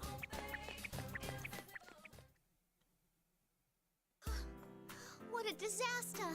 Now there are adults here who don't even go to this school. I don't need this headache. You already saw Akihiko. That's not a new... Not only whatever. can't I stop this madness, all this stuff about personas is making an even bigger mess. What am I supposed to do? It's true that there are still lots of unanswered questions. This president was probably dropped into a TV, so of course she wouldn't know about personas and stuff. But what about that red-caped guy I met first and that brunette bombshell? Who are they? I would not call Mitsuru a brunette. She has like deep red hair. And what's this Labrys thing? Is that Miss President's name? It sounds pretty foreign. She didn't seem like she liked being called that. Well, anyway, if a cutie like her is worried, then it's time for her knight to step up. I gotta do something to help. It's okay. There's no need to be scared, Miss President. Things look rough right now, but I'm sure everything will work out in the end. You're a real glass-half-full guy. Where do you get all that confidence? Nothing's going right. I mean, you've been dragged into this too. I'm just here because I want to be with you. You're trying too hard to do everything on your own. You need to think of me as a friend and let me do some of the work. I will admit, that is a very good line. I'm just here because I want to be with you. Dang, I almost swooned. No. A friend? That's right. No matter how hard she tries to solve it, she can't do enough on her own. We only solved last year's case because we had everyone working together. It's the same right now. Rise-chan is acting weird, and everyone else is fooled by that fake teddy, but if I get to explain things in person, I'm sure they'll believe me. Miss President's worries seem to melt away too when she meets the gang. At least, I think so, but... We haven't met any of my friends so far, have we? Sensei! Yosuke! Hello? As I call out to them, hoping someone will hear me, I hear a cute laugh from behind me. Ooh, did that tickle Miss President's fancy? Thanks. I'm glad you're with me. Huh? What did you say? That I'm super reliable and amazing in a pinch? I didn't say that at all. That I'm such a handsome boy you get flustered just by looking at me? That ain't what I said either. Ah, this is what I was hoping for. The bliss of someone taking digs at my jokes. Things are looking up for me. I feel like my sweet life as newlyweds with Miss President will be a smashing success. Miss President! Just as I'm about to coax a kiss out of Miss President to seal the deal, I see a crowd outside the window. Could someone besides me be fighting it out too? Oh yeah, that P1 Grand Prix thing is still going on. That means... Whoa! That's Chie-chan and Yuki-chan! I rush over to the window to see for myself with my great big teddy bear eyes. Yep, that's Chie-chan and Yuki-chan, alright. Huh? If they're in the Grand Prix, were they going along with the fake Teddy's plan from the beginning? Was I the only one left out of the loop? That can't be! Hey, isn't there something weird here? You were all signed up for this tournament, right? Well, I was left out of the loop, but I think they're having fun. I don't know. Those two look so sad to me. Now that she mentions it, Chie-chan and Yuki-chan both look like they'd rather be doing something else. I get the feeling watching them that they hope it ends soon. But never mind that. Both of them just brought out their personas like BAM! If they go that far, it's not fun and games anymore. Someone's gonna get hurt. This doesn't make any sense. Isn't the P1 Grand Prix good, clean fun for all? The Culture Festival and the booths at the shrine were more fun than this. This is wrong. Why is it like this?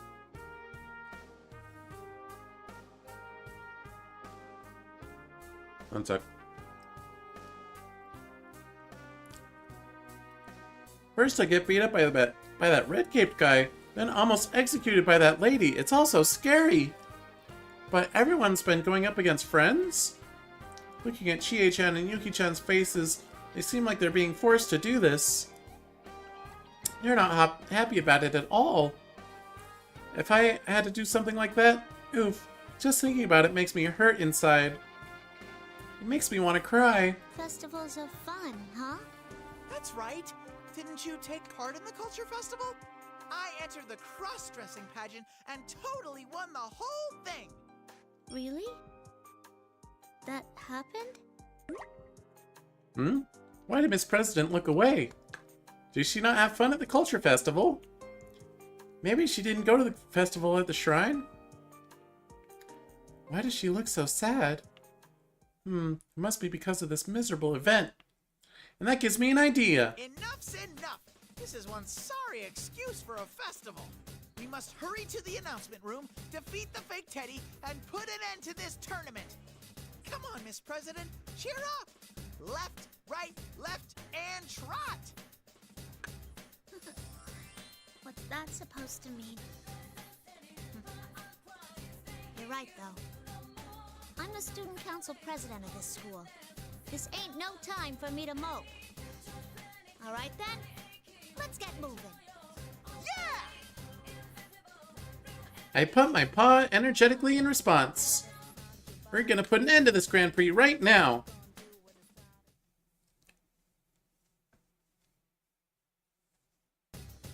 I walk into the same hallway again. For like the 5th time. I finally decide to go to the announcement room. But everywhere I go, the invisible walls keep getting in my way. And on top of that, I'm trapped again. I don't know what to do. What am I supposed to do? But I think I've kind of figured something out. Maybe these invisible walls are leading us somewhere? I take a more careful look and... Aha! Just as I thought! The way ahead and back are blocked, but to the side of me is a classroom door. If I can't go anywhere else, then that means... Aha! When I take hold of the door and pull it aside, it opens with a beautiful sound. Hee hee. It looked like I had nowhere to go because I was supposed to go in the classroom. I'm a genius. Come on, Miss President! Charge! No matter what obstacles await inside the classroom, I, Teddy, shall protect Miss President. For that is the knight's duty. Something is inside and that someone is inside and that someone is? Who are you? Uh-oh. Whoa! I've discovered a beautiful girl! I sense love in the air! I want to be your knight! I thought you were my knight. A hint of jealousy in Miss President's voice? But, so what if the new pretty girl looks a little odd? She's still a beautiful girl and therefore deserves a knight's protection, right? Just as I'm about to make an excuse, the pretty girl looks at Miss President with surprise. I recognize you. You're the host. Or are you? And her... Is she... This feeling... It must be... What's going on here? Miss President and the new girl look like they're communicating with their eyes. And Miss President seems pained again? Miss President, are you okay? What was that just now? You're... my sister, correct? What? Sister? Am I hearing this right? Does that mean this strange, beautiful girl is sisters with Miss President? What a lovely pair they make. I am Aegis. I've come for you. What? Are you gonna take me away somewhere? Wait, are you with those people we met earlier? As I thought. You've met Akihiko-san and Mitsuru-san. Miss President! Whoa! Miss President hides behind me. She's depending on me now. Now I feel like a knight. But what's the problem with a girl coming to get her sister? And why is she so scared? Is her sister someone bad? She does look strange. What should I do? Okay, I'm a knight, so I need to be direct. Well, I'm kind of scared, so I'll be polite about it. I think you should stop what you're doing. You're scaring Miss President. You... Eep! She really is totally freaky. What's with that gigantic gun? Is that what they call a battling gun? It's a Gatling gun. I've only seen it attached to this helicopter thing in a movie I watched in Yosuke's dad at their place. Holy! Now wait a second here. It's dangerous pointing that stuff at people. It seems we can understand each other. Release my sister at once. I am told that you are not the host, but your readings are extremely close to a shadow's. What do you intend to do with my sister? Shadow? What's that? The sister's words and Miss President's shocked voice get me right in the heart. It's true. I'm different from Sensei and the others, and even Miss President. I didn't mention that to her yet. Miss President, shadows are the dark parts of people that they don't want to admit. They're the selfish parts of a person that they don't want anyone to see, or pretended not to notice because they were so nasty. Pretending not to notice. I turn towards the beautiful new girl called Aegis-chan, or Ai-chan as I'll call her. I have to at least tell her this. I've never been human and I never will be. But She needs to know that I was able to change because of the friends I made. I'm a shadow, it's true. But I'm no ordinary shadow. I can talk. And Sensei and Yosuke are my... Sheesh, enough blabbering! Make with the fighting already! It's no use trying to explain yourself. It doesn't make you less of a shadow. How cruel. What a thing to say, Rise-chan. Huh? That just slipped out, but she really was being mean. Did Rise-chan always have such a sharp tongue? Maybe she did, but that's not the point. She would say some harsh things, but I don't think she ever said anything that really hurt me like that. Eck! Now's not the time to fret about how Rise-chan's changed. Why is Ai-chan glaring at me? Is this some kind of stare down? I don't think she has much of a sense of humor. Shadows are the enemy. Huh? Can I call a timeout? Do I really have to fight against the scary younger sister? Yeah! She really is scary. Sensei, Yosuke, save me! But they're not here right now. Ugh, I have no choice. I'll have to do this and brace myself for an honorable death. What did I just say? Shadows are the enemy. Well, yep. Whether it's a tank or a helicopter, bring it on! Let a shadow do as it pleases with my sister. I am the 7th generation anti-shadow suppression weapon, Aegis. Here I come.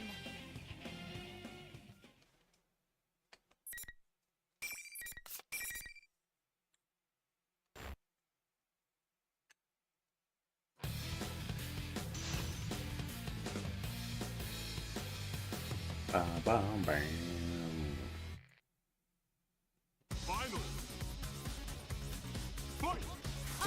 Ah! We're good, we're good.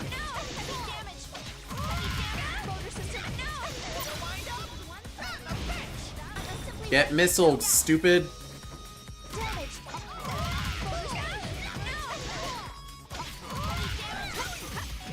Oh, that's what I get for trying to mix up with a grab. Ow. Ho, ho.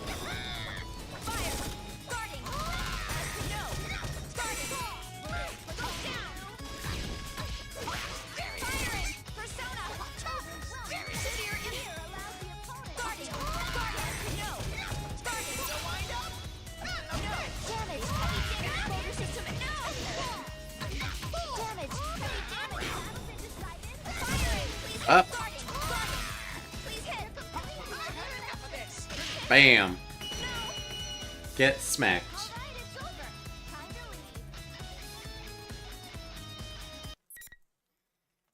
Yep.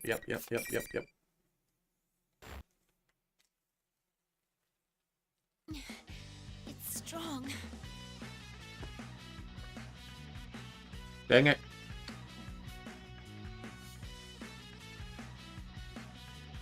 Ai-chan falls to her knees as Rise-chan squeals with delight. Good job, Teddy! Well done! He's got a point there. He really is no ordinary shadow. Why, he's almost as handsome as I am. We're looking forward to seeing you play an active role from here on out. Adieu!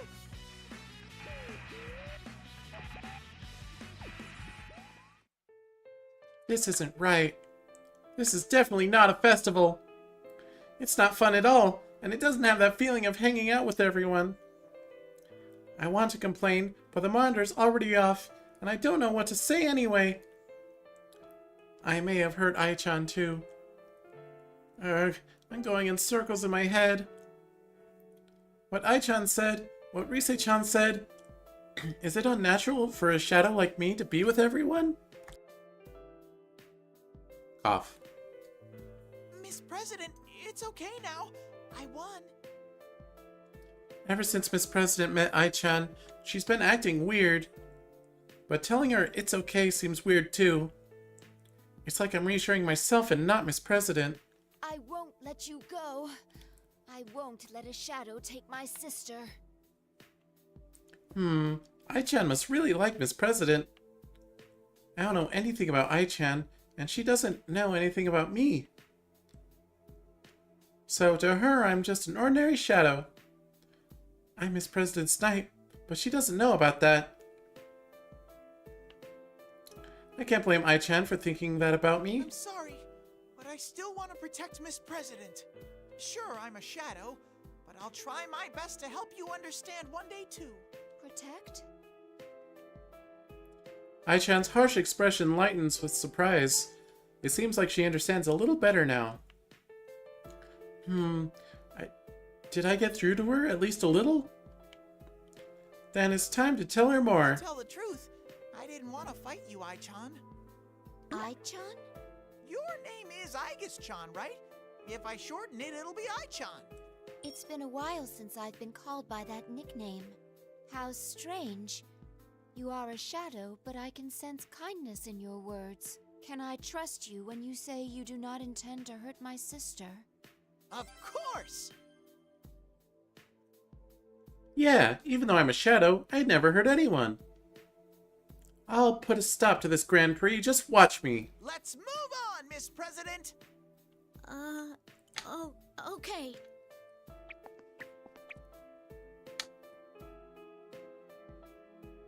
I take Miss President, who finally seems cheered up a little, and leave the classroom. Ai-chan doesn't say anything and doesn't come after us. She probably understood, right? Yeah, that must be it. Off we go, marching towards the announcement room. We go on for a while, but Miss President suddenly stops. I turn around to ask what's up, and I see a troubled look on her face. I lead her into a nearby room so we can take a break, and I wait here while she searches for the right words to break the ice. Finally, she speaks up. Hey, what are you really? You're not just an ordinary person in a costume? She said something about a shadow. Yeah, I knew this was coming. I'm ready for it. I nod enthusiastically to Miss President. It's all true! I won't look away from what I am! Isn't it hard accepting something like that? Well, even if I didn't, that wouldn't change anything. Yep, I'm not human. It's a little sad to admit that, though. Phew. I decided during last year's case to never hide my eyes from things. But that can be kind of painful in practice. I'm not human. I'm different from everyone else. But I was just an ordinary shadow back then, and there was nothing underneath my fur. But after I met everyone, I changed. I grew something inside me. Inside you? Here, Miss President, take a good look.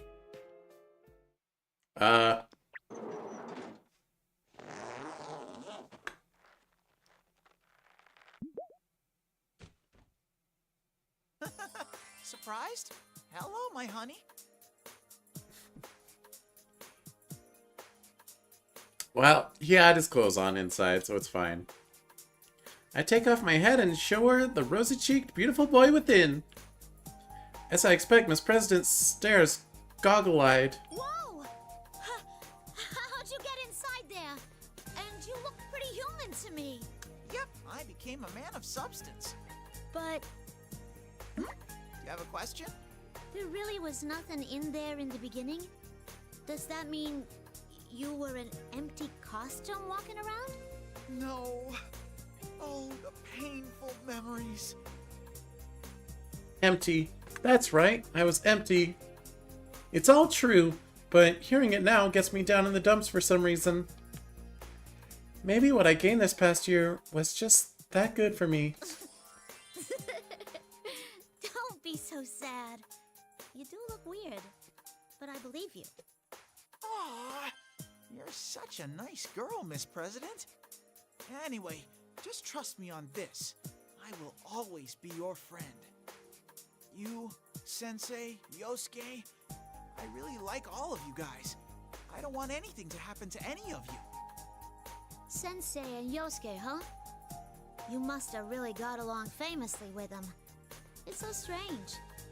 You're not human, but you have human friends, and you're trying to protect humans? Whether I'm a bear, a shadow, or a beautiful boy, everyone says they like me. everyone you've met. And I like everyone. So what does it matter? Even if you're not like the others? Not like the others. But that's not a bad thing at all. I get ready to answer her with a big smile. Even then, there's only one Teddy, and I'm the best there is at being me. I still don't really understand. I can't be so optimistic like you. I thought it was a pretty good line. What doesn't she understand about it? She's looking at the floor again, all quiet. Miss President, what's the matter? Do you like the fluffy me better? Miss President just shakes her head ambiguously and doesn't answer. Is she so surprised by my pretty face that she's embarrassed now? A knight that protects a prince should be cool, but I'm the best because I'm willing to be a clown too. I put on my head and boom, I'm back to my original adorable look. Hey, Miss President? Miss President finally turns my way. My heart starts pounding a bit, seeing that she's about to start crying, but I give her my best smile. Miss President giggles a little at that. Cute girls like her look best when they're smiling. Let's hurry and put an end to this so we can go have fun together. Fun? Sure. I'll introduce you to my friends, too. There's a guy who's a total disappointment when he opens his mouth, and a meat-loving lady. He's not wrong. There's even this total knockout who was away in the city coming back to visit. Lucky you! Ooh, I'm getting all excited now. If we solve this fast, it'll still be Golden Week, so we'll have tons of time left for fun. Working? Shift hours? What are those? Are they tasty?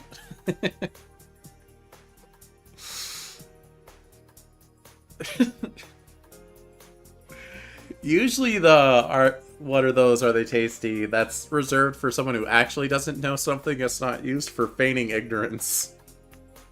Rawr, I'm starting to get fired up. Huh? Just when I was ready and bearing to go, I hear something.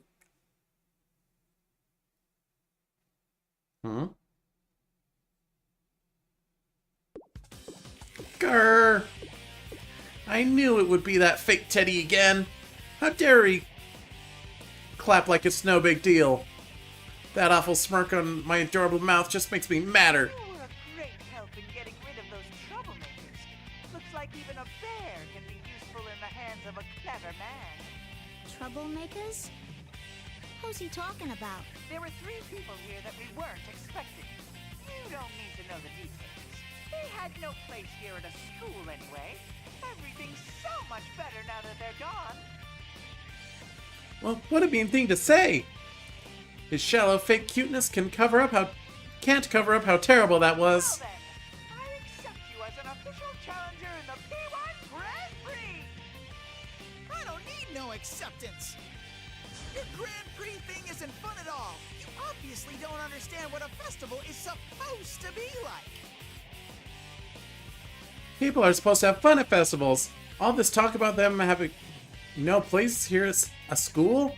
Who does he think he is? What's even more annoying is that the fake Teddy doesn't even care about how mad I am. He just keeps talking. You're jumping to conclusions, though. Whoever said the Grand Prix was supposed to be fun?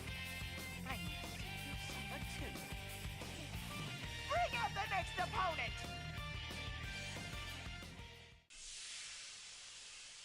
Suddenly a big cloud of smoke comes up. I can't see anything, not even the nose in front of my face. When it clears up a little, what I can see is a thin young person in a uniform. Oh! I know who that is. Now-chan! Whee! The ace detective. It's all right, Miss President. Now-chan is a friend of mine. Miss President must be nervous getting chased by a bunch of strangers. I gotta let her know Now-chan is a great guy who's on her side. Oh, except Now-chan's not a guy. She's a pretty girl. How could I make a mix-up like that? Yoo-hoo! Now-chan! Did you finish up your work and make it back in time? Jeez, in that case, you should have told... Why did Now-chan take a step back? Normally she'd open her arms and say, "Come get me, big boy." Well, maybe not, but she'd be happier to see me than this. That's quite an amazing shift in appearance. So much so that I'm disappointed in you. Now-chan? It's me, Teddy. Something seems scary about her. Is she exhausted from work? So I say hi to her like normal, but seems like it just puts her in a worse mood. I've never seen her look so grim. I had thought that your prank was harmless fun, but you were a shadow through and through. A shadow? It's because I'm a shadow? That's why she's looking at me like that? You took advantage of people's innocent desires to better themselves and dragged them into this tawdry tournament. It's almost impressive in its way that you could stoop so low as to make friends fight one another with that silly grin on your face. Did you think you could become a different person just by putting on a hat and a cape? You didn't even attempt to disguise your voice or mannerisms. You betrayed us. Is this Naoto actually saying this, or is it the distortion? Because Naoto's smarter, right?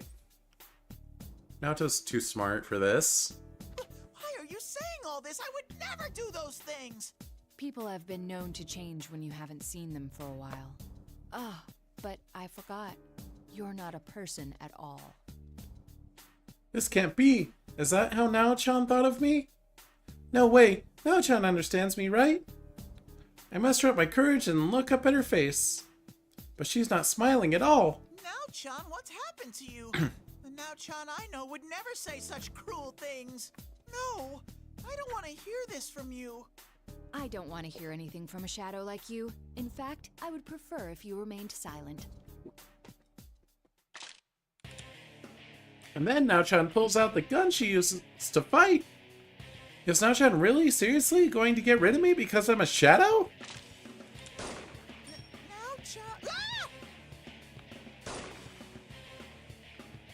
She's as serious as ever. She's actually going to eliminate me? Sure, I wouldn't mind getting beat up by a cute girl. But I'm his president's knight right now. I feel like I could cry, but I can't stand here and let myself get eliminated. Now, let's get this fight between friends underway. Yeah, I'm already on the verge of tears, and Rise-chan is just making it worse. I can't deal with this. Maybe Naoto was getting distorted. Like, Naoto's perception of Teddy got distorted. But Teddy was actually hearing what Naoto was saying. Maybe.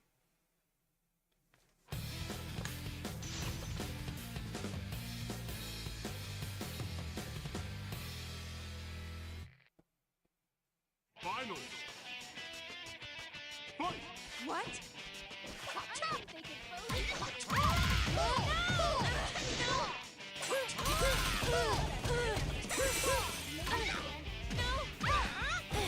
Wow, I can hit 2 heavies.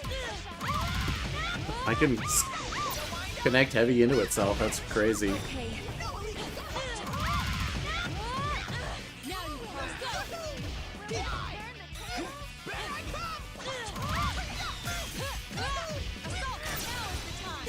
Uh-oh.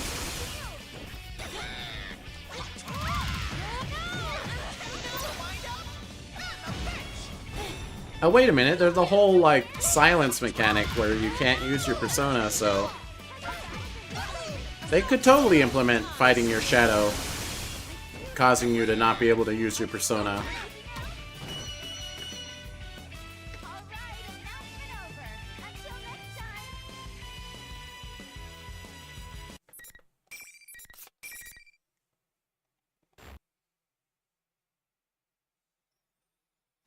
Awesome!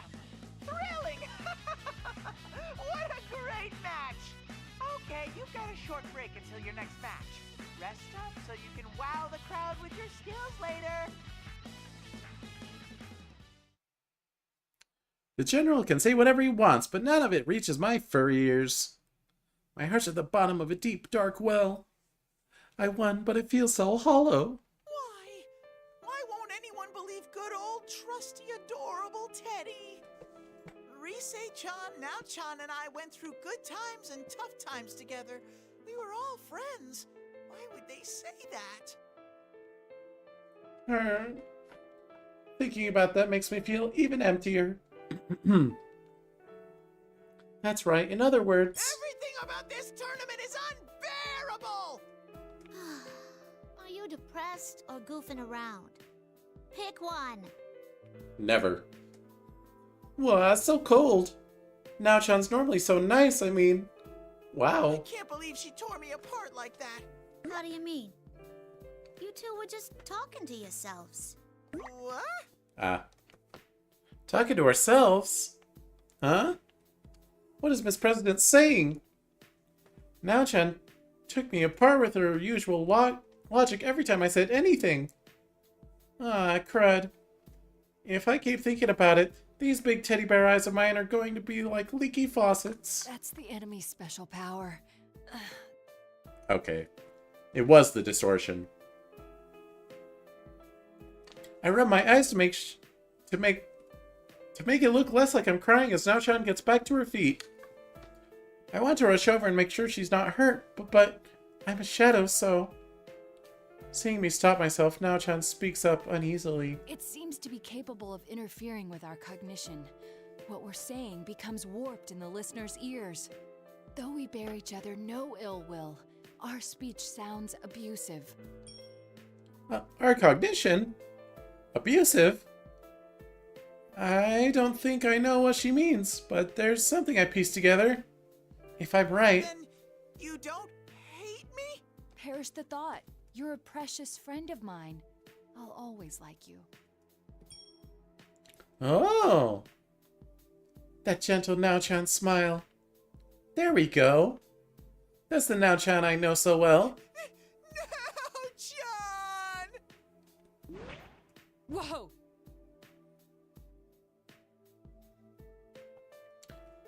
I can't hold back my overflowing passion anymore and dive right into Now-chan's bosom. To my surprise, her arms wrap around me. I might get away with this. Teddy, that tickles. Hey! Stop nuzzling your head against me! Now-chan! I'm against girls binding their breasts like this. And smack. It's none of your concern. Ugh. Aw, don't be that way. Just let me nuzzle a little more. Enough. Maybe I got a little carried away, and I was so close. As Now-chan fixes her clothing, she turns toward Miss President, who is watching us get all lovey-dovey. Excuse me for not introducing myself. It's nice to meet you. I'm Naoto Shiragane, a private detective. Hi. Isn't she elegant? Now-chan may not look it, but she's a girl. Huh? Hey, you're right. You're one classy gal. It's hard to notice, huh? But if they look close, anybody could tell how cute Now-chan is. I saw how cute Now-chan is, and I surprised Miss President too. So that's good enough for me. Well, enough about me. Now, you are? These weird people were chasing her, so I was acting as her knight. It's time to let Now-chan know how great I've been. Then she can tell me what a good job I've been doing as a knight. It's my grand adventure, where Sir Teddy valiantly protects Miss President from the three wicked people looking for the mysterious Labrys. But I only get as far as the pretty lady who mentioned Kirijo when Now-chan asked me to talk more about her. Oh, is Now-chan interested in my story? The fake Teddy was really worked up about those three for some reason. And they kept calling Miss President Labrys. It didn't make any sense to me. A major figure within the world-renowned Kirijo group was personally undertaking a search for something in this world. A world-renowned major figure? She seems surprised for some reason. Between Junes and that, I wonder which is higher up. I didn't even have to think about that one. I'm pretty sensitive to stuff like that after all. I mean, between a complete disappointment and a beautiful lady, if I line the two of them up, it's obvious which Dawn is higher ranking. I'm finished telling my side of the story, so now it's Now-chan's turn. Why is she here in this world? She said she was too busy with work. My teddy senses tell me that it has to do with those three strange people. So I guess you're looking for this Labrys too? A reasonable guess, but incorrect. I was investigating Kirito-san for other reasons. Whoa! It's rare for her to tell us about her work right out like that. Is Now-chan being so open because I was all mopey just now? Ah, Now-chan, I love how you look cool but have such a big heart. I'm falling for you even more. Labrys, huh? Is there anything else you can relate, Teddy and... Now-chan trails off there. It's even rare for Now-chan, with her keen mind and insight, to stop in the middle of a conversation. What does this mean? She was looking right at me when she stopped talking. Oh. Ooh, Now-chan, you sly devil. Oh my. What's that look about? I mean, your smoldering gaze was so intense. I love that expression on Naoto. Are you kidding me with this expression? Ah, the usual misunderstanding then. So, what's her name? Name? This president's name? Teddy, you've been with her all this time and never asked her name? Tut tut! Even if I don't know her name, Miss President is Miss President. That's... But it would make me happier to know your name. Let's hear it, Miss President. Miss President looks away awkwardly for some reason. Oh, I get it. It must be because I'm so smoking hot. But we've been together for such a long time. There's no need for her to be embarrassed now. I step even closer and look into her face again. I can see a slight blush on her cheeks and... Oh, wait. She is grimacing and about to speak. I don't remember. You don't remember? Wait, do you have amnesia? Have you forgotten your name?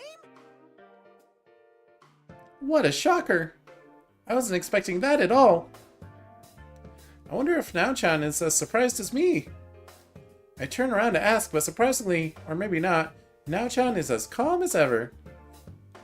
Yeah, I forgot Now-chan never gets shaken. I'm curious.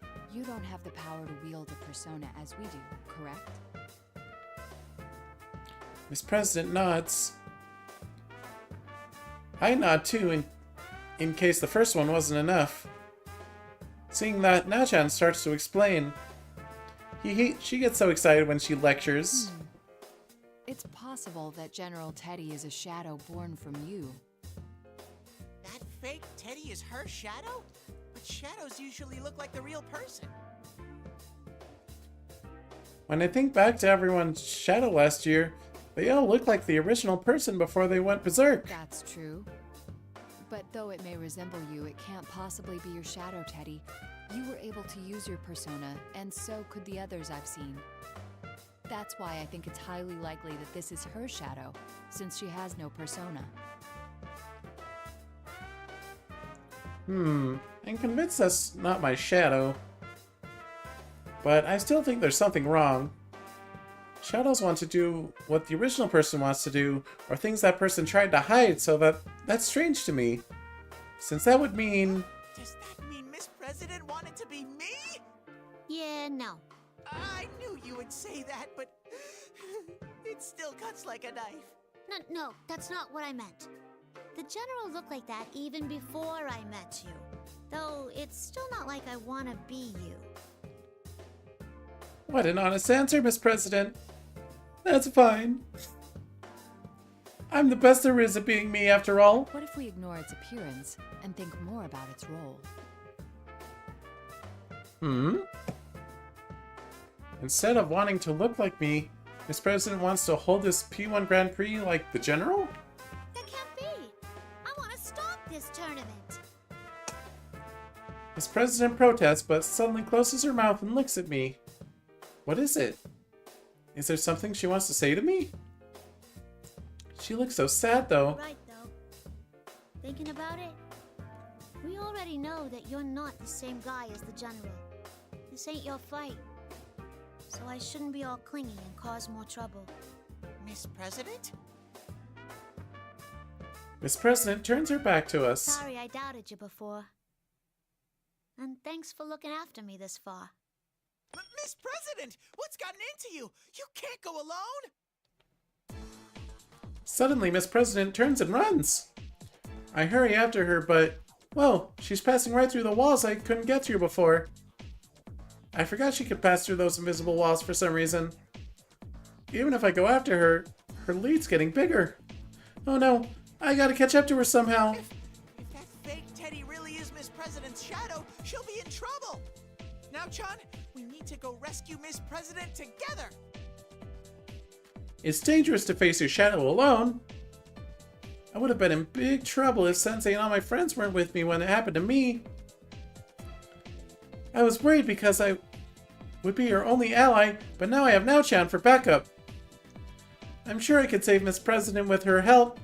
She's the one who figured out who the fake Teddy really is after all. But just as I'm getting excited, Now-chan sadly shakes her head. Why? Isn't she coming with me? Unfortunately, Teddy, there are rules to this tournament.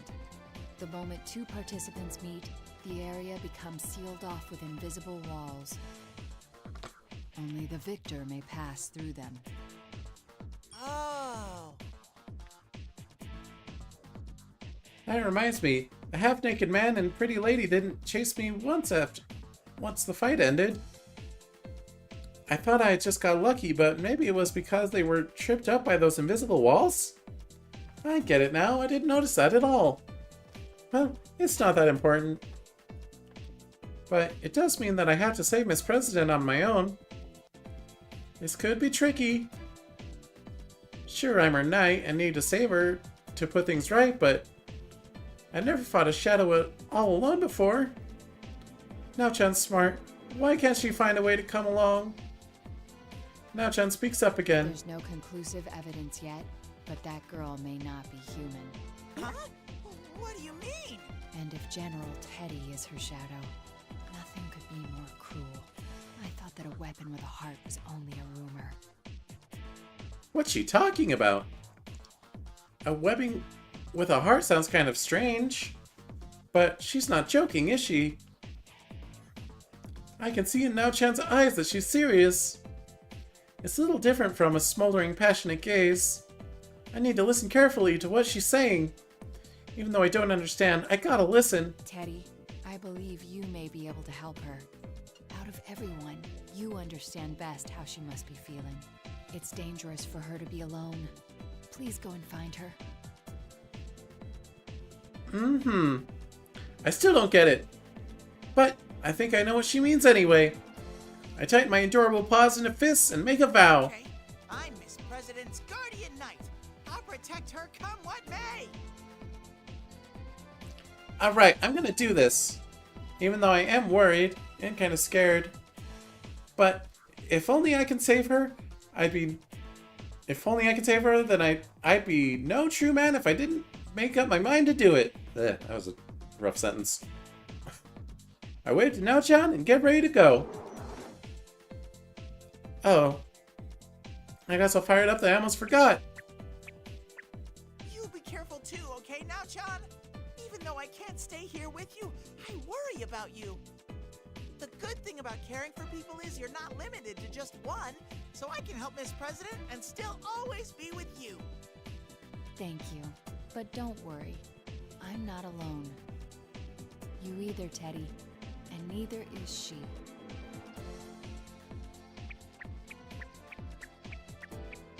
I'm not alone. Now-chan's words lit a tiny flame inside me into a huge bonfire. Now-chan and I aren't alone. And Miss President isn't either. So I don't need to feel lonely, even if I run after her all on my own.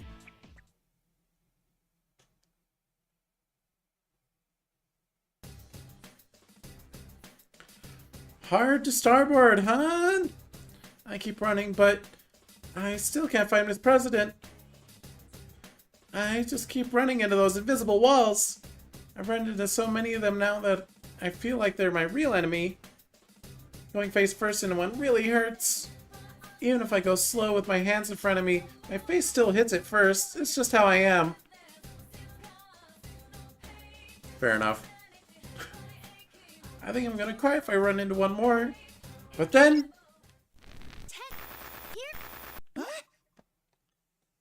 This feels familiar. My Teddy sense is smelling something. Please, Teddy! That's Risei-chan! I'm so glad I made contact with you. Oh, but you better quiet down. Oh, right. I immediately zip my lips.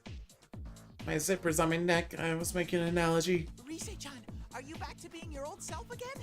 Do you know who I am? Because I'm not that general. Sure, I know who you are. I'm pissed about that knockoff bear using my voice, too. I'm so glad. Ever since this weird fake Teddy kidnapped me, I've been all alone. The others are fighting each other, too. I think they reuse that same recording every time. I mean, why wouldn't they? Oh my, she sounded angry for a second. My sexy voice must have soothed her nerves. She sounds so teary-eyed that she must have been pretty nervous. Looks like I've got to save her too. I'm sorry, Teddy. You must have heard some horrible things in my voice. Even though it wasn't Risei-chan's fault, I guess she still feels bad about it. She snaps at me sometimes, but she's nice deep down. A true man would feign ignorance at times like these. Not me, nope. Actually, it wasn't that different than usual. What kind of person do you think I am? Nice try, Teddy. Is she mad? Did I steer the conversation wrong? They do say a girl's heart is as pickle as a summer breeze.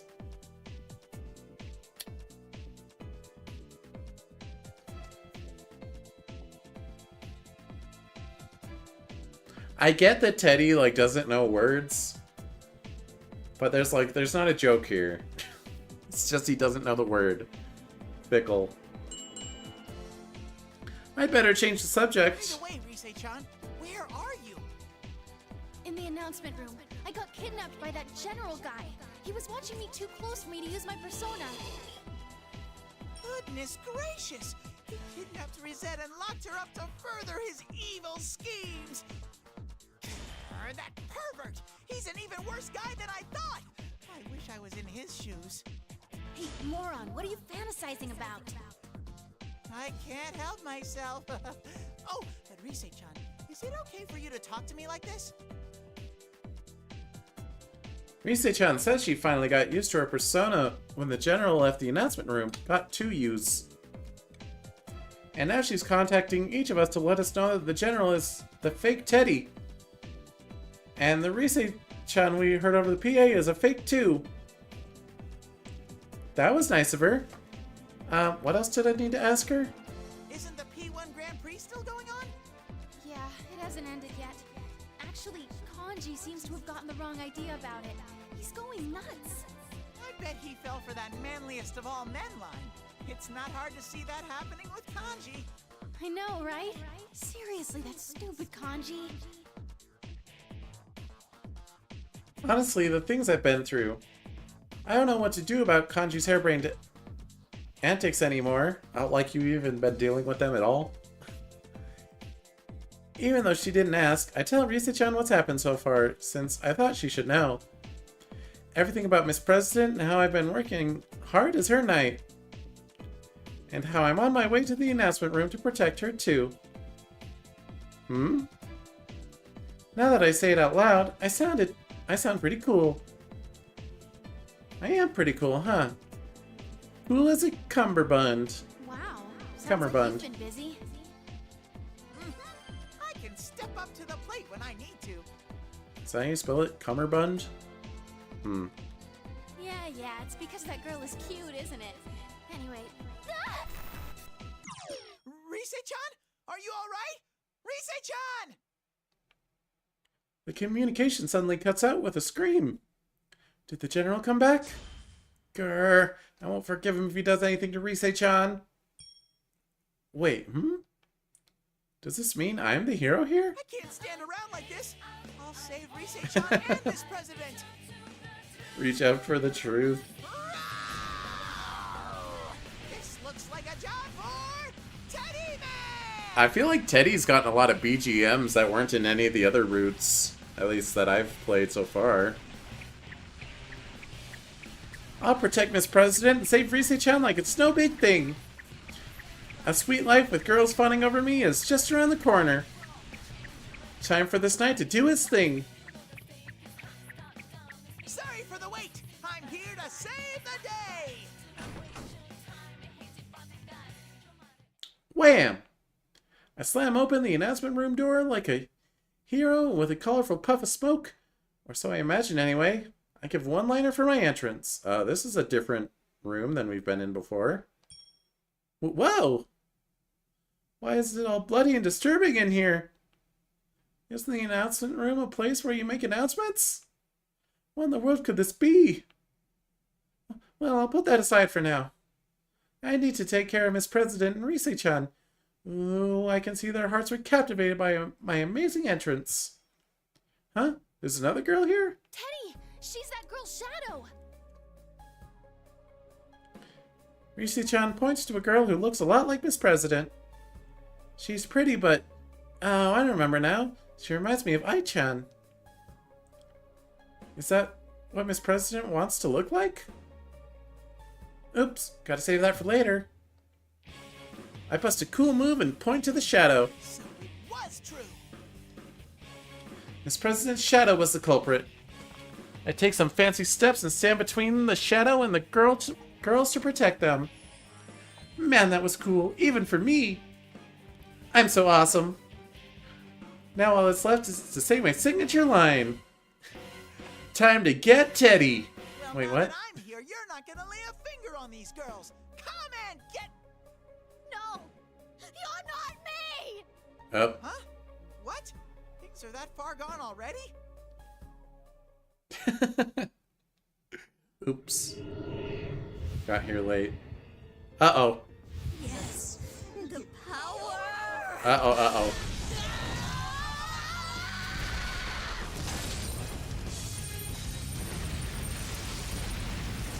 Well, this hasn't happened before.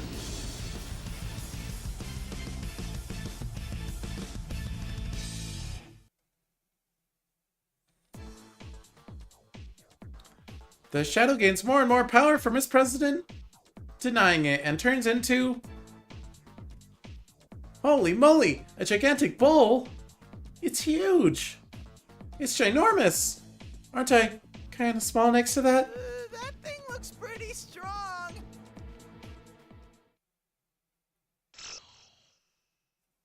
Don't. Well... given the late start I got today, and I gotta get up early tomorrow, I think that's where we'll call it. I don't want to start another route today. Yeah, it's fine. But we will go and test out Teddy's Super.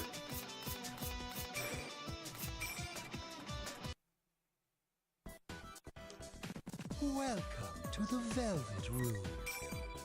This place exists between dream and reality. Picture in your head your own appearance as well as your alter ego, your persona.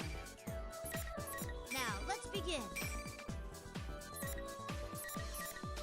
I wish you good luck.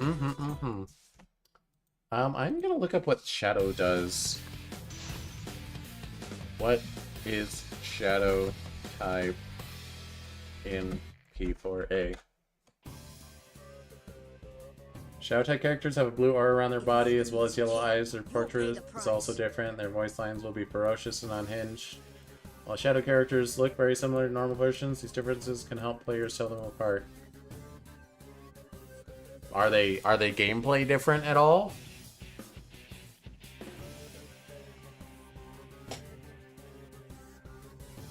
Some characters don't have Shadow versions. Some Shadow characters have different auto combos. Ah, okay. As a kid, you'll pay the price. Shadow characters have more life but deal less damage. Okay. Shadow characters get more SP. Shadow characters do not gain awakening buffs. Shadow characters always have access to awakening SP skills. Shadow characters can activate Shadow Frenzy. What is that? Mechanic unique to them that activate the same way normal characters activate burst. Their SP gauge turns into a timer. The more SP they have, the longer the Shadow Frenzy lasts. You'll pay the price. And they cannot use the insta-kill, the supers.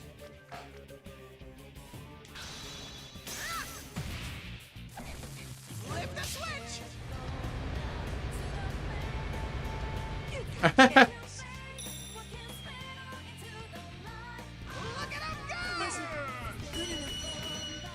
That's funny.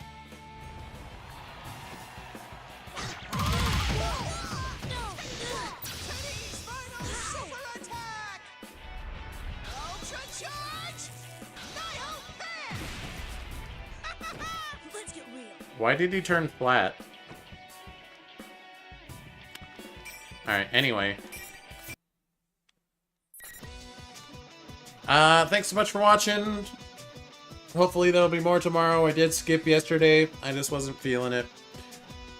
And then a lot fewer streams from then on, because I have to go back to being employed. Ugh. Alright. Thanks so much for watching. Until next time, Ferret out. Goodbye.